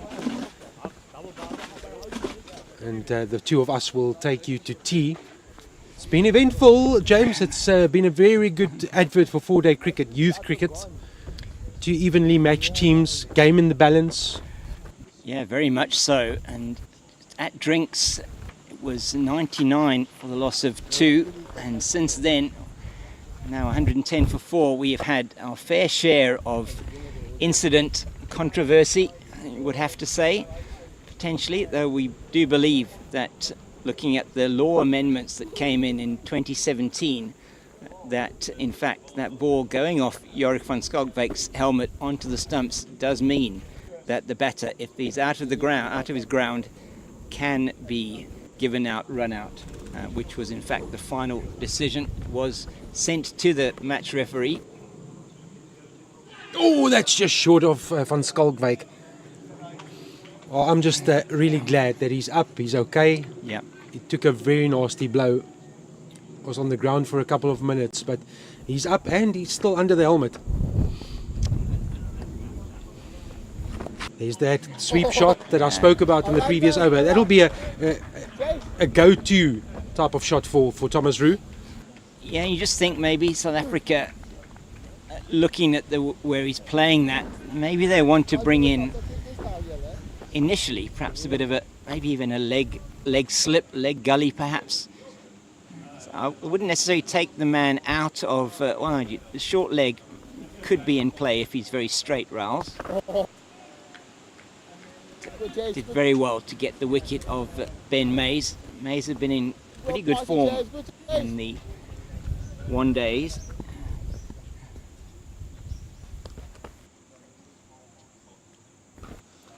This time it's slapped out onto the offside. So yeah, it's from a Jason Rowell's perspective. If you're going to be too straight, specifically to Thomas Roux, he's going to lap you around the corner. You could plug that gap, but you need to take someone away from. And you must say, if looking at this field, it's going to be a difficult decision. There's that sweep again. This time from Fonseca. It will run down to the boundary, but not before they turn for 2. Lahadin, with the fielding. Good work from him on the boundary. He's been kept quite busy here. But once again, this time Fonseca getting that ball quite fine down the leg side with that little paddle. They're not playing the ball necessarily, only unless it's short. They don't seem to be driving through the offside. Lovely flighted delivery. Okay. So we've just been given the information from the officials that that ball did not hit his helmet. It actually did hit him on the leg and rebounded back onto the stumps. We felt that it hit the helmet, but it didn't. It actually hit him on the legs and bounced back onto the stumps, and under those circumstances, definitely that would be a run out. So, as the information that we have been given, still do believe that based on what we perhaps have seen, that had it hit the helmet, it does appear that the revision to the laws of cricket would mean that it is out, but it would be interesting to get comments from those of you that have got more time to look those laws up than we do. We don't have anybody either really in the background who's able to do that for us. Well, to the letter of the law, it's out. But Yeah. I'm curious to see the replay, just from what we've been told, that it hit his leg. called through quickly. It's good by Fonseca. And that's where you need trust, Yeah. James, the partnership, the trust that you build up over time. It doesn't come automatically. But Kesh Fonseca was running to the danger end, but he called Rue through. Yeah, and as you say, very important to have that trust. You've got to be aware of what's happening in the game. That's a nice flight. That's beautifully played by Fonseca. Will be cut off. Lachadin again that does the fielding. South Africa with those 2 wickets coming quite quickly after that drinks break. We'll feel they've got themselves back into this game. Lead at the moment is 95 for England. Half a chance. Just small chances coming South Africa's way at the moment. That one again to De Van der Villiers. Did it bounce in front of him? Doesn't look like the fielders are too upset with that, but you just never know.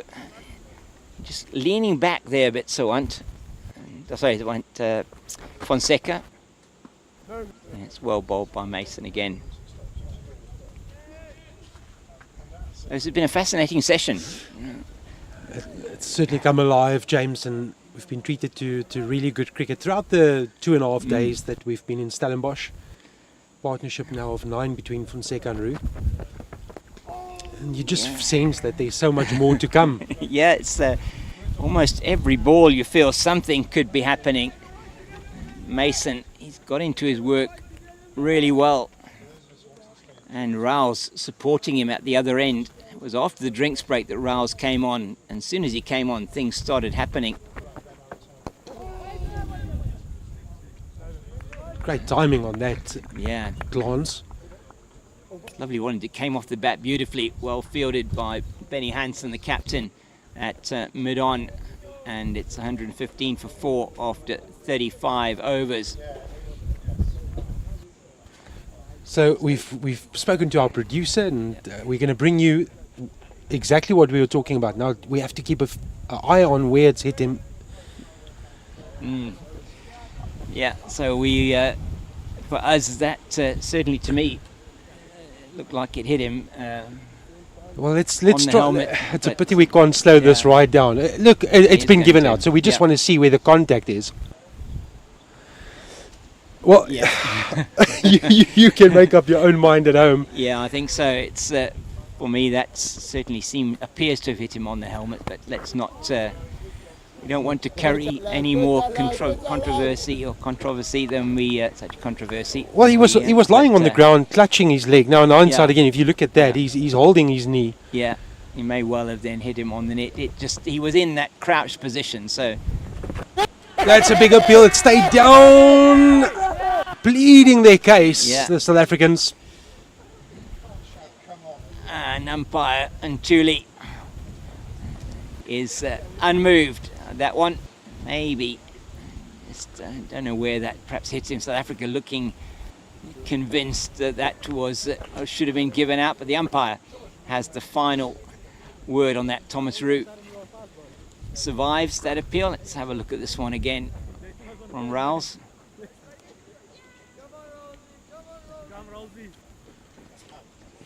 Very difficult for us to see from Yeah. behind the stumps. You have a keeper that's blocking the view as well. You don't quite see where it's struck him on the pad. Yeah, look, maybe height would have been an issue there. This time drags it down slightly, and it's worked around the corner. So it's another single to Thomas Roux. Yeah, so now for England, you would think, Johan, a bit of rebuilding to be done here by Fonseca and Roux. Thomas Roux batted well in the first innings. Was, Are you surprised that Rouse has only been introduced recently?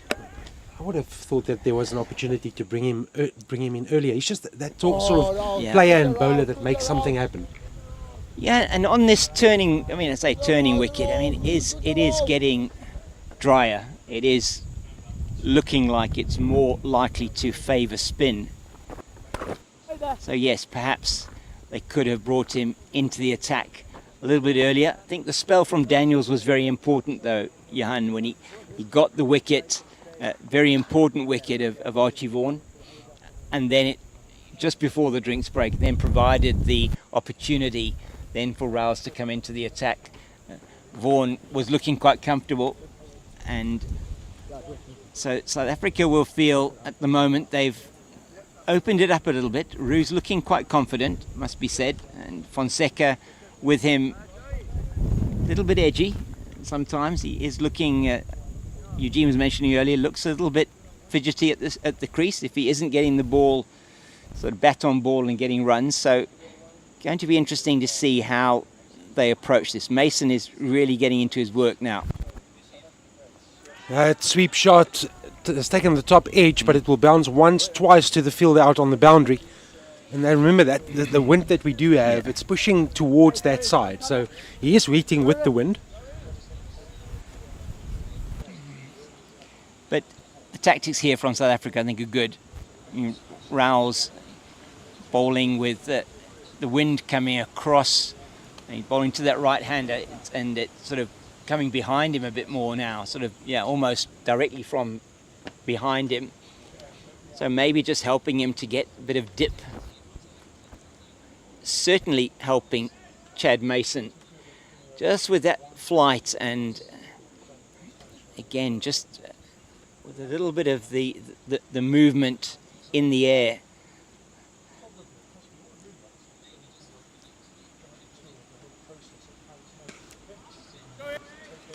Good fielding by South Africa in the inner ring. So now I like this from South Africa. They've got two fielders catching in that cover. They've got one is almost at a shortish extra cover. They've got one at cover.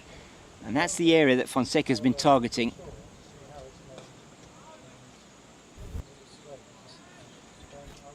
Good thinking by Benjamin Hansen. And they've removed that short leg fielder. I think that's the right thing to do. I mean, we haven't seen anything pop up off the bat to that position.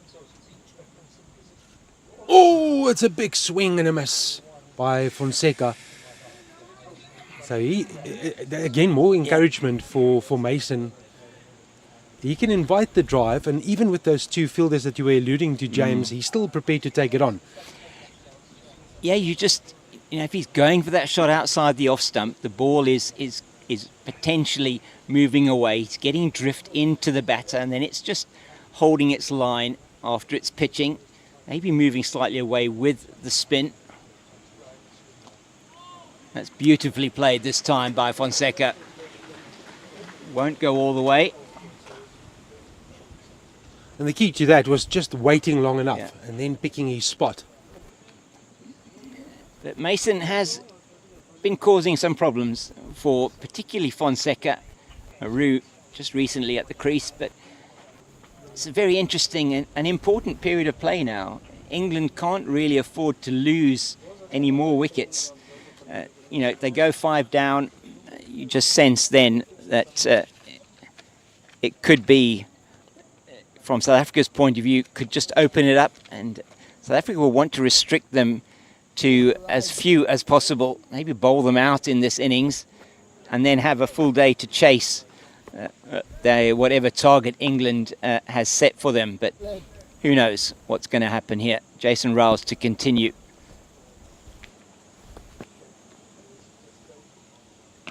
Slightly short, and it's hammered and to the fence. Thomas Roux is off to a flying start. Yeah, just a drag down there from Jason Rouse, and it gets the treatment exactly what Thomas Roux would have wanted. Get a gift like that, you've got to put them away. It's we're over a month after Christmas, but that was certainly gift wrapped for him.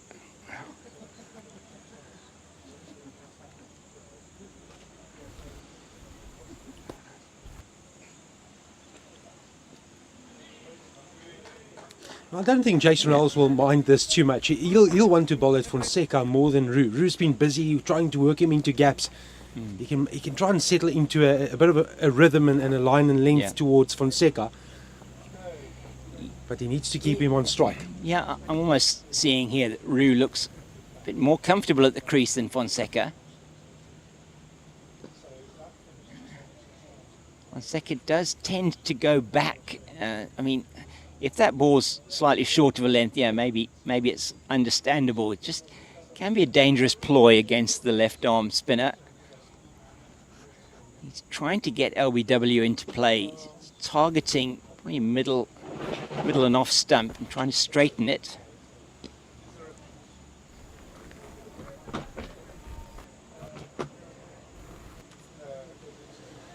One thing that South Africa are doing is that they're rushing through the overs. Not giving England a lot of time to think between deliveries. That's straight back. Oh, almost. That's encouraging for Rahul's. I just love this contest. Yeah. This little battle between these two specifically. It is, isn't it? Very good contest. It's kept him quiet for a couple of deliveries. Brings to the close, the end of another over. You just get the sense, don't you, with Fonseca, that he just doesn't look comfortable at the crease. He certainly has given South Africa a few oohs and ahs that you've heard with him at bat. But so far, South Africa, the 4 wickets have fallen, and it has been a good session for South Africa from a wicket-taking point of view. 44 without loss. It was England at the lunch break, and coming on now to just 15 minutes before tea. It's the 80 runs. Oh, that's a big shot from Roux. It's in vacant territory, and you'll see the lady at bottom right. That's Thomas Roux's mom, who's Okay. walking with the camera.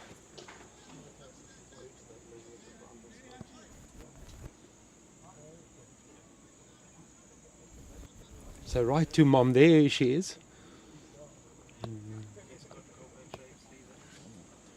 It's great to have all the travelling supporters with us who have made the journey to go and watch England play in South Africa. Yeah, it's wonderful to see the parents and other spectators or supporters that are here with this England team. Wonderful for them to be out here enjoying this cricket. And there was another very good shot there from Thomas Roux. This time it's full and invited the drive. Well, he'll feel annoyed with that because that was another gift.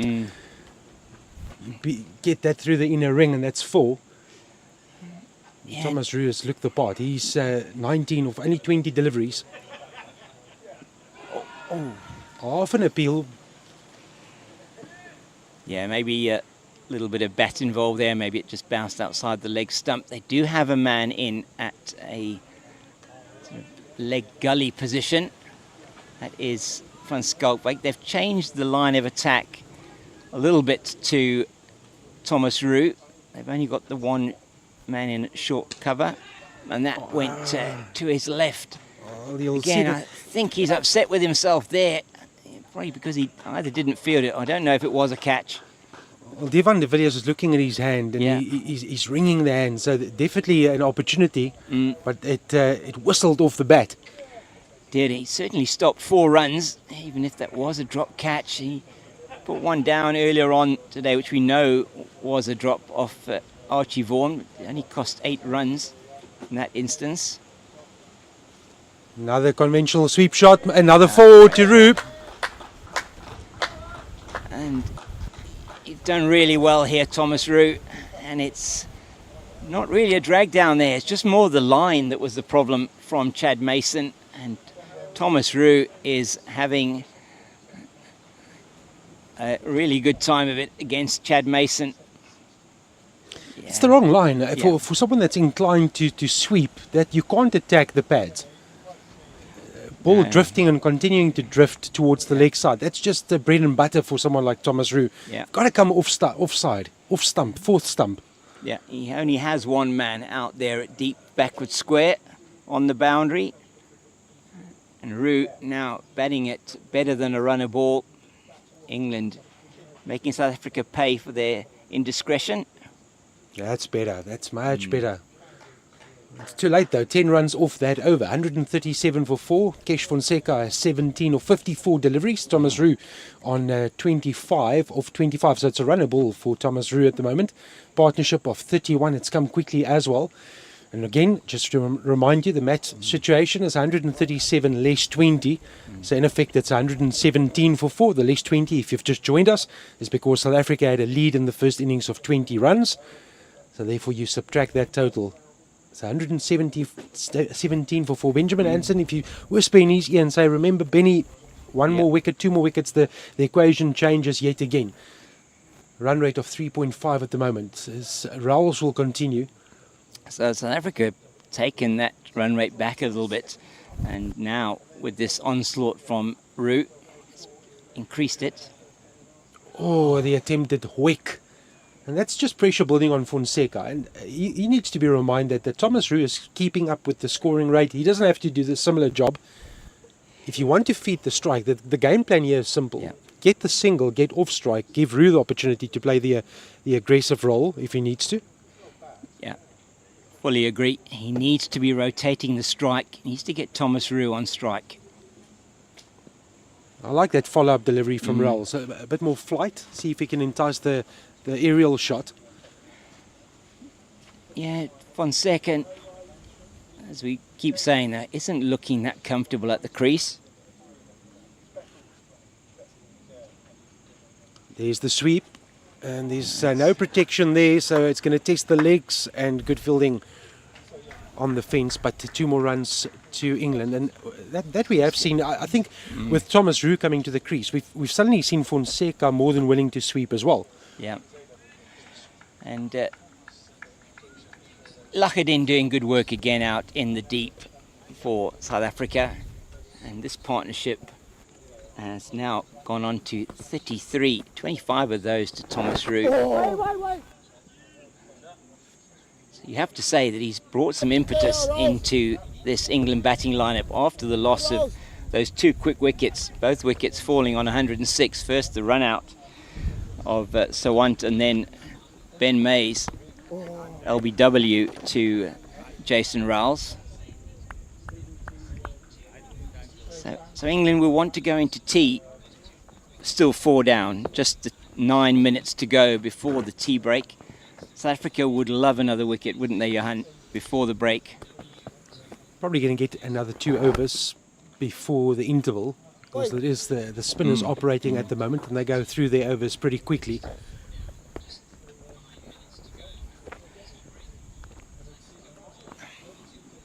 Yeah, and we expect that Chad Mason will continue. Not sure whether Benny Hansen will take a dart with one of his pacers after that last over from Chad Mason. We'll see. Mason does look like he's directing, or he's having a chat there with Joris van Schalkwyk, man under the helmet. And as we have mentioned earlier on, the news that we have got from the match officials is the ball ricocheted off the padding, or the knee of padding, I think it was, on the legs, the leg padding of Van Schalkwyk back onto the wicket, and therefore the decision made of run out on the field, and that was the decision that was made. And probably if you're the batter, you feel that was one of the freakiest ways that you could possibly have got out, after hitting a full-blooded sweep shot straight at the man at short square, or short leg should I say. And that was hit with some force, and if it wasn't for padding, he wouldn't have been up. No.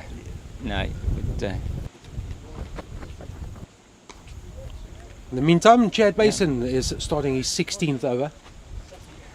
Yeah, he's put quite a shift in for his team today, Mason. He's taken the 1 wicket, that of Dawkins. It was very well caught at slip by Bulbulia. Lucky to get away with that. Just too short, and sits up on this track. And then there's a a bit of time for the batter to decide where they want to play it. And there's enough gaps. It's a spread offside ring. There's the sweep shot. He'll keep doing that, Thomas Roux. If it's just offline, Thomas Roux will go onto his knee. And he doesn't need to premeditate that at all. He can pick up the line early. He's able to get down early enough, and if the length is right, I mean, even if it is slightly short, he's probably going to be able to just paddle that around the corner. Fonseca hasn't looked as comfortable against the spin of Mason. Give him an opportunity now to bowl a couple of deliveries to Fonseca, and there we go. We've got again those 2 short covers in position.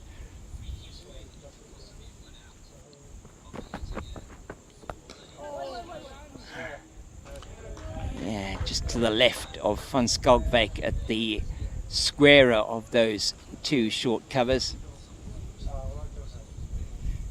The thing with Fonseca, he just seems to lean back a little bit when he plays that shot, and does stay aerial for a while. Oh, he flights it and he takes the bait. This is a must catch from a South African perspective, and so he misses it. Hansen misses it. Oh, that could have been a big moment for South Africa. And that is a huge miss from the captain, Benny Hansen. He had plenty of time. I know the wind is blowing across the field, but he didn't get himself into any kind of position to take the catch. You see him there running back. He's got his eye on the ball, but he's just not there. He tries to then take it over his shoulder, and that is the most difficult way of trying to do it. He needed to get underneath it. And what a delivery to finish. So Fonseca can count himself exceptionally fortunate to still be there. That should have been taken. A big moment in the contest. I think this is the last delivery. He beat the outside edge of Thomas Roux's bat. Once again, good. It is a beautiful delivery. Beautiful drift, dip and turn. It's exactly what you want from your leg break bowler. And the previous delivery was Fonseca, who should have been on his way back to the pavilion. So dropped on 19 with the score on 140 for 4. It changes the complexion. You look at 140 less 20, so 120 potentially for 5, and it sets it up for the final session. But now it's still for 4. This is after tea. That's where South Africa lost their way yesterday. Yeah. And, from a position of strength, 212 for 2 became 269 for 8. So South Africa's bowlers will draw confidence from the way that last session transpired, and how 1 could potentially lead to 2. But you've got to take your chances. That's the big message. And Hansen will know that he should have done better. He's the leader of this team. He sets the example. There's another sweep shot. That's a beautifully played shot, and Lakhdin does tries very desperately to stop that, cannot get around and prevent the ball going for 4. He's done some excellent fielding on the boundary, but not this time. It goes through for a very good boundary from Fonseca. He should have been back in the pavilion. Just wasn't set at all, was he? Benny Hansen, you looked at him running back and you just felt this may not be taken. Normally has the gloves on. Wait. That's the same Hansen with the fielding. Yeah, for me, they've now moved him slightly, but for me, it wasn't square enough, the play on the boundary, because that conventional sweep, they were getting more than the ones. There's the sweep again. This time it's coming down to our commentary position. This is going to take some catching or reeling it in from the fence. They won't stop it as Divan de Villiers runs towards us. Yeah, that's another 4. Just runs away, doesn't it? This outfield is so lightning quick down here to the straight boundary in front of us. He just got a little bit on that down the leg side. I was going to say before he bowled that delivery that they've brought the man in at that sort of leg gully or leg slip position, which is for me the right position to have him in, and they've put Lakhdin a little bit square, as you said, down there at deep backward square. But that time Fonseca just getting the slightest bit of bat onto that, and it fairly races down to the boundary in front of us. So 105 runs now in this session for England. 4 James, wickets. The thing here is 2 scoring shots, 2 sweeps. So the line is wrong. 2 sweep shots, 2 boundaries. It needs to be further outside that off stump.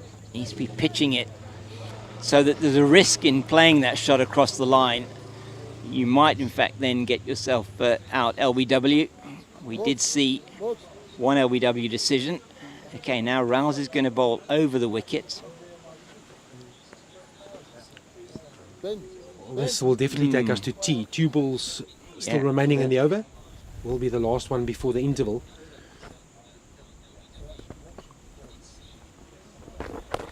Oh, another half chance for South Africa.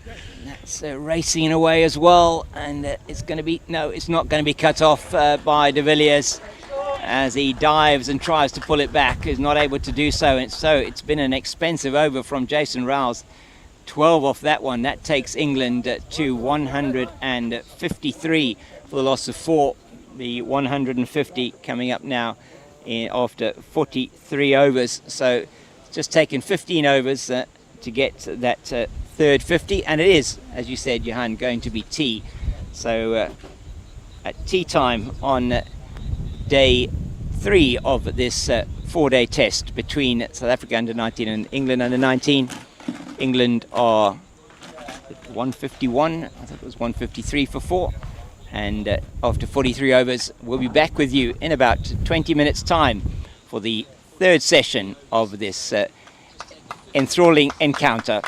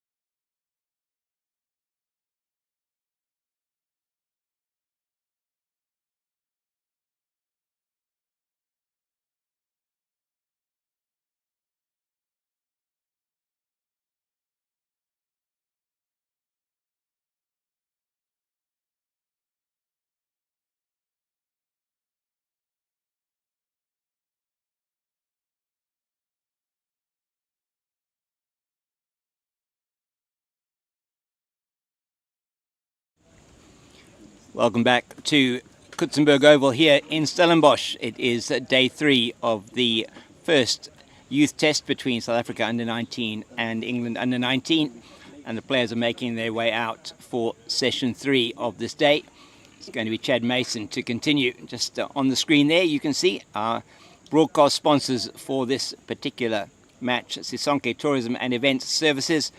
They will take care of all your requirements on your sports tour here in South Africa. They are your destination management specialists, and please look them up on www.sisonketours.co.za if you're looking at bringing your sports team out to Southern Africa for a tour. They include not only the sporting side of it, but also any of those wonderful sightseeing opportunities and visiting opportunities that you can have here in South Africa. And with me, James King, is Eugene Molion for this session after tea at Chad Mason. Well, we'll certainly see which way this game is going to be going. That flurry of wickets there, just leading into tea, might have to even things out a little bit. 133 lead, that's where they are. Oh, that has absolutely been hammered by Mr. Roux. He picks up 4 comfortable runs. And he's been batting exceptionally well as Thomas Roux. He's this stage, he just went a little bit into his shell before the tea interval, but he is certainly, he's now batting at virtually a runner ball. I say 30 off 31 now. And he's brought a bit of impetus, Eugene, to this England innings. There's going to be more runs here. It certainly has. He's looked a lot positive. He's moved to 27 now of 31 deliveries. He's played his shots nicely. Well, I think this is what England wants. They want to score quickly. And I think this, from a positive perspective and a game perspective, I think it's good. Yeah, and that shot brings up the 50 partnership for Fonseca and Roux, which Roux has been the dominant partner in that. So it's 30 he scored, as I say, of 31. Fonseca looked a bit scratchy early on in his innings. Eugene, he looks like the one who's most likely to get out. If you're looking at it from a South African perspective, that's played confidently down to the man at deep backward square for a single. Yeah, like most batters, they just want to get going. There's more time to spend out there in the middle, the more comfortable it does get. He's moved to 32 now, and he certainly wants to sort of anchor this through by the looks of it. It's a full toss, and it's dealt with very well by Roux, and it goes down to the boundary for 4. Nothing that Captain Benny Hansen could do with that one. And Hansen, it was, Eugene, that put down the catch of Fonseca with the score on 140 for the loss of 4. And how important may that miss be in the outcome of this game? Yeah, every miss thus far has been costly for both teams. But here you can see again, coming out after tea, South Africa is struggling to get going here by putting together a good, decent first over. Yeah, so 10 off that one from Chad Mason. And it's going to be Fonseca, and going to see Mokoena coming into the attack, the key wicket taker from that first innings. Hasn't got one yet in the second innings, but he's been economical. His captain will be looking to him to try and drive the runs here, you feel? Yeah, that and maybe just sneak 1 or 2. Yep. He has been the man that they've thrown the ball to a lot. He's been successful in that first innings. He bagged a fifer. Yet to get anything in the wickets column here in the second innings. So South Africa, as you say, will be hoping, as you say, Eugene, that he will be able to get something here. And he won't with that one because he just pulls out of his run-up. Fonseca, he's gutsed it out. Looked in a little bit of trouble early on. 33 off 70 deliveries. It was very important for England that he stayed there after the loss of that Dawkins wicket earlier on. 64 for 1 it was when he came to the crease.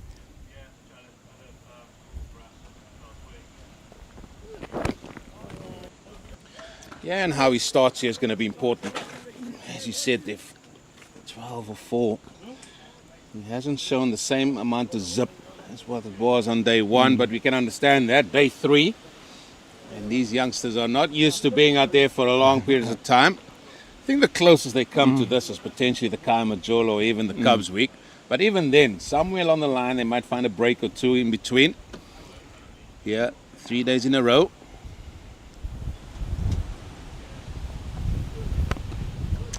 And he's got the wind at his back a little bit. It's sort of coming across his right shoulder. He's coming into bowl. Hasn't been as windy as it was yesterday here today at Coetzenburg Oval, but it's still quite breezy out there. I'm enjoying this breeze a lot more than what I did yesterday. I have to admit, the Cape Fox, and I'm enjoying this. I'm enjoying being out there, and I think we've got a good sort of game lined up here for us. Yeah, well left there by Fonseca. It is an interesting stage. When England were 106 for 4, you just felt there that South Africa, if they could get another wicket quickly, that they would even perhaps be in the ascendancy in the match. Now it's looking like with a lead of 143, still 6 wickets in hand, England will be looking to push on in this last session. Well, I spoke off air just before tea, and I said if England can get to a lead of 250 plus, it will very much be game on. I think the 150 I called that tea was more or less spot on. I think I was 3 runs short because they got 153. But if they can get to a lead of 250, now that is a different prospect. And with wickets in hand, do a good push at first hour. Yeah, You could find that they can put South Africa under some pressure, but they need a good session here. well, as you said, they put on 109 in that session between lunch and tea, and they'll feel that they could probably get more if this attack is starting to tire. Well, that is as flourish of a cover drive you'll ever wish to see. Straight to the man, though. Maybe not timed as well as you would like. South Africa persisting with those 2 men at a short cover positions. So it's a cover, almost an extra cover. Fonseca has been peppering them. I think it's changing it slightly now. The man who was in at that short cover position has gone back to, looks like a more conventional point. Still got a man backward of point. Gully and a slip. That goes to Hansen at Gully, and there is no run. Maiden, that's what you want Yep. after tea. I think the first 2 was a little bit, just loosening up again, and then he sort of found his straps. And that's exactly what his captain would have wanted. As we are going to see a change of bowling from the commentary box end, or the Ester River end, here at the Coetzenburg Oval. Looks like it's going to be Devan de Villiers to come in to bowl. Yeah, he hasn't done much throughout this match. He's only bowled the 1 over in the second innings. Gone for 9 runs, so he's looking to put together a good spell here. And some of these all-rounders, especially Devan de Villiers, they need to bowl and get that confidence up, and that will sort of hopefully translate and transfer into their batting. Going to be bowling to Thomas Roux. Roux on 35 now, off 33. He's been aggressive, but he's also been selective in his shot making. Hasn't really looked troubled to me, Thomas Roux. You've gone and said it once again. The Cape Fox. You don't want to be putting any markers on Thomas Roux or England, but yeah, I have to agree. He's been very selective in the way he's played. They've done away with the slip. He's just gone down to 3rd man, so we're just looking to dot it up here. Yeah.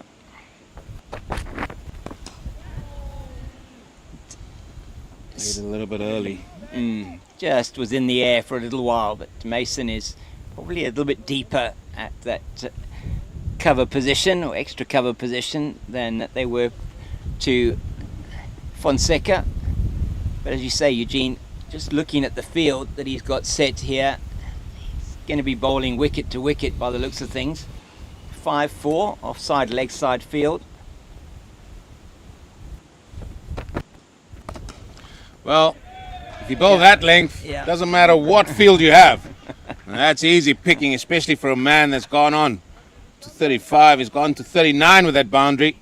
England's lead now being stretched a little bit more. So what's been impressive, Thomas Roux, is the rate at which he's scoring these runs. You look at this one again, it's very short from de Villiers, and that is just easy pickings even from outside the off stump at the kind of pace that de Villiers have. Got 43 of 112 in the first innings, Roux. That's the area, a man of de Villiers' pace. That's where you want to sort of sit. However, what England will do is they sometimes advance. They're not scared to play the ball or play the shots. They sometimes go over the top as well.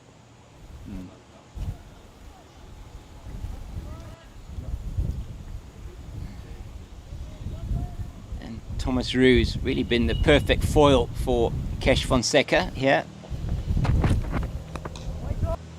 He's been playing his shots. Fonseca's been really having the more sort of anchor role. As he grows into the innings, you do sense he's looking to increase his strike rate a little bit more. Increase it more. Yeah, Fonseca. I reckon he's the glue. He's the glue. Yeah, he probably is the Everybody glue. will bat around me. If I do get a ball in my ear, I'll still play it.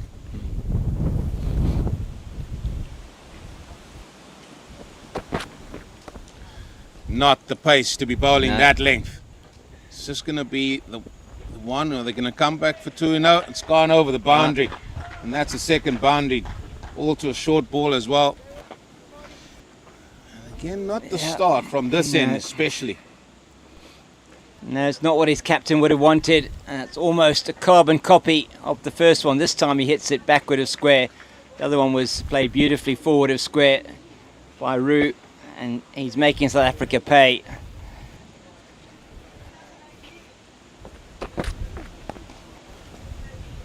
And that's better from de Villiers. But it's a bit late to rescue that over. 8 runs off it, and the over from Chad Mason, the first one off the tee, went for 10. So South Africa leaked 18 runs already in the 3 overs after the tea break.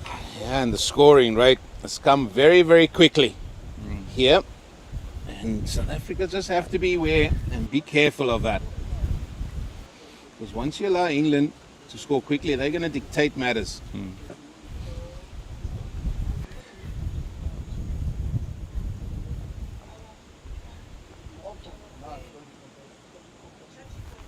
That was straight off the head.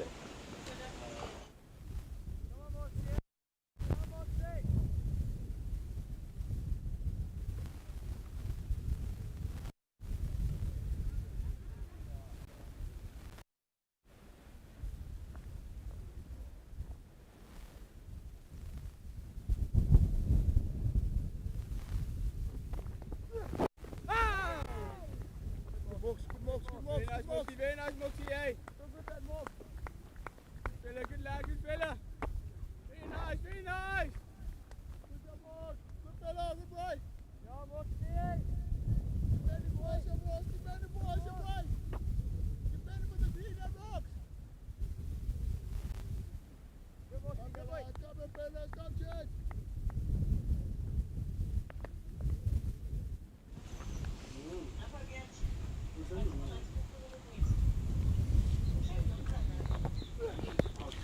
Oh, that's off the glove, down the leg side.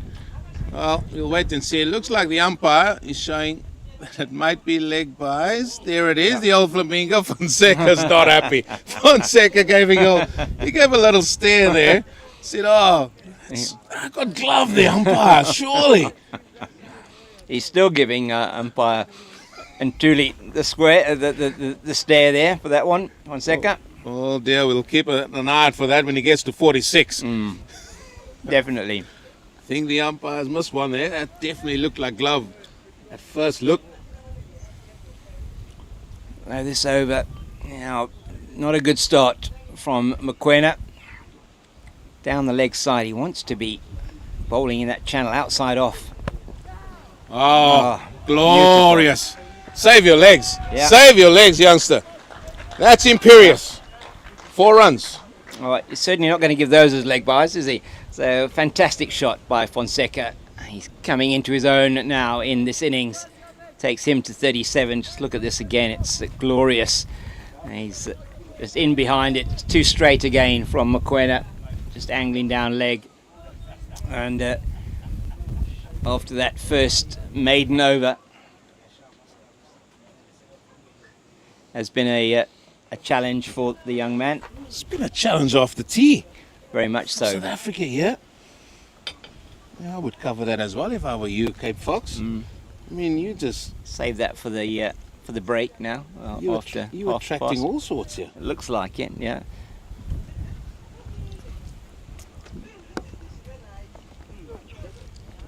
Effort ball.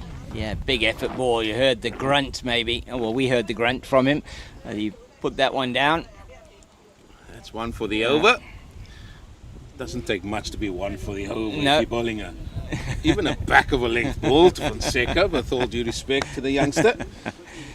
Yes, he's a man of reasonably small stature, but he is playing a very important role for his team here. Just a reminder that he was dropped when he scored, and he'd scored only 19 by Benny Hansen off the bowling of Chad Mason.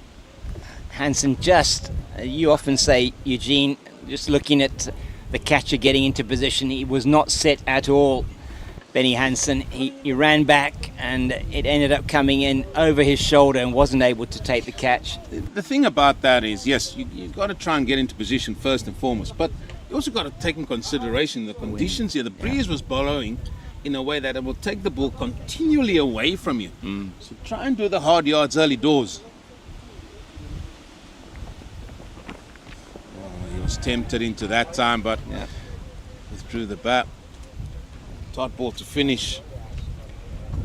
It's another over for South Africa that goes for 8 runs, and it's 179 for 4, so a lead of 159 now for England, effectively 159 for 4. South Africa will be looking at this lead, and it's starting to get into dangerous territory.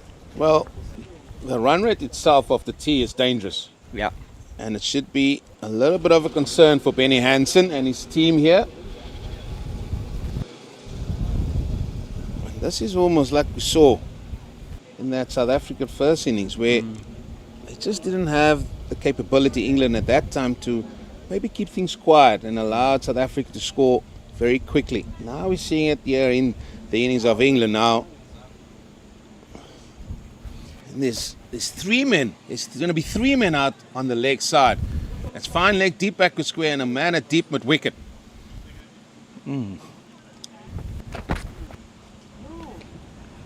So what is he asking de Villiers to do here? I mean, that was a poor delivery down the leg side. There's only one thing for me. He's going to bowl a length ball, and then he's going to bowl a couple of short ones. Yeah.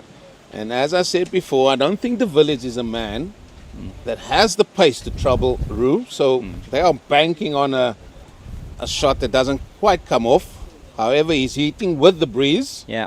It is the big boundary out there as well.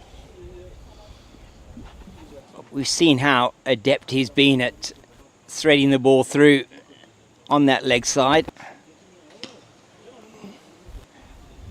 And it's coming nicely off the bat for Thomas Roux, even if he plays it defensively. It seems like he's hitting the bat really hard. Yeah. It's a very much a change, yeah.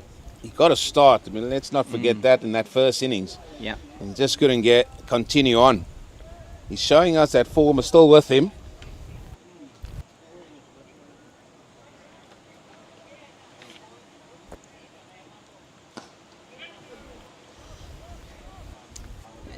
You wonder, Eugene, with Mokoena bowling from the Coetzenburg end of the ground, how many overs will Benny Hansen give him? is he going to bring Daniels back? Because Daniels got him the breakthrough.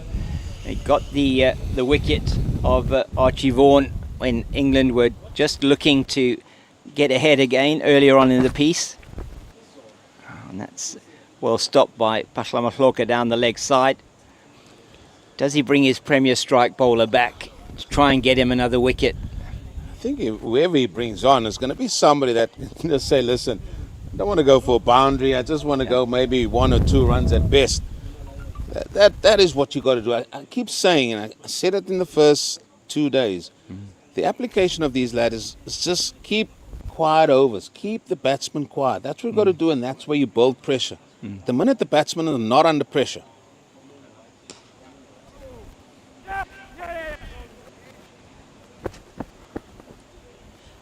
yeah, it's a fielding half stopped in the covers by Chad Mason, and they go through for a quick single. Good calling and running from this pair for England. Yeah, just you want to continue with that thought?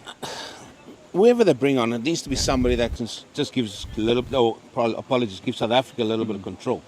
Now, this over's just gone for 1 run, so it's a well-constructed over. Keeping it quiet. Last ball of the over. That's a full ball. Got away with it, but that's what you want. 1 run off. Let's move on to the next over. Don't try and do anything special. Don't even look for the wicket-taking deliveries. And I think that is what they're striving for. And we can forgive them as well, because we've got to remember they are youngsters. They are young, and they are thinking, now we need wickets. Yeah. I'm more interested in the why and the how. How are you going to get the wickets? Tell me that. How are you going to construct it together? Just like a batter going out there and saying, listen, you're going to get 50. Tell me how you're going to do that. I think that's where South Africa needs to just apply themselves better. We all know, I mean, the game says this, South Africa needs wickets. Yes. We're more interested to see how they're going to go about their work to get those wickets. Yeah, what's the plan? What are they putting together out there on the field? And since they've come back from tea, 27 runs from England and in just 5 overs, so going at 5.4 an over since the tea break, and there hasn't been any control exerted by South Africa. It's Roo on strike now. And that's better from Mokoena. He's just making him play. Well, that is the energy that I saw in that first innings on that first day when he bowled his second and third spell. That is the energy that I want to see.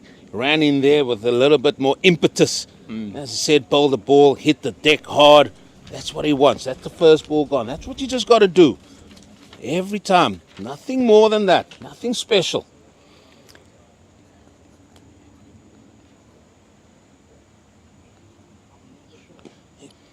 That's that energy. Yeah. You can even see it. He's looked much better these first 2 deliveries of this over. But Eugene, some parallels really with that first innings that England put together on the first day, and they were in all sorts of trouble. 96 for 5, 120 for 6, and then had that very good partnership between Ahmed and Home of 153. And South Africa probably just were flagging a bit at that time in their bowling effort.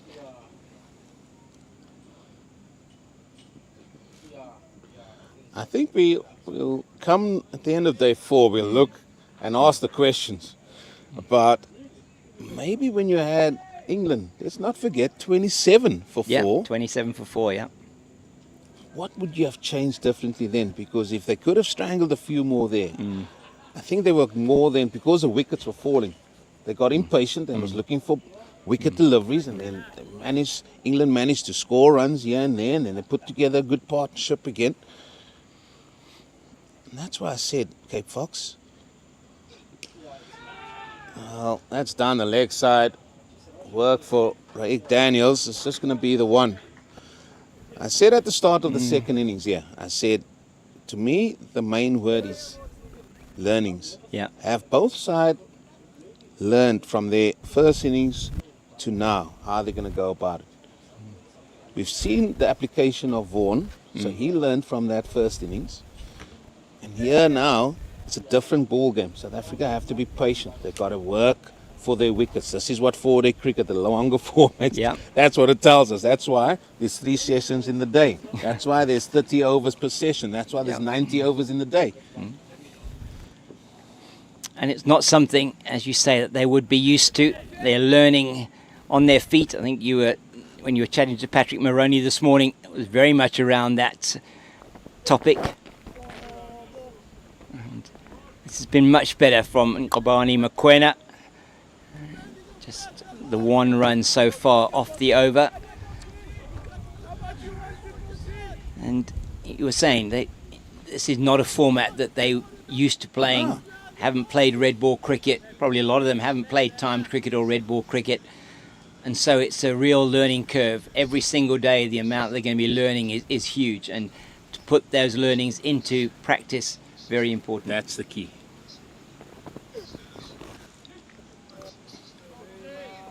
Well, not the best way to finish an over, but it's another over that's gone for one. So the last 2 overs, 2 runs. And that's probably what caused that shot there from Fonseca. It wasn't a great delivery from Mokoena, but what he did do is he did have Fonseca playing not really under control, that one down the leg side, perhaps looking for runs where they didn't need to. England have made a very good start to this final session, and you just sense if they start getting impatient. You were talking earlier on about how Fonseca was, his mannerisms at the crease, that he wanted to get bat on ball. He hasn't necessarily been able to do that. He got away with one when he played it up into the air and was dropped. But yeah, if they can just starve the runs here, South Africa. Yeah, and at the time I was more talking actually about Sir One, because he was coming in and was touching and feeling in helmet and gloves. And you look at mannerisms, and I, for one, look at mannerisms as well. And I mean, as time goes on, like we've played the game, and then you go into coaching, and then you look at various things, and that fascinates me, because no two people are ever the same. Yeah. And you just get an inkling feeling, oh, something's got to give. There's an edge. Did not carry, I don't think. No. We'll have another look at that. Yeah, it did look like it just bounced short of Pahlamahlaka. And there again, it's, to your point, right before we started the day's play, is he standing up enough? It just went straight down. Yeah, it did That's go difficult. down. That is difficult. He did well to get a hand onto that, but so close to being the 5th wicket for South Africa. Thomas Roux has been very positive in his innings. Well, a little bit straighter here. To Fonseca. I'll tell you what, I'll look at the score when Fonseca, if he does get there to 46. Yeah. That's what I'm now looking forward to, because, well, we for one think it should have been 4 off the glove. And we all know how batters love their 50s and then moving on. Yeah, umpire and Thule decided it was off the thigh, down to fine leg for 4. Well, that is pulled hard. Work for Deepak Square to do. He does do the work. Yeah. Oh, Mr. King, he's hurt himself there. I'm not sure. I'm not sure of this short ball game plan from De Villiers. No, I don't think he's quick enough to be able to pull it off. I mean, it's not going to be a surprise ball, is it, from him? He hasn't got the pace to necessarily bother either of these two batters. And both Fonseca and Roux looking very compact at the crease. And that's a much better line to Fonseca. James, I mean, I'm definitely going to sound like a stuck record. But what these youngsters need to understand is, if you don't go for runs bowling a certain line and length, why do you want to move from there? Yeah, why change it? Certain Mr. Aldin Baptiste, who was very successful for Eastern Province, was a man that didn't have a great deal of pace about him. But what he did, he could bowl 8, 9, even 10 overs on a spell. There's an edge. There's an edge. And he has to go. Simple stuff. Yep. Cape Fox. Yep. And that's the end of Fonseca. He's gone for 39. And you called it, Eugene. It certainly has been there. We've been wondering, why isn't he just bowling in that channel? And he does. He bowls in the channel of Fonseca. feeling that he needed to get the runs going. It's been 3 overs where they've scored 1 in the overs, and he has a go outside the off stump, and he has to make way. It's exactly the right channel to be bowling from a South African bowling point of view, any bowling point of view, and he does have the full go, gets the edge, and he has to make his way back to the pavilion. Look at the majority of the wickets that fell from the England batsmen in the first and second innings. It's been around that 5th, 6th stump all the time. And this is what I mean by learning. What are we doing? Keep it nice and still tight outside. And I want to complete that that thing I wanted to say about Aldin Baptiste. And Bappa was somebody that bowled 8-9 over spells. And he just bowled good line and length, brought the batsman forward. Maybe after 5-6 overs he would throw the bouncer in. That would be his change-up. But he always said, you need to work up enough credit to allow you to do something else. So how do you do that? Show me how many dot balls. That's what he always did, and that's how he got wickets, and that's what made him very successful. Yeah, it was has certainly worked for South Africa. De van der Villiers, the bowling change, and success there, as I will be making my way shortly, and Johan Ferreira will be joining you as we see his dismissal once again, just in that channel outside the off stump, and that's exactly where his captain would be wanting him to bowl. He gets the reward for that. It's the 5th wicket down for England, but a very good partnership of 78 between Roux and Fonseca, and it is Fonseca back in the pavilion, and exactly 50 overs bowled when that wicket went down. So England batting at just under 3.75, or 3.7 to the over, and it's going to be Ngobani Mokoena to continue from the Coetzenburg end of the ground.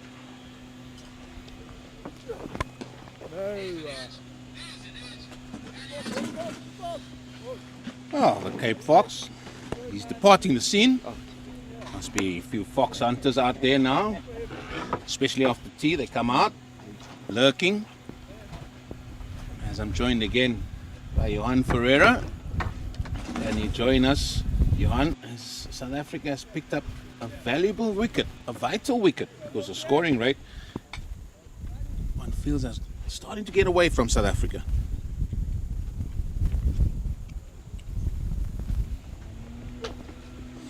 Yeah, absolutely. Good afternoon to all our viewers. Thomas Roux has been superb. He's taken the fight to the South African bowling attack in 46 or 51, almost going at a run a ball. So now in this final section of the day, it's that 184 that matters. Less 20, so 164 for 5 is England's real position. And the reason, again, just a reminder, South Africa established a lead by 20 runs on that first innings. So that does come into play. So at the moment, the target would be 165. Still more than enough time to get a result. And Thomas Roux will play his aggressive game. It's worked for him. Farhan Ahmed is with him at the crease. Man that's played a big part, not only with the bat, but also with the ball in this youth test. Played over 4 days in Stellenbosch. Thankfully, more pleasant late afternoon conditions than what we were treated to yesterday afternoon, when the wind picked up, and it was pretty difficult, not only for commentators but for the players as well.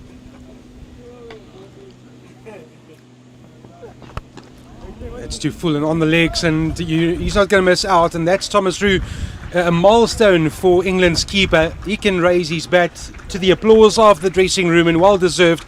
With his parents in attendance, what a special moment, not only for Thomas Roux, but for his family, his friends, his colleagues. A vital knock in the context of this match. Well, full toss, and that's the ball you want to get if you're on 46 and you just require a boundary to move to 50. He's played well. He's come in, showed positive intent from the get-go, and he's certainly moving the scoring rate along quickly here for England.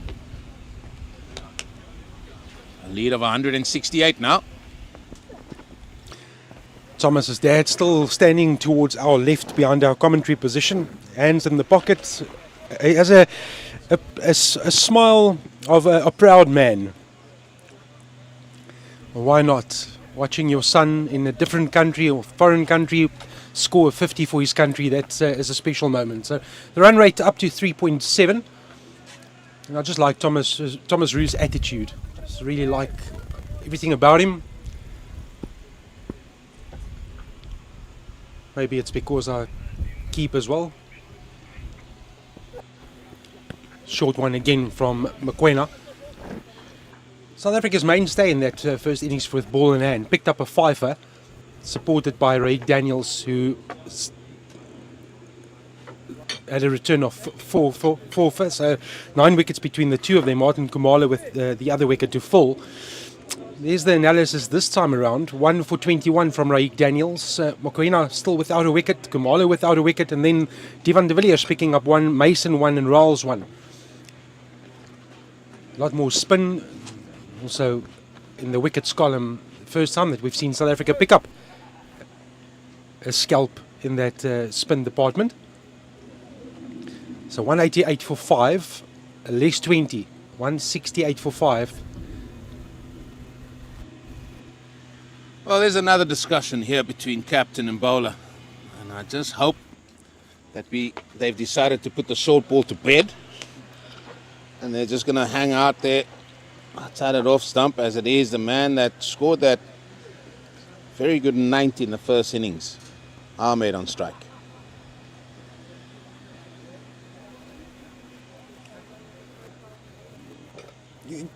I'm not gonna say the game is here right now, but this would go a long way in keeping South Africa on the front foot, as it would be for England staying on the front foot. This partnership, in the context of what's left in the match and we are moving towards 168, you add another 50 between these two, and it's going to be a tough one for South Africa to overturn.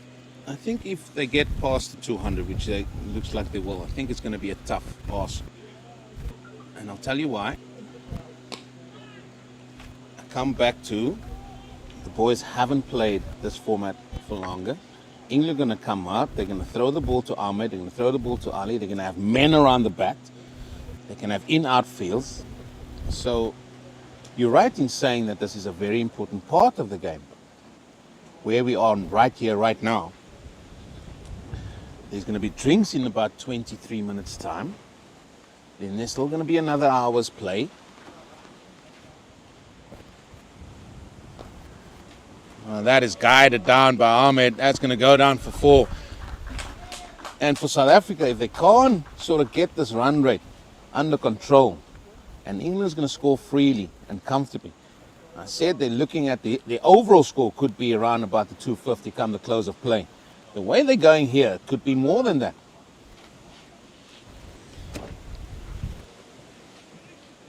You can't buy the experience, Eugene, you refer to it. There's a lot of these players, this is what they do. They know 4-day cricket already.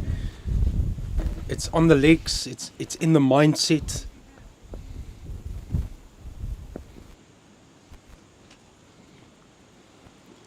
And you have a point of reference to go to when it's tough, when it's a day 2 and a day 3, and you get mentally exhausted.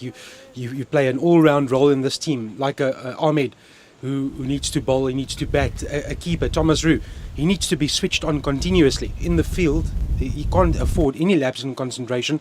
Now he's batted for 56 deliveries, almost at a run a ball, so he's contributed in all departments. It's mentally exhausting. You have to go back, you have to field, potentially think about how do we pick up 10 wickets to win the match.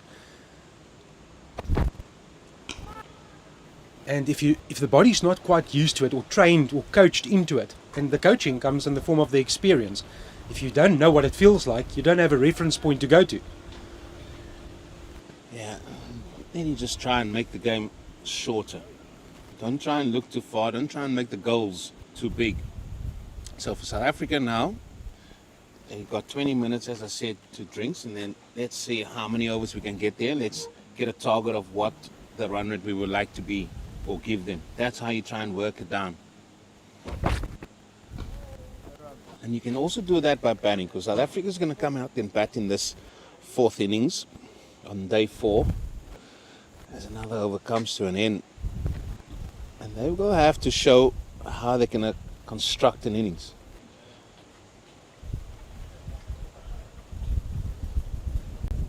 And there it is, Sosonke, the broadcast sponsors here. Tourism and Event Services. They will definitely be your destination management specialist. And if you have a sporting code in mind that you want to bring over to Southern Africa, please get in touch with them and they will put a package together for you on and off the field with games as well as logistics. Please get in touch with Sosonke at sosonketours.co.za. There are all the numbers and they will certainly look after you well. I'm sure about that. As it is, Van Schalkwyk that's going to come in and bowl some off his ear as well.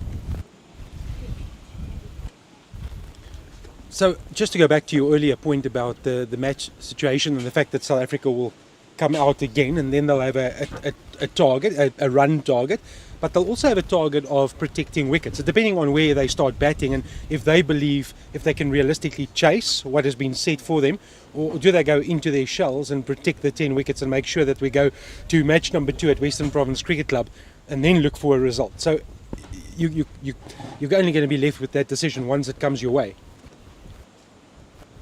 Yeah, I wouldn't say go into your shell. That's not the words I would use to South Africa whenever they come to bat.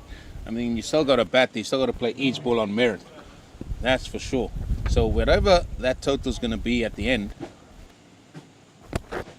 well, that has been put away with aplomb by Thomas Roux. 4 more runs all along the carpet. So just to go back to the terminology, so yeah, you don't want people playing defensive cricket blocking away. That's just going to get you into trouble. Let's rephrase it as a cautious approach. You're not going to go out and play aggressive cricket to try and bat it 8 to the over. If you feel that you can do it and there's a chance and you've got wickets in hand and you only have to bat for, let's say, 2 hours and you want to have a go at it, you can. It depends what the mindset is and what the coaches believe is a realistic result for you in that position. But for now, it's all about England setting a target and South Africa trying to get 5 more wickets so that that target is something that is chaseable. The thing with that is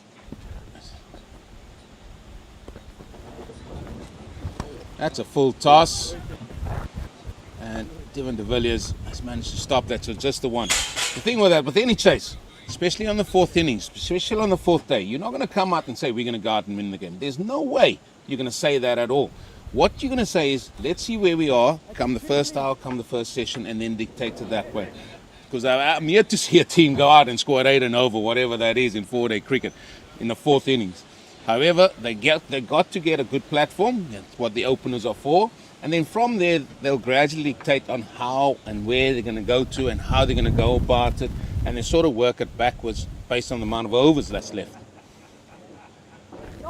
From what we've seen thus far, if I had to challenge you for a score that England would have in mind where they would feel safe, where would you mark that?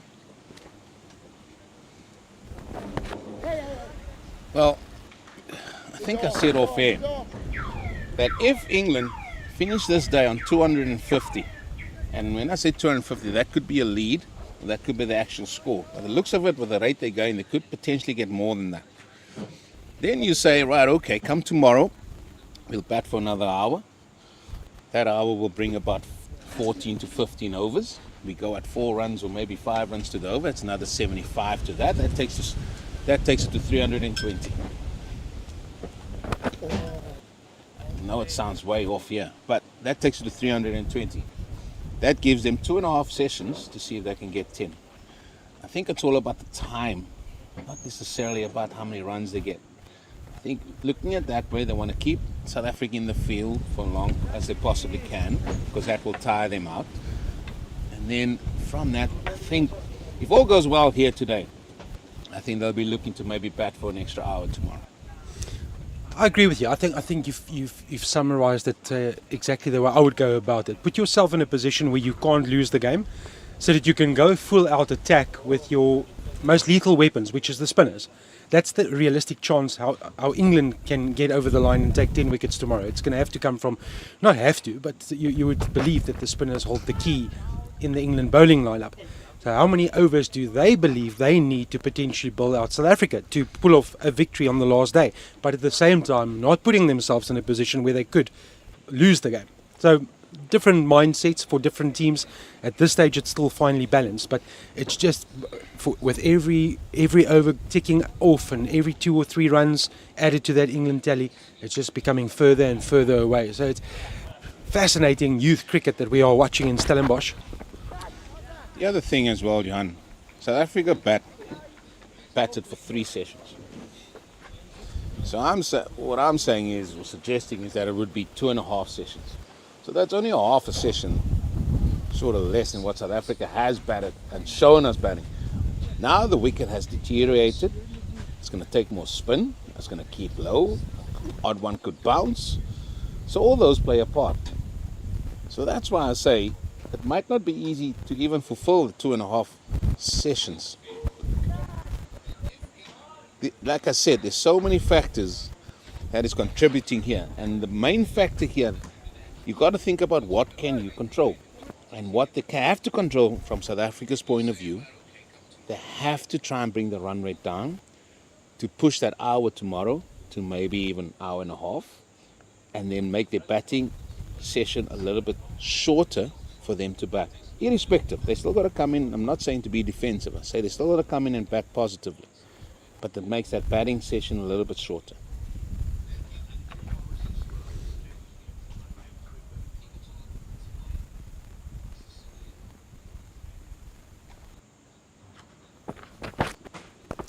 Oh, lovely shot from Thomas Roux straight to the field, and you can see the field spread as well. There's many boundary fielders in a circle sort of holding back. There's no slip in place, no attacking fielders for Thomas Roux.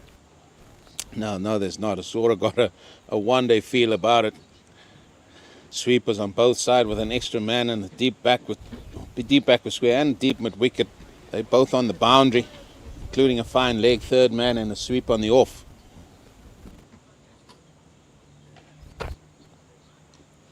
Well, I'm not sure how to describe that. It's came off the inside edge.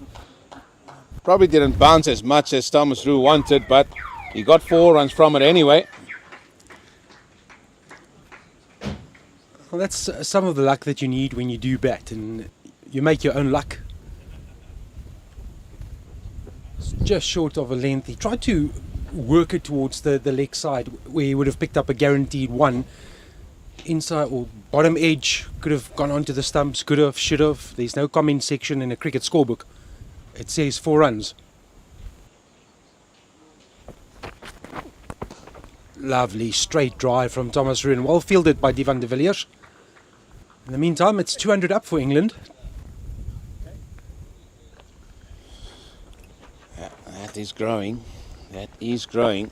I mean, you're 70 runs away from a lead that I thought they would be at the close of play today, with still the guts of an hour and 15 minutes still to go. That's the South African camp there. So food for thought, what's going on there. So let's see how this develops. At this stage, the vocals coming from the England camp. They know the importance of every run. Just building on that lead that stands at 183. Thomas Roux, 1 innings, 59 of 63 deliveries. How important is this not going to be in the final analysis come tomorrow afternoon? Yeah, I thought he's had a good game. He's kept well thus far. He had a start in the first innings, and now he's capitalised on the start in the second, getting past 50. Some left arm spin. So van Schalkwyk off. Turn to the other man now for some left arm spin, some left arm tweakers.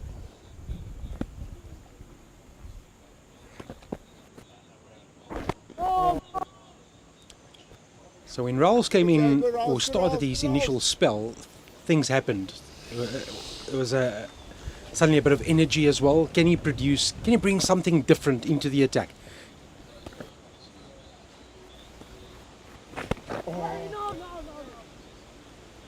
Well, every time he's come on, you've been on the air, so it must be because you're on comms. That's why he's on, been brought back onto bowl.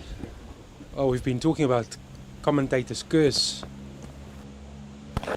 This one is too short, cut away, but there is a protection.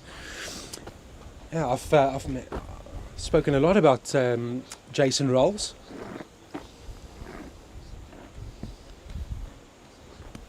For me, he just brings something. He's there, he's going to challenge you, has a bit of variety. South Africa desperately needs something. Well, I just say keep it simple. I'm not even looking at the wickets column. I'm just saying keep it quiet.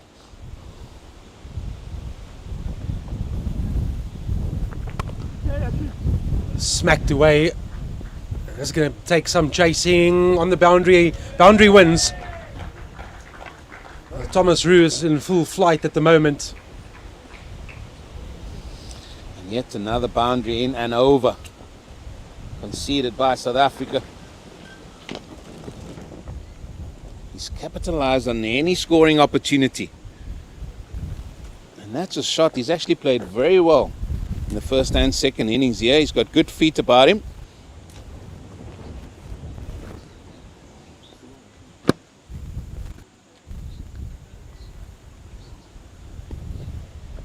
How do they dry up the runs?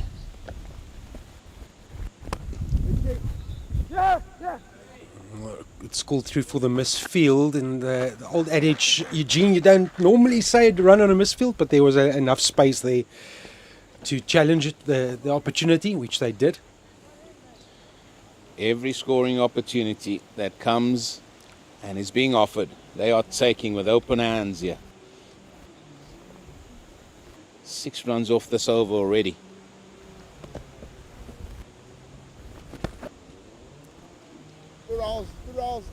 That's the end of another over. Less event from a South African perspective. 6 more runs coming off it from England's camp. 209 for 5.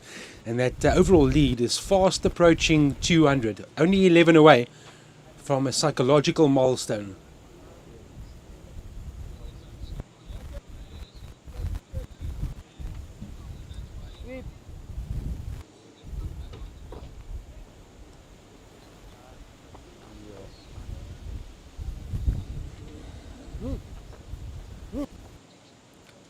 So I'm watching Thomas Roux's father and mother walking towards the scoreboard at the far end of the ground, and they'll be extremely proud of what they've seen.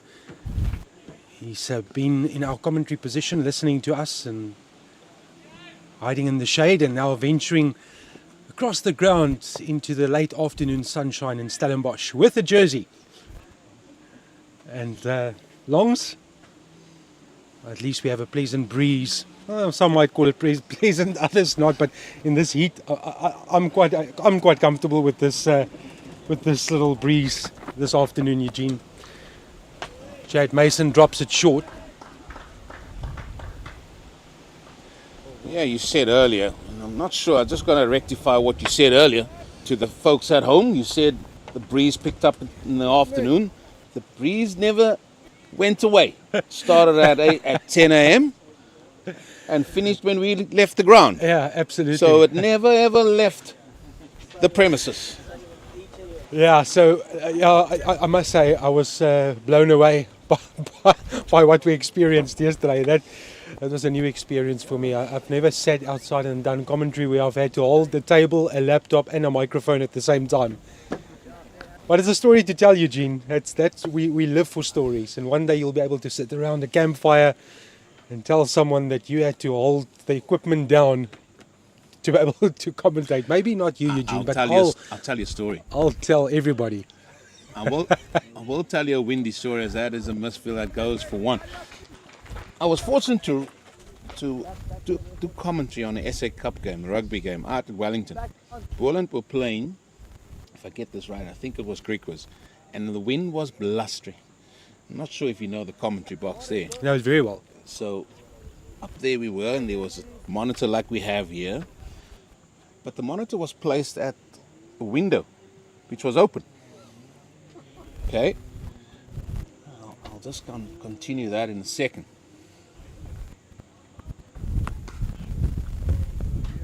It's going to bring about another run.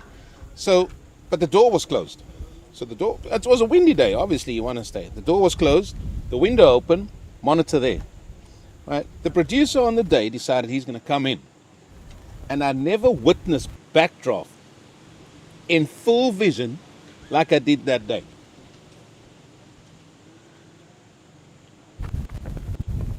Because what happened? As soon as he opened the door, suction took the monitor straight out the window and dropped about 5 or 6 stories straight down. Fortunately on no one. Never witnessed backdraft before ever in my life. That day I did.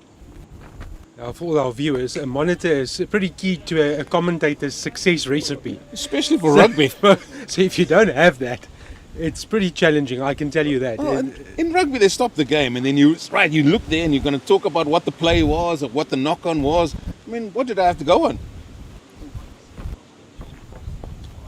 Well, Johan, the producer's remedy to that was to bring in a 44-inch TV. Now, you know the commentary box. You can't see anything if somebody puts a 44-inch TV in front of you. Not at that venue. So I said, listen, don't worry about the monitor. We're okay. And that's been, I mean, you've played the game at the highest level, and now being able to move across the country and around the country to do commentary stints just shows you a different side of this wonderful game. The opportunity to share your love and passion with people listening in and watching from wherever they are. I don't have your storylines, I must say. My commentary stints have been much safer than yours. Bar yesterday, of course. Well, I can tell you one about Marty's as well. I think it was one of the Cubs. That's the big shot. It's into the breeze. It is a breeze now, but he played it with confidence and there was no one out there. So the shot was a safe one and he's picked up another boundary. Thomas Roux moves to 70. They're continuing to take the game to South Africa here. That was a very good shot. It was held up in the breeze for a long time. That it looked like for all money it's going to go over the boundary and just drop short. But 4 more runs. Another aggressive shot. Good off stop in the inner circle.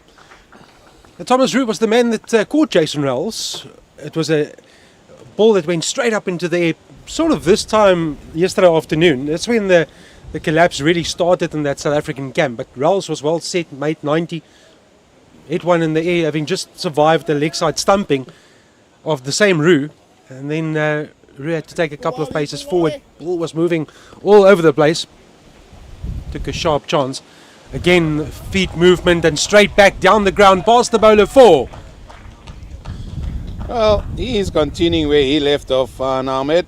He got 90 in that first innings and he is showing that he's aggressive nature here and intent to keep the score moving. That's a second boundary again in this over.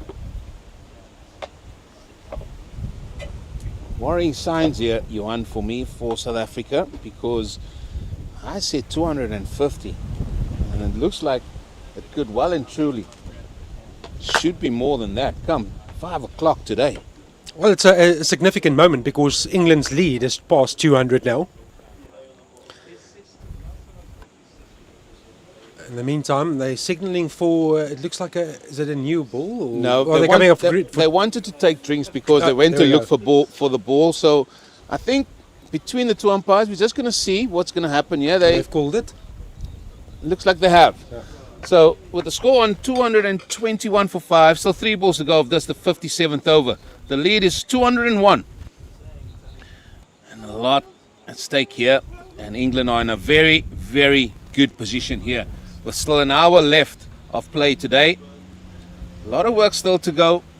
What a lot of work to be done, we have to say, by South Africa. But join us after the drinks break, where it's going to be Juan Ferreira, and he's going to be with the Cape Fox, James King.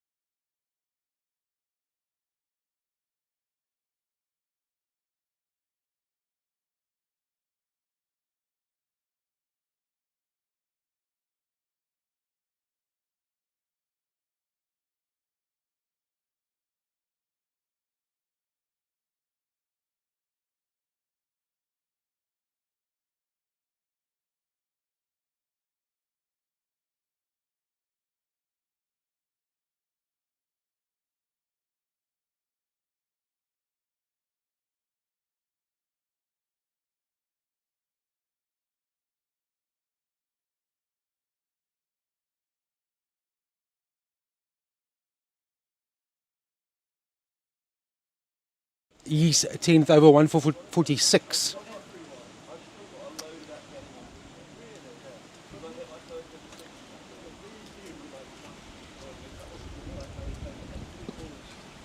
James King in commentary with me for the last push of the day.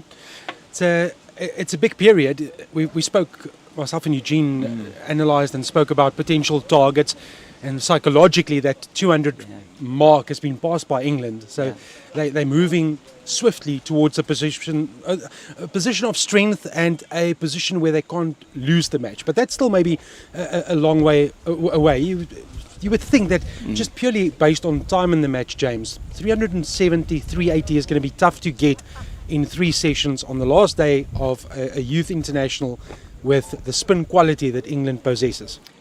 Certainly, I mean, you would feel now with 201 ahead, England, and still, as you say, an hour in this session, and they could in that hour get at least a run a minute, maybe more. They're going to be 250, 260 ahead by the end of the day, especially if Thomas Rue is still there, looking outstanding on his 71 of just 69 balls, and that's been the feature of his innings, just how quickly he's got the runs. And he's going to be facing Chad Mason here. So spin twins on for South Africa now. And I think England, I know you were talking about it earlier with Eugene, just looking to bat as long as they can in this innings and just keep amassing those runs and getting themselves to a position where you were saying earlier, they feel they can't lose the match.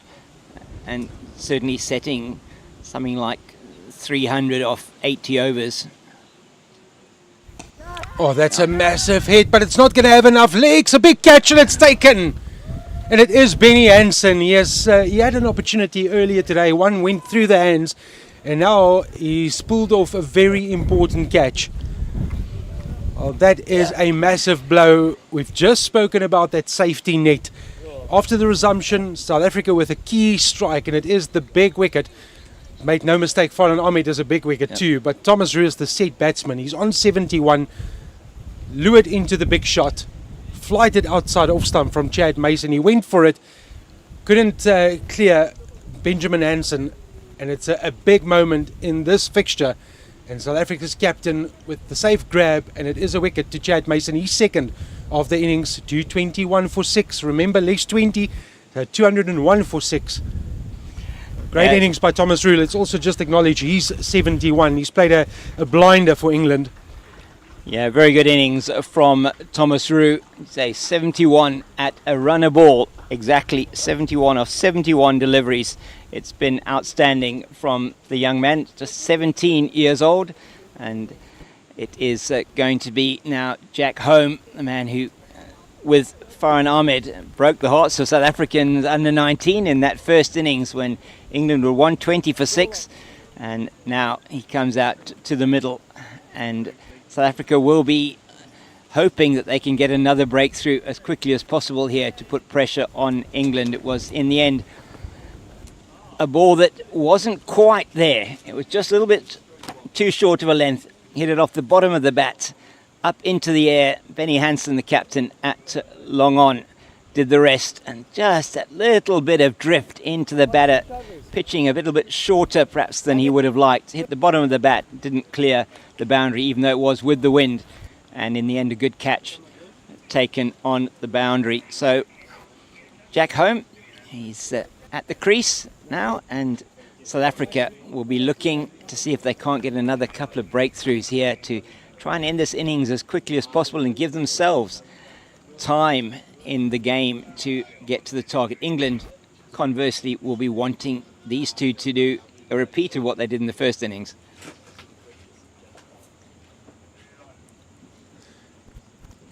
I tell you what, James, you take these two out now, Farhan Ahmed and Jack Home. Let's say South Africa strike in quick succession. That's going to send some butterflies into the England change room. So they're definitely not in a position of safety yet. 201, 4 wickets remaining. Yes, these two can bat, there's no doubt. That was a big moment. Now he walks past one. Oh, that was a mini opportunity for South Africa. What is Jack Home doing? He's just come in, waltzing down the track, second ball up. having just lost a wicket, a key wicket of his wicket-keeper Roo. Yeah, absolutely. Yeah, bit shocked almost I am at that. It just comes down the wicket, misses it down the leg side, and Pahlamahlaka had to wait for that delivery to get to him, and that allowed Home the opportunity to get back home, actually, into his crease. It's another biggie. This time he has enough on it. It's cleared the rope for 6. So maybe there's a message that's come with him to the crease. May well be. That was certainly there for him as he came down the wicket. Makes no mistake with that. And the man was not positioned at long on. Benny Hansen was in the ring at mid on. And that is just hit with almost a golf type swing by Jack Home over the boundary for 6. And now this little mini battle continues. Yeah, so eventful over. The valuable wicket of Roo, then an opportunity at a leg side stumping. It just escaped the keeper, so had to do a lot of work to get back to the stumps. Then Jack Home goes for the 6. So it's all set up. Home definitely not going to hang around. No, it doesn't look like it, does it? He's going to be there and play his shots. It was certainly was there for him as he came down the wicket, as Werner Verland would say, shimmied down the wicket and hit that one over the long on boundary. And it's going to be a change now from the Coetzenburg end of the ground, where the mountain is resplendent, looking over this ground. Is going to be Raik Daniels. So captain has turned to his strike bowler here to try and get a breakthrough for him, another breakthrough for him. And the wicket of Thomas Roo, a very important one in that previous over from Chad Mason. And South Africa looking to get another one as quickly as they possibly can. Daniels just the 1 for 21 off his 8 overs, but he has been very good in his lines and lengths. Oh, one that keeps slightly low. Farhan Ahmed on 12, Jack Home on 6. 227 for 6. We'll keep looking at that scoreboard and that overall lead for England, that's at 207. And Johannes, certainly looking at that, you're thinking, okay, I mean, how much would South Africa be happy chasing? You feel they could probably bat at 3 runs and over, but are they going to be able to keep wickets in hand? Has a little feel for that outside off stump. How does Farhan Ahmed play this? He's just seen Home walls down the track. I think it's, as Eugene explained a little bit earlier around the role that Fonseca was playing, Kesh Fonseca, was that you sort of sense that Farhan Ahmed needs to be the glue around which England sort of stick with in this last 4 wickets that they've got to fall or until they declare. So just feel he'll be the one playing the anchor role almost. And he certainly has so far, 12 of 26 for him so far. Maybe Jack Home, as you said, be the one. He certainly looks like he's going to be aggressive towards the spinners.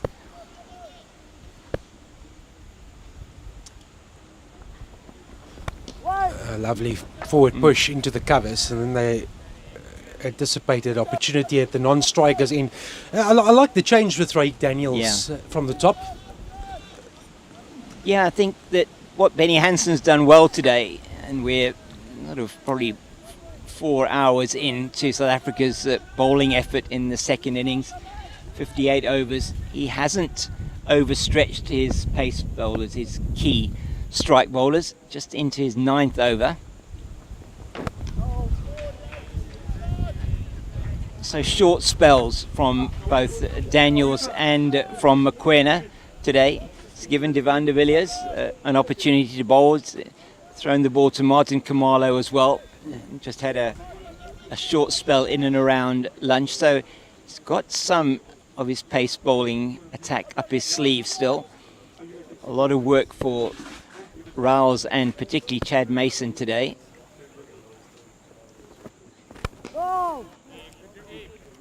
Maybe Benjamin Hansen feels that if he can remove one of these two, he's into that lower order, and he'll work it out. Maybe add another 30 if he can dismiss or get rid of the last 4 wickets for the addition of, let's say, 20, 30 runs. Yeah. It's game on.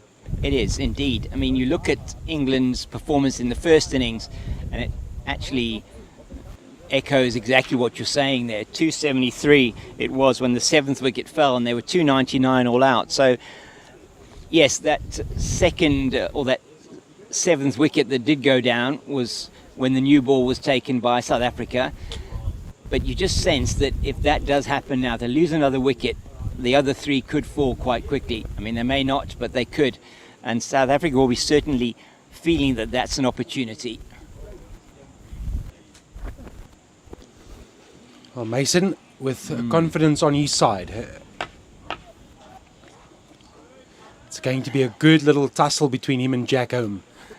Yeah, I'm looking forward to this, I must say. With that 6 in the previous over, he's shown that he's going to start, maybe he's going to come down and attack if it's tossed up. That was a little bit shorter, but he's not going to get it past Lahadin at point. So, another fascinating mini battle here in this game today, and we've seen so many of these during the course of the day. Earlier on, South Africa's final pair, or 9 and 10, putting on some good runs. You had South Africa not able to make the breakthrough before the luncheon interval, coming back with 4 wickets in the afternoon session.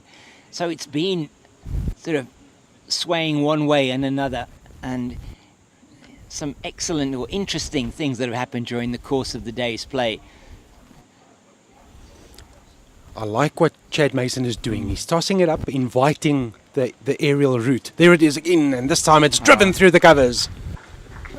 And it's Mokoena after it. Is he going to cut it off? Yes, he is. Excellent fielding.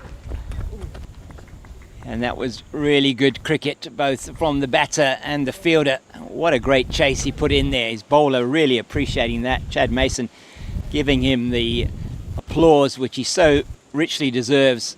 Every run could be vital.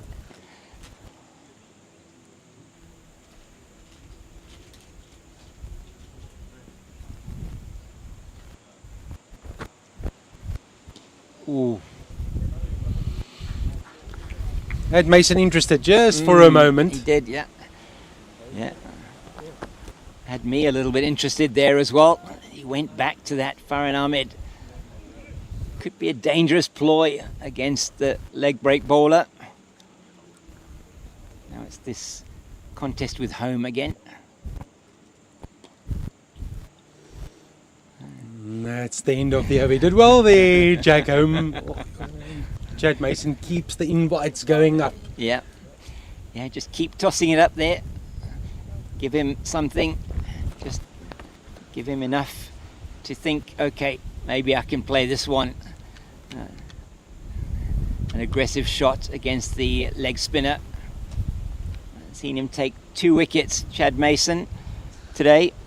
He got the wickets of Dawkins, who was caught very well at slip by Bobulia, and then recently the wicket of Thomas Root, as it's Daniels in again.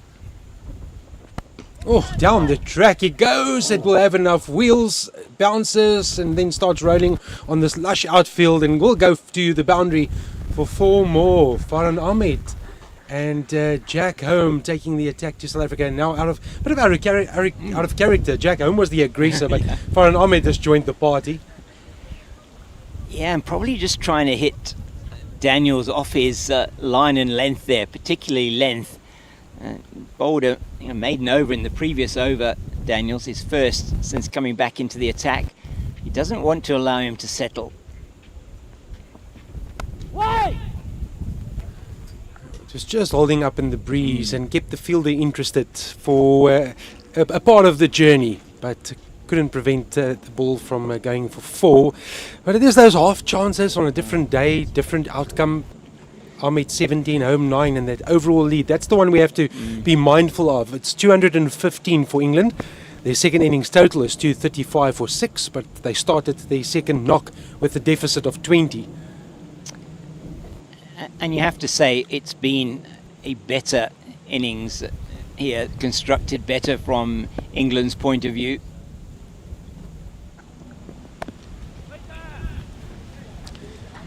I agree with you, and it was set up with a solid opening stand between Ben Dawkins and Archie Vaughan, and that was what they were missing in that first innings. Kesh Fonseca, also a man out of sorts, scored 39, so some valuable time in the middle, faced 89 deliveries. Aryan Sawant hasn't had the best of matches with the bat. Ben Mays out for a duck, and then that brilliant 71 from Thomas Roux from 71 deliveries, run a ball. We've seen some of the best on drives. That's great fielding, but we've been treated today. Not the first time that we've seen the on drive. And it's so good to see players of this age being able to express themselves and technically have the ability to play those kind of shots. Really good to see, and he just is. I really find that these two teams playing here, both of them have got some real quality players in their teams. That's a lovely shot from Jack Home. It's going to have the beating of the inner ring once again.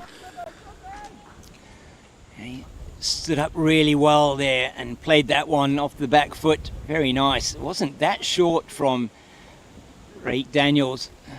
Goes for another boundary in his over. He'll be unhappy about that after his first over. It was a maiden. Just thinking, Johan, that innings from Thomas Roux, I mean, batting at a runner ball, that 71, that is probably the innings more than anything that has moved the game on. We talk about sort of moving days in cricket as well, and you talk about that. I think they talk about that in golf as well in terms of rounds that they play. But this certainly has been a moving day. Yeah, absolutely. Golf terms, day 3 normally classified as moving day, and in this specific youth test, we just played over 4 days. We have seen the game progress pretty rapidly. South Africa resuming their second innings on 269 for 8 early morning, dismissed for 319. England have been batting at a run rate now that stands at 4 to the over. It's put them in this positive position, and yes, you referenced Thomas Roux's 71 from 71 deliveries. Just that the speed at what he was batting, and that was one of the key ingredients. I mean, apart from him, Jack Home is coming 13 from 11 balls, so he's operating at a strike rate of 100 plus, 118 at this stage. Ben Dawkins was aggressive at the front, 71.7 strike rate, he's 33. So that was helped along by various or certain aspects, certain periods in this innings. There was aggression shown, and it's paid off for England. And for now, they're just moving gradually into a more positive outcome. But there's still time left. South Africa know that you pick up 1, you pick up 2, changes the complexion again. So that run or that overall lead, that's the one we have to keep looking at.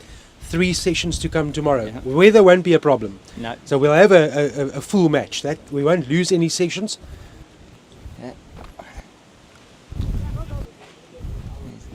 90 overs tomorrow, as no one just played to the leg side as an easy single, and you just feel, are England going to be putting South Africa in to bat all those 90 overs? If they got a lead of, say, 270 today, excuse me.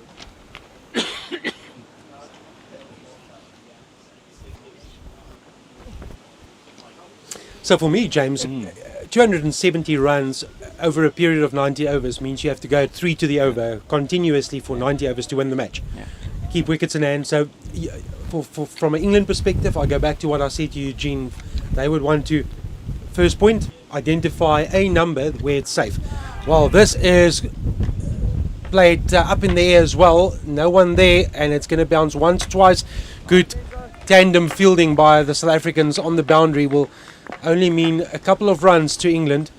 And that's what Farhan Ahmed is now showing as well. We've seen the intention from Jack Home. Farhan Ahmed is coming and playing the same sort of game. If it's there, if it's in my slot, if it's in my area, and I've identified it as a run-scoring opportunity, then I'll chase it. I'll go for it. And suddenly that lead is 2-2-2. Yeah. Well, it moves to 2-2-4. Too late to put the legs up? Yes, if you were an England supporter, and you would certainly want to have those legs up at double Nelson. And yeah, but as you say, he's taking the bowling on when it's there to be hit. He's trying to hit that one up in the air, but very safe. He advances again, doesn't quite get to the pitch of it. Opportunity for South Africa. It's taken. And it is Farhan Ahmed that perishes, going for the big shot over. I think it was supposed to go over long on or mid on. It actually spoons up into the air, and it's a very good catch taken by Ngobani Mokoena at right in front of us here at a deepish mid-off position. And Chad Mason picks up his third of the innings, 3 for 86. Again, it just beats him in the flight. It dipped before he got to the pitch of the ball, still carried on with the shot, Farhan Ahmed.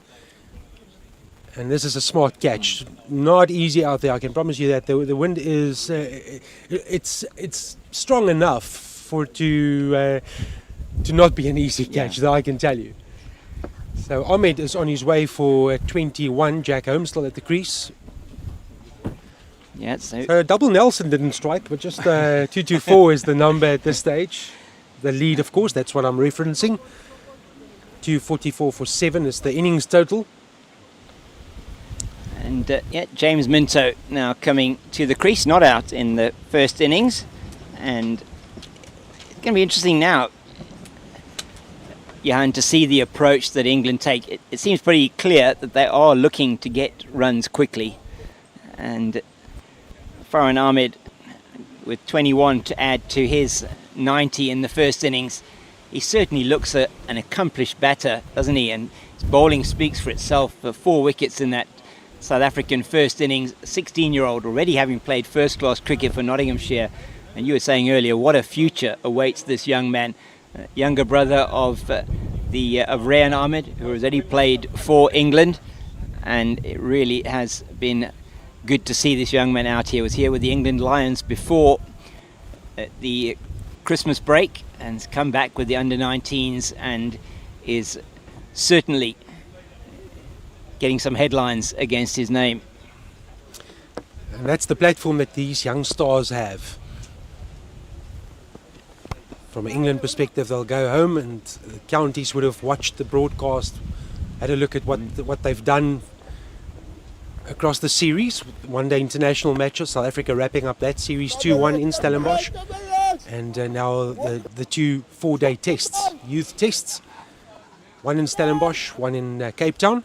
245 for 7. James Minto picked up the last wicket to fall in the South African innings earlier this morning.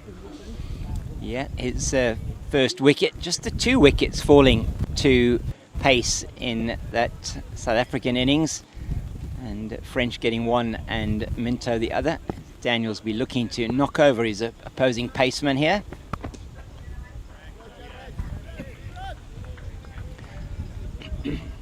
Lead of 225. Ray Daniels into his 11th over. Just amazing, James, how cricket can change. Day one going into day 2. Your opening pair take 9 wickets between them. Yeah. Different story a day later. Daniels with 1, Mokoena wicketless. 3 to Mason, 1 to Rolls, 1 to De Villiers. Every day is a new challenge. It is indeed, and it just goes to show how great this 4-day game is, or the red ball cricket is, that you maybe didn't contribute, or you don't feel that you contributed with wickets in the first innings. You come back in the second innings. Somebody like Mason, for example, comes back. The spinners didn't get any wickets in the first innings. He comes back, he's been given an extended spell, and he manages to take those 3 wickets. Really good for him. Rouse gets a wicket. So they're all contributing in this bowling attack. And I think umpire Ntuli is going to have a bit of a look at where Raik Daniels is following through there. Daniels certainly will not want to be following through in that region. They're going to have to be batting last on this wicket. So he wants to try and get himself off the pitch as soon as he possibly can.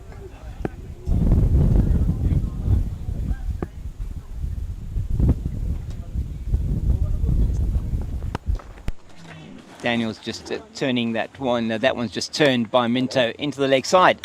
And there is no run. So Eugene Molian is joining me. Johan Ferreira just be taking a break for half an hour and then may well be back with us for the last few moments or minutes of this game. I know 5 o'clock finish, but they bowl the 90 overs, do they, in the day? 10 overs to go. There we the go. End of this. I try. You think I'm away, just resting away? I'll go and find out a lot of details for you, Cape Fox. Absolutely, you do. You do. And I'm told that it should be up to over 73 all the time. And I think with it just being half an hour still to go, I think it's going to be more the overs that we're going to concentrate on. And, well, what was your view? Just watching at this, it looks like England are scoring or trying to score very, very quickly. Yeah, 100% right. I'm not so sure if that will be my attitude. I still be saying, put us into a position where we can maybe even dictate matters a little bit tomorrow, and you can then decide whether you want to go score quickly or not. I don't know. What's your take on it? Well, we were talking a little bit about it, and I mean, I was sort of personally thinking, if they get to a lead of 270, let's just have a by the end of play this evening. They won't put South Africa back into bat this evening. I mean, that's not really in question. I think that will be giving South Africa too much of an incentive, perhaps, from a runs point of view. But if, say, they're bowled out and they've got a lead of 270, they bowled out for the last ball of the day today, they'll feel they're definitely in the ascendancy, England. 3 runs and over, 90 overs in the day tomorrow, 2 quality spinners. Pitches taking spin, we've seen that. We've seen the bowling from Chad Mason. We've seen the drift that he's getting. We've seen a little bit of turn. And you just sense that Ali and Ahmed and Vaughan, they will be doing the majority of the work tomorrow.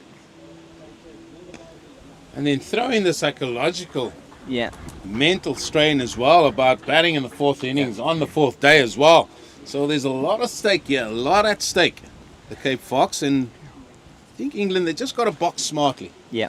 They've got a lead of 225, as we see there, and they just got to box smartly to say, listen, we've got a half an hour, so 10 overs to go to the end of play. And then we can look at matters again, assess it. As you said, there's 90 overs. I certainly would be saying to my batters out there, don't give it away. Let's make sure that we are working for our runs. We're not going to give South Africa anything. We don't want to give them anything. I think perhaps that Farhan Ahmed maybe just wasn't there for him to hit. So. How often don't we see somebody that scored big runs in the first innings often doesn't get it right in the second innings? Absolutely right. I mean, and there was... he felt that he could go for the shot. He just was not in the right position to play it in the end. And you have to give credit to Chad Mason as well. Bit of drift, moved away a little bit from the right hand, got the bottom end of the bat up into the air. McQuena took a good catch. So South Africa will feel now they get one more, and we were talking about it as well. I mean, if you look at what happened in the first innings, England 273 when they lost their 7th wicket, 299 all out. So they lost their last 4 wickets for the addition of 26 runs. That may not happen again. But there is a possibility that it could just half an appeal there. Yeah, too much bat there for. Yeah. Bashir says no. So just the 9 overs still remaining. Yeah, and I think it's always just about putting yourself in that position. Whether it is with a bat and with a ball. And I think South Africa has bided them some time here by picking up those wickets. Yeah. And now England just got to reassess, and I think that's what they're doing now, taking over just to reassess how they're going to go about matters as well. I've got a feel for that, for the security here. They got to be observant of every ball, unfortunately. And doing a fantastic job of the security people, making sure that nobody's interfering with the teams, and Oh, nobody's interfering with you. Or me either. Or No. trying to get to the whistleblower. That's true. They're not. You've got to keep the fans away from him. We do. We got to. We also got to make sure that the security around us when we make some big calls here in terms of what's happening out there on the field. I plead the fifth.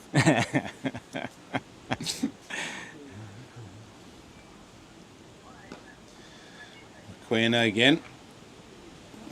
I just love his energy. He's into his 9th over now, 21 runs conceded.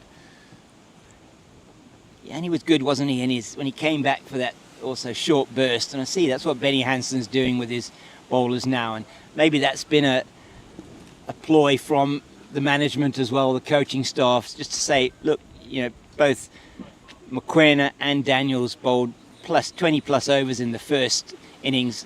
We know it isn't moving around. Oh, chalk that cue. Okay. Some chalk for that cue. Yes, well, I've been watching when I've been watching some of the SA20, the games that I haven't had the privilege of being able to go to, as the wind causes a few issues there for us. I think it was more me, I'm sorry. Oh, sorry, I thought it was the wind. And you talk about chalking the queue. There is they've got a series at the moment of features on the local satellite television network, and featuring South African heroes. I'll come back to that now. And a lady called, I believe, Tasneem Solomons is on there. She won the World Professional 8-ball pool championship, and one of our world champions from South Africa. So chalking the cues reminded me of that. Always good to see those fantastic stories about sporting heroes that you have, not just in South Africa, but from around the world.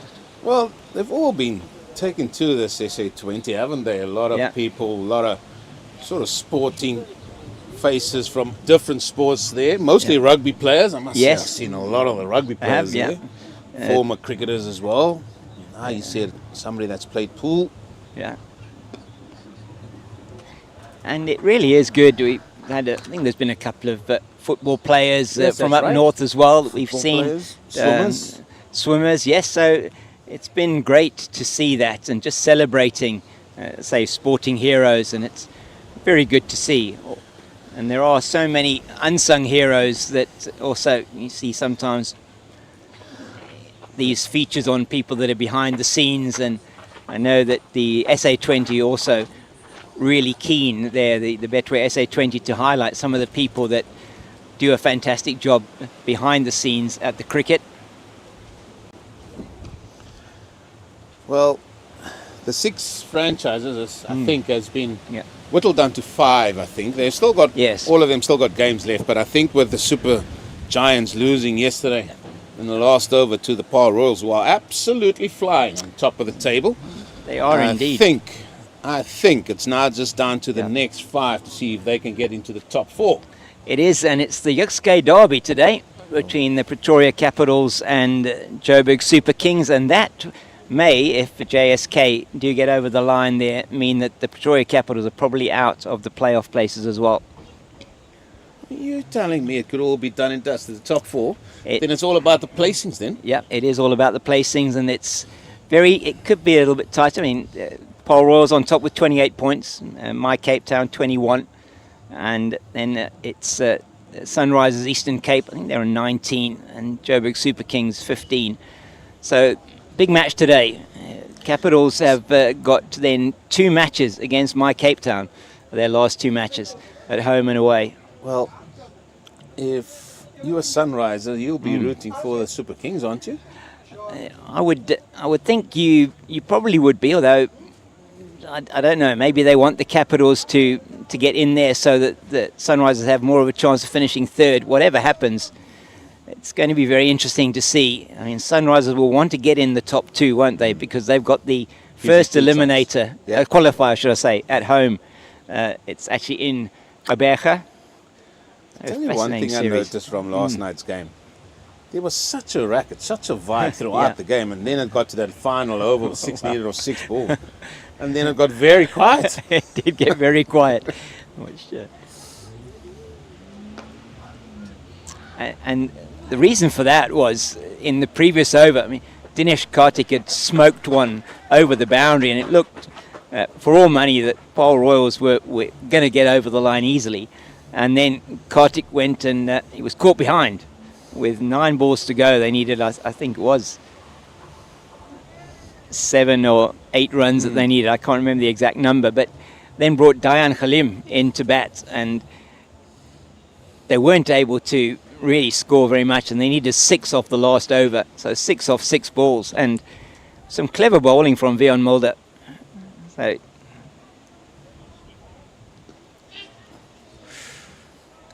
Tell you what, it got down to 3 balls and 2. Oh, sorry, Yeah, 2 balls and 3 runs. It got to. that's right. After Daisy decided, no, he'll just let swing and a miss at a couple, and then he did get one in his arc, and he did. hit that almost into the grandstand. Yeah, it was a fantastic shot to finish off the game. And I think what's been so good, and just looking at these young SA under-19 players, and we probably mentioned it a few times on commentary, but you look at players like in the Royals team, like Luandre Pretorius opening the batting, Kwena Mapaka opening the bowling. You've got Ngaba Peter, also the leg spinner that played in the game when the Royals only bowled spin for the entire 20 overs. First time ever. Yeah, first time ever in South Africa, which is quite something. In a country where pacemen are normally hold sway. So it's really a fantastic opportunity. You look at some of the other youngsters that have been signed up as the rookies. Tristan Lees with my Cape Town, Steve Stolk. I think he did get a run with the Capitals. I think it might be. Yeah. So it's just a pity from that point of view. There's a lot of rookies that haven't played it, and they gaining experience learning-wise off the field, and just like to see them on the field and pressure. The Sunrisers, Patrick Kruger now injured. They brought Tony DeZorzi in, and maybe it's interesting to see if they do play him up the top of the order with Zach Crawley being in such. He's not having a very good season. Oh, that's an interesting one. Hope it goes well for Tony DeZorzi, but an all-rounder being replaced by a top-order batter. Yeah, very interesting. Seem to have their bases covered from a bowling point of view, the Sunrisers. And Obani Mokoena, so impressive in that first innings, Eugene, for South Africa. He's impressive as well in this innings. 9 overs, just conceded 22. And as I said, I love his energy. He still runs in like it's his first over. The ball is 66 overs old.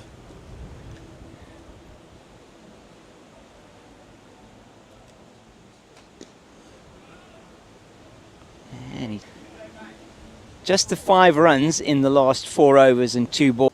I was looking at his numbers, Eugene, and actually impressive from a batting point of view at first class level as well. And playing for Worcestershire, he's played 2 first class matches, only 3 innings, but got 45 with a top score of 29. For an 18-year-old making his way in the county circuit, hasn't really got any runs at List A level, but only batted once in a List A game. But certainly in the 4-day matches, looks like he's got some kind of batting pedigree.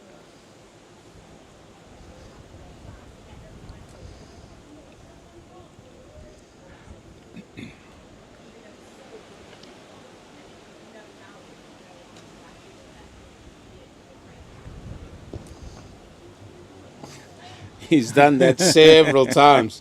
He has done that several times. Ball hit back to him, and he just flings it at the stumps, or tries to anyway. A bit of exercise there for Letabo Pahlamahlako. Yes, I hope I got that right. I've been getting it right all day. Pahlamahlaka. There we go. There we go. Got it right that time. I interviewed him in the first SA Schools was the SA Colts game. Yeah. That could be given as a wide, It is shown as a wide by the square leg umpire, and now it is a standing umpire that will indicate that. Yeah. So I presume you just called him Letabo. Not at the toss. At the Okay, toss, yeah. I did try. Yeah, I have to say, I did do a lot of homework after that. very good. And now I can fluently say, Letabo Pasla Maslako. There we go. Very good. Very good. We all have to learn and make sure we can get the pronunciation correct. That's correct. Slower ball.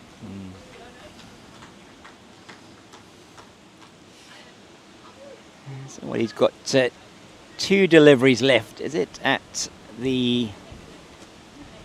Ali? And just 258 there.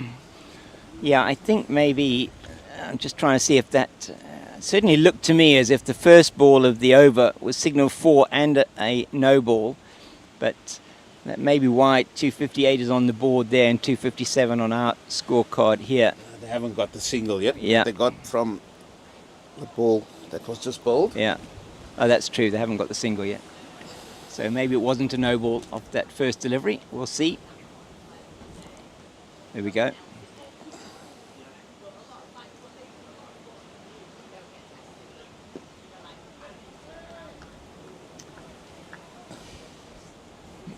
Yeah, South Africa, 4 overs left after this? If they play it, they will play all the overs, will they? Or they stop at 5? No, it's all the overs. It's overs or time. So, okay. So there's always a minimum requirement. Yeah. And the minimum requirement is either 5 o'clock or the 90 overs that need to be bowled in the day. Obviously, they lost 2 overs due to the change in. And what has been impressive is that they have been generally getting those 90 overs in. Oh, it's been refreshing. In the day. It has been refreshing, hasn't it? And now they had the injury there to Van Schalkwyk. That Yes. took a little bit of time, Yeah, and hence that's why we're probably just going to be slightly over. But, I mean, fair dues to both these teams. I mean, England have been very good with their over rate, but yeah, they've bowled the majority of that with spin, Ali and Ahmed. Well, around the wicket. All right, interesting. You're going to give him a short one, or is this just a 3-card trick? Let's go for the bluff. Yeah, let's go for the bluff, absolutely. And that is the end of the over. So wasn't a no ball at the beginning of the over. Apologies for that. 4 to go. 24 balls left in the day's play. For South Africa, they will be wanting to get past this over and then 1 ball of the next. That's what they'd be thinking. Yeah. I'm looking at men like Babulia, looking at Yuri van Schalkwyk. Definitely. They don't want to have to come out and face 1 over or 2 Imagine overs that. this evening. Definitely not, no. Well, James, I said not so long ago, if England get past the 250 with the actual score and even close to 250 lead, it looks like we're edging that way. Yeah, you called it, Eugene. This is that pretty much where you expected them to be at the end of the day's play. And even though they have probably just slowed down slightly, although Jack Home, 25 off 33, is on strike now. I think they're happy to give him the single, and they want to bowl to Tazeem Ali. They'll only be happy if they get a few catches in, which Yeah. it looks like they are doing. Yeah, I think that's wise. So it's slip, short leg goes in. I'd like to see maybe a man on the drive on the offside. Yeah, I think that man at that sort of, not really at a short extra cover, is he? I think he needs to be a bit further in, maybe. Oh, just standing on the pitch there, Yeah. on the square, as one would say.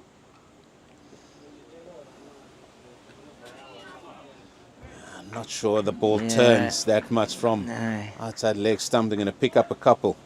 And he's striving for his 5 for now. Yeah. Sitting on 4 wickets. Just want him to stick with what's worked for him, don't you? He's got a couple of his wickets with a delivery that's been just outside that off stump and drawn the batter forward to try and play the big shot and put it up into the air. He goes again. Just get it on off stump. Get it on off stump. Even if you have to come wider from the crease. Yeah. angle it in on off stump, and then hopefully maybe it straightens from there. Get the batter to be, you want him to come forward, you want him to take you on actually. Doesn't look like Ali will want to do that though.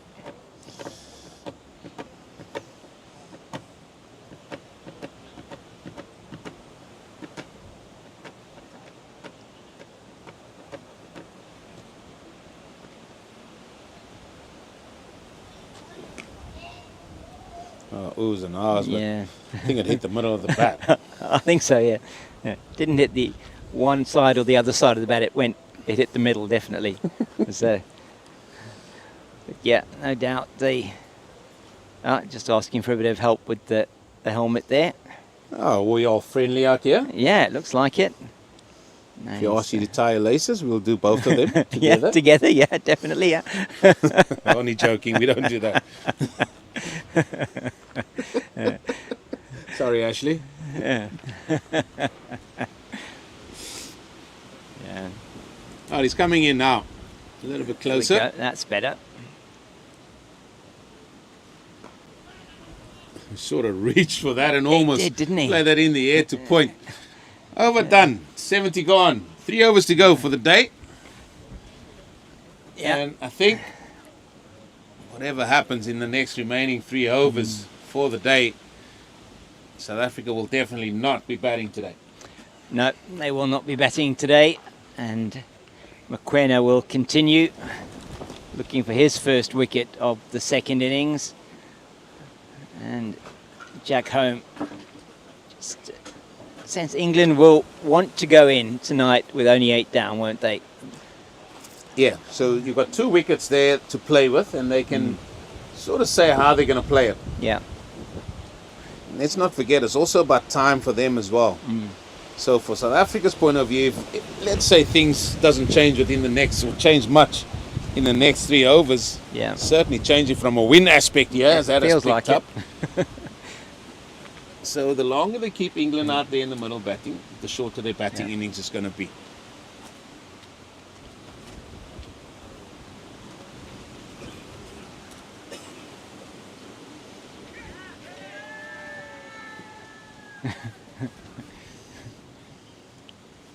Yeah, I mean, they need to get the choir going better than that if they're wanting to try and influence the umpire.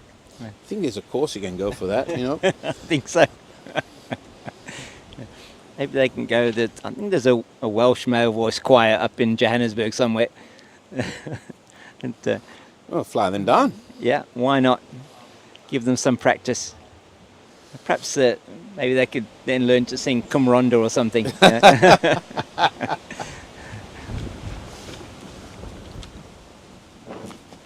Oh, hello. Yeah, A little bit of zip there. yeah, definitely. Late in the day. Yeah, put his back into that one. That was probably one of his best bounces of the day. Tell you what, won't be the last one in this over.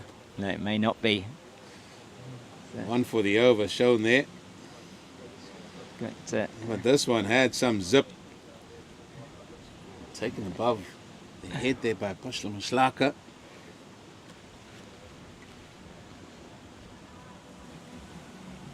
yeah, Raik Daniels here on the boundary, just to our left.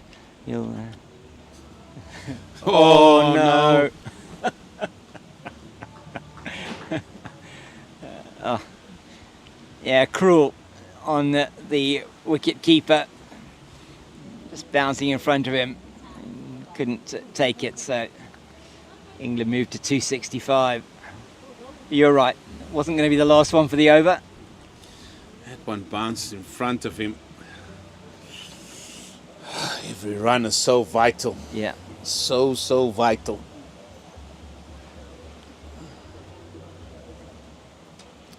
lead with 245. So South Africa looking like, yeah, they'll probably be chasing somewhere in the region of, oh, it's just edged and goes down to the man at third here, and they're coming back for the second. That was good running from England and a good throw in from the boundary as well. So come through for 2. Jack Home keeping the strike. Doesn't want to expose Tazim Ali, it seems, to Mokoena. He wasn't the worst either with the bat, Tazim Ali. Yeah. Like I said, some of these guys will probably bat higher up at the schools or the provinces, and just the makeup of the side here has basically said you'll bat lower down the order. We saw good contributions from South Africa's 9 and 10 this morning. Partnership of 47 for the 9th wicket. Oh, wow. What a shot that is. Lovely. All along the carpet. Beautiful shot. That takes the lead past 250 now. There we go. That's the number that was predicted earlier on today by Nostradamus Molion here to the right of me. And fantastic. It has been very interesting to see how England have gone about constructing this innings.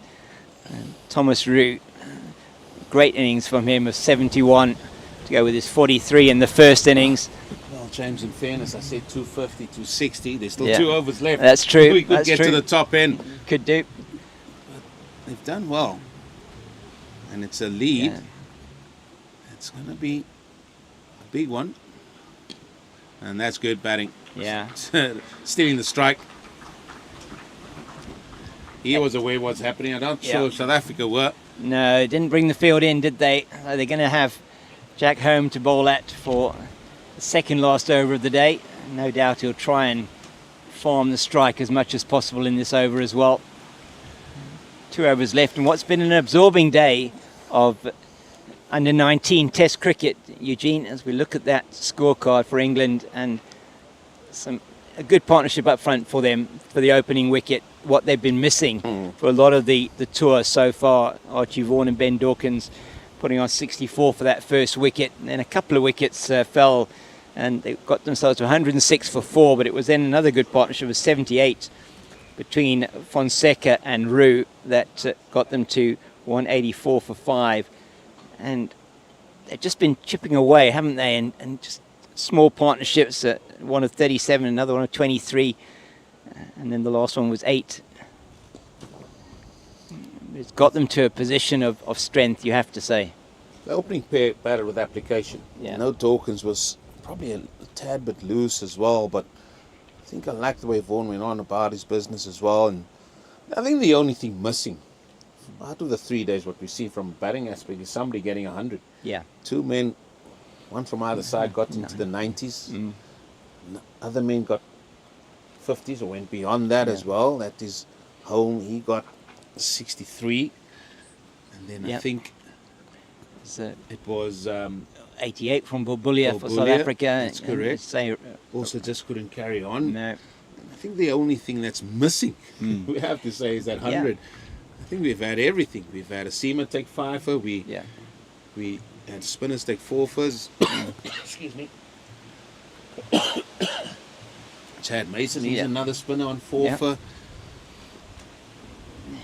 And that's exactly what you want to see, don't you, in this format of the game? As you say, everybody has a contribution to make. And certainly you've seen that in both of the, in all the 3 innings that we've seen so far from a bowling and batting point of view. Yeah, and I think we have to say great thanks to the organisers as well. This 4-day game was due to start on Monday. They shifted a day earlier to give it a little bit more of a break between the 2 test matches. And I think that's good because these youngsters will not be used to that, and they can have an extra day of rest after this match has concluded. I'm sure they'll give them 2 days off and then start working on whatever they need to work on after.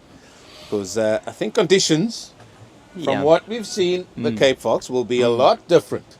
Yes, they will be. Western Province Cricket Club.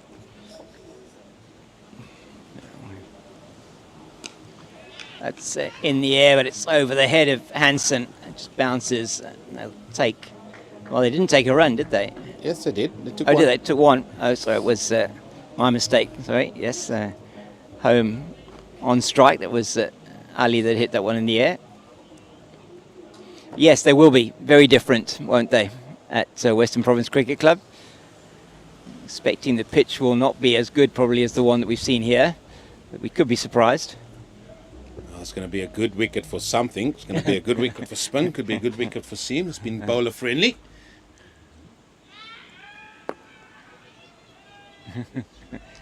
Just something stuck in the throat there. I think so. We do apologise. That brings us to the final over. The final over of the day. And who's going to bowl that final over? 274 for 8. Yeah, 274 for 8. That's a 254 lead, Mr. Molion. And it's exactly where you expected England would want to be. Perhaps they would have wanted to have had a couple more wickets in the bank, but I think they'll be happy with their day's work. The last 2 South African wickets only conceded a lead of 20 to South Africa, and you would have to say, if you were looking at a 4th day target to achieve, you would have to say 250, 260 is not going to be obtained probably 8 or 9 times out of 10. It's very rare that you get a winning score up and around that region. So it will be interesting to see. Well, what we're going to have, we're going to have a game in our hands tomorrow. We will. Come day 4. So if you're in this area, come down here to the Coetzenburg Oval, come and view potentially the next best of Proteas out there who could potentially be representing the current country at senior honours as well as England. As we heard Michael Yardy said, it's not just about this tour, it's about future tours to come. And it's going to be Mr. Jason Rolls who's going to be bowling, and that brings a smile to Johan Ferreira. He says whenever this man comes on, something happens. And he's going to be bowling to Tazim Ali. Yeah, and if a wicket does fall in this over, then it will be the close of play. So that's it, done and dusted. England have achieved what they wanted to do. Bats through to the close. I'll be coming back tomorrow, irrespective. Oh, it's very slowly. Yeah, very slow. Very, very slow. Wind has sort of changed a little bit in direction after the today. Can't keep up with this. Can't keep up with it. Coming over the right shoulder of Jason Rolls at the moment. Yeah. So now you'd have about 5 men around the bat now, wouldn't you, Eugene? I mean, last over of the day. Oh, 100%. I would say I would tempt him now. Have a go over the top if you Number want. 10 in there. Yeah, have an in-outfield completely. You know, they're trying to bring men in. They're very reluctant. They are, yeah. I see that. Yeah.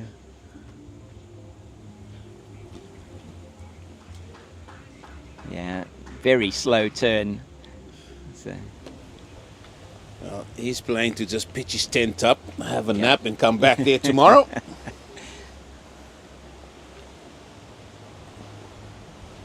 Left arm over the wicket. Now, if you're doing this, I would stick somebody at leg slip. Yeah. Don't have that.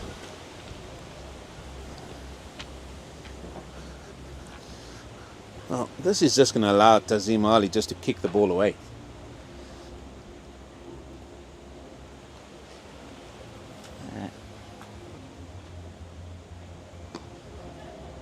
And he darts that one in this time. I've been sort of floating it up for the first 3 balls of the over.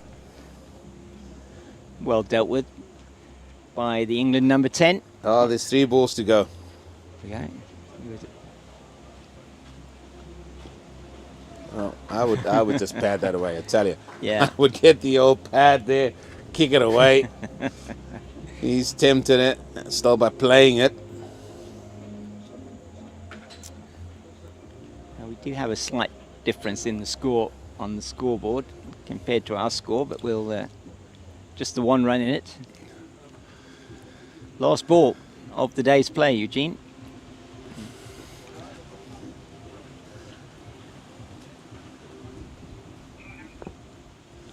Yeah, not sure what the discussion is. Here we go, final ball of day 3.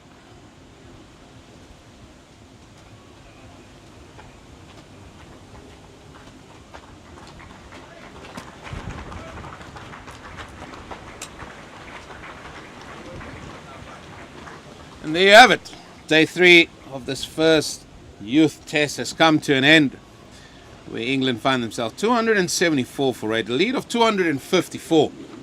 And it's been a great effort by them. They've put a benchmark out for sure, and they've put the total out. Tomorrow morning they're going to have a decision to make. Do they bat on? Yeah. Which I think they should do. Yeah. They've then got to decide which roller they put on. Is that going to change the way the pitch plays? But there it is.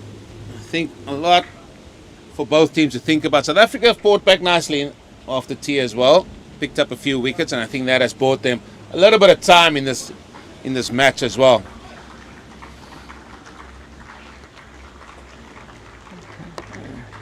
And the England team very happy with their batters and the efforts they put in today. South Africa also, I think, can be proud of the effort that they put in the field. Never flagged, and they were really up for it, most certainly. And it is going to be an intriguing day's play tomorrow. Thanks to Eugene and to Johan Ferreira, and from us all here at Coetzenburg Oval, it's a goodbye for this evening. We'll see you tomorrow morning for the final day's play in this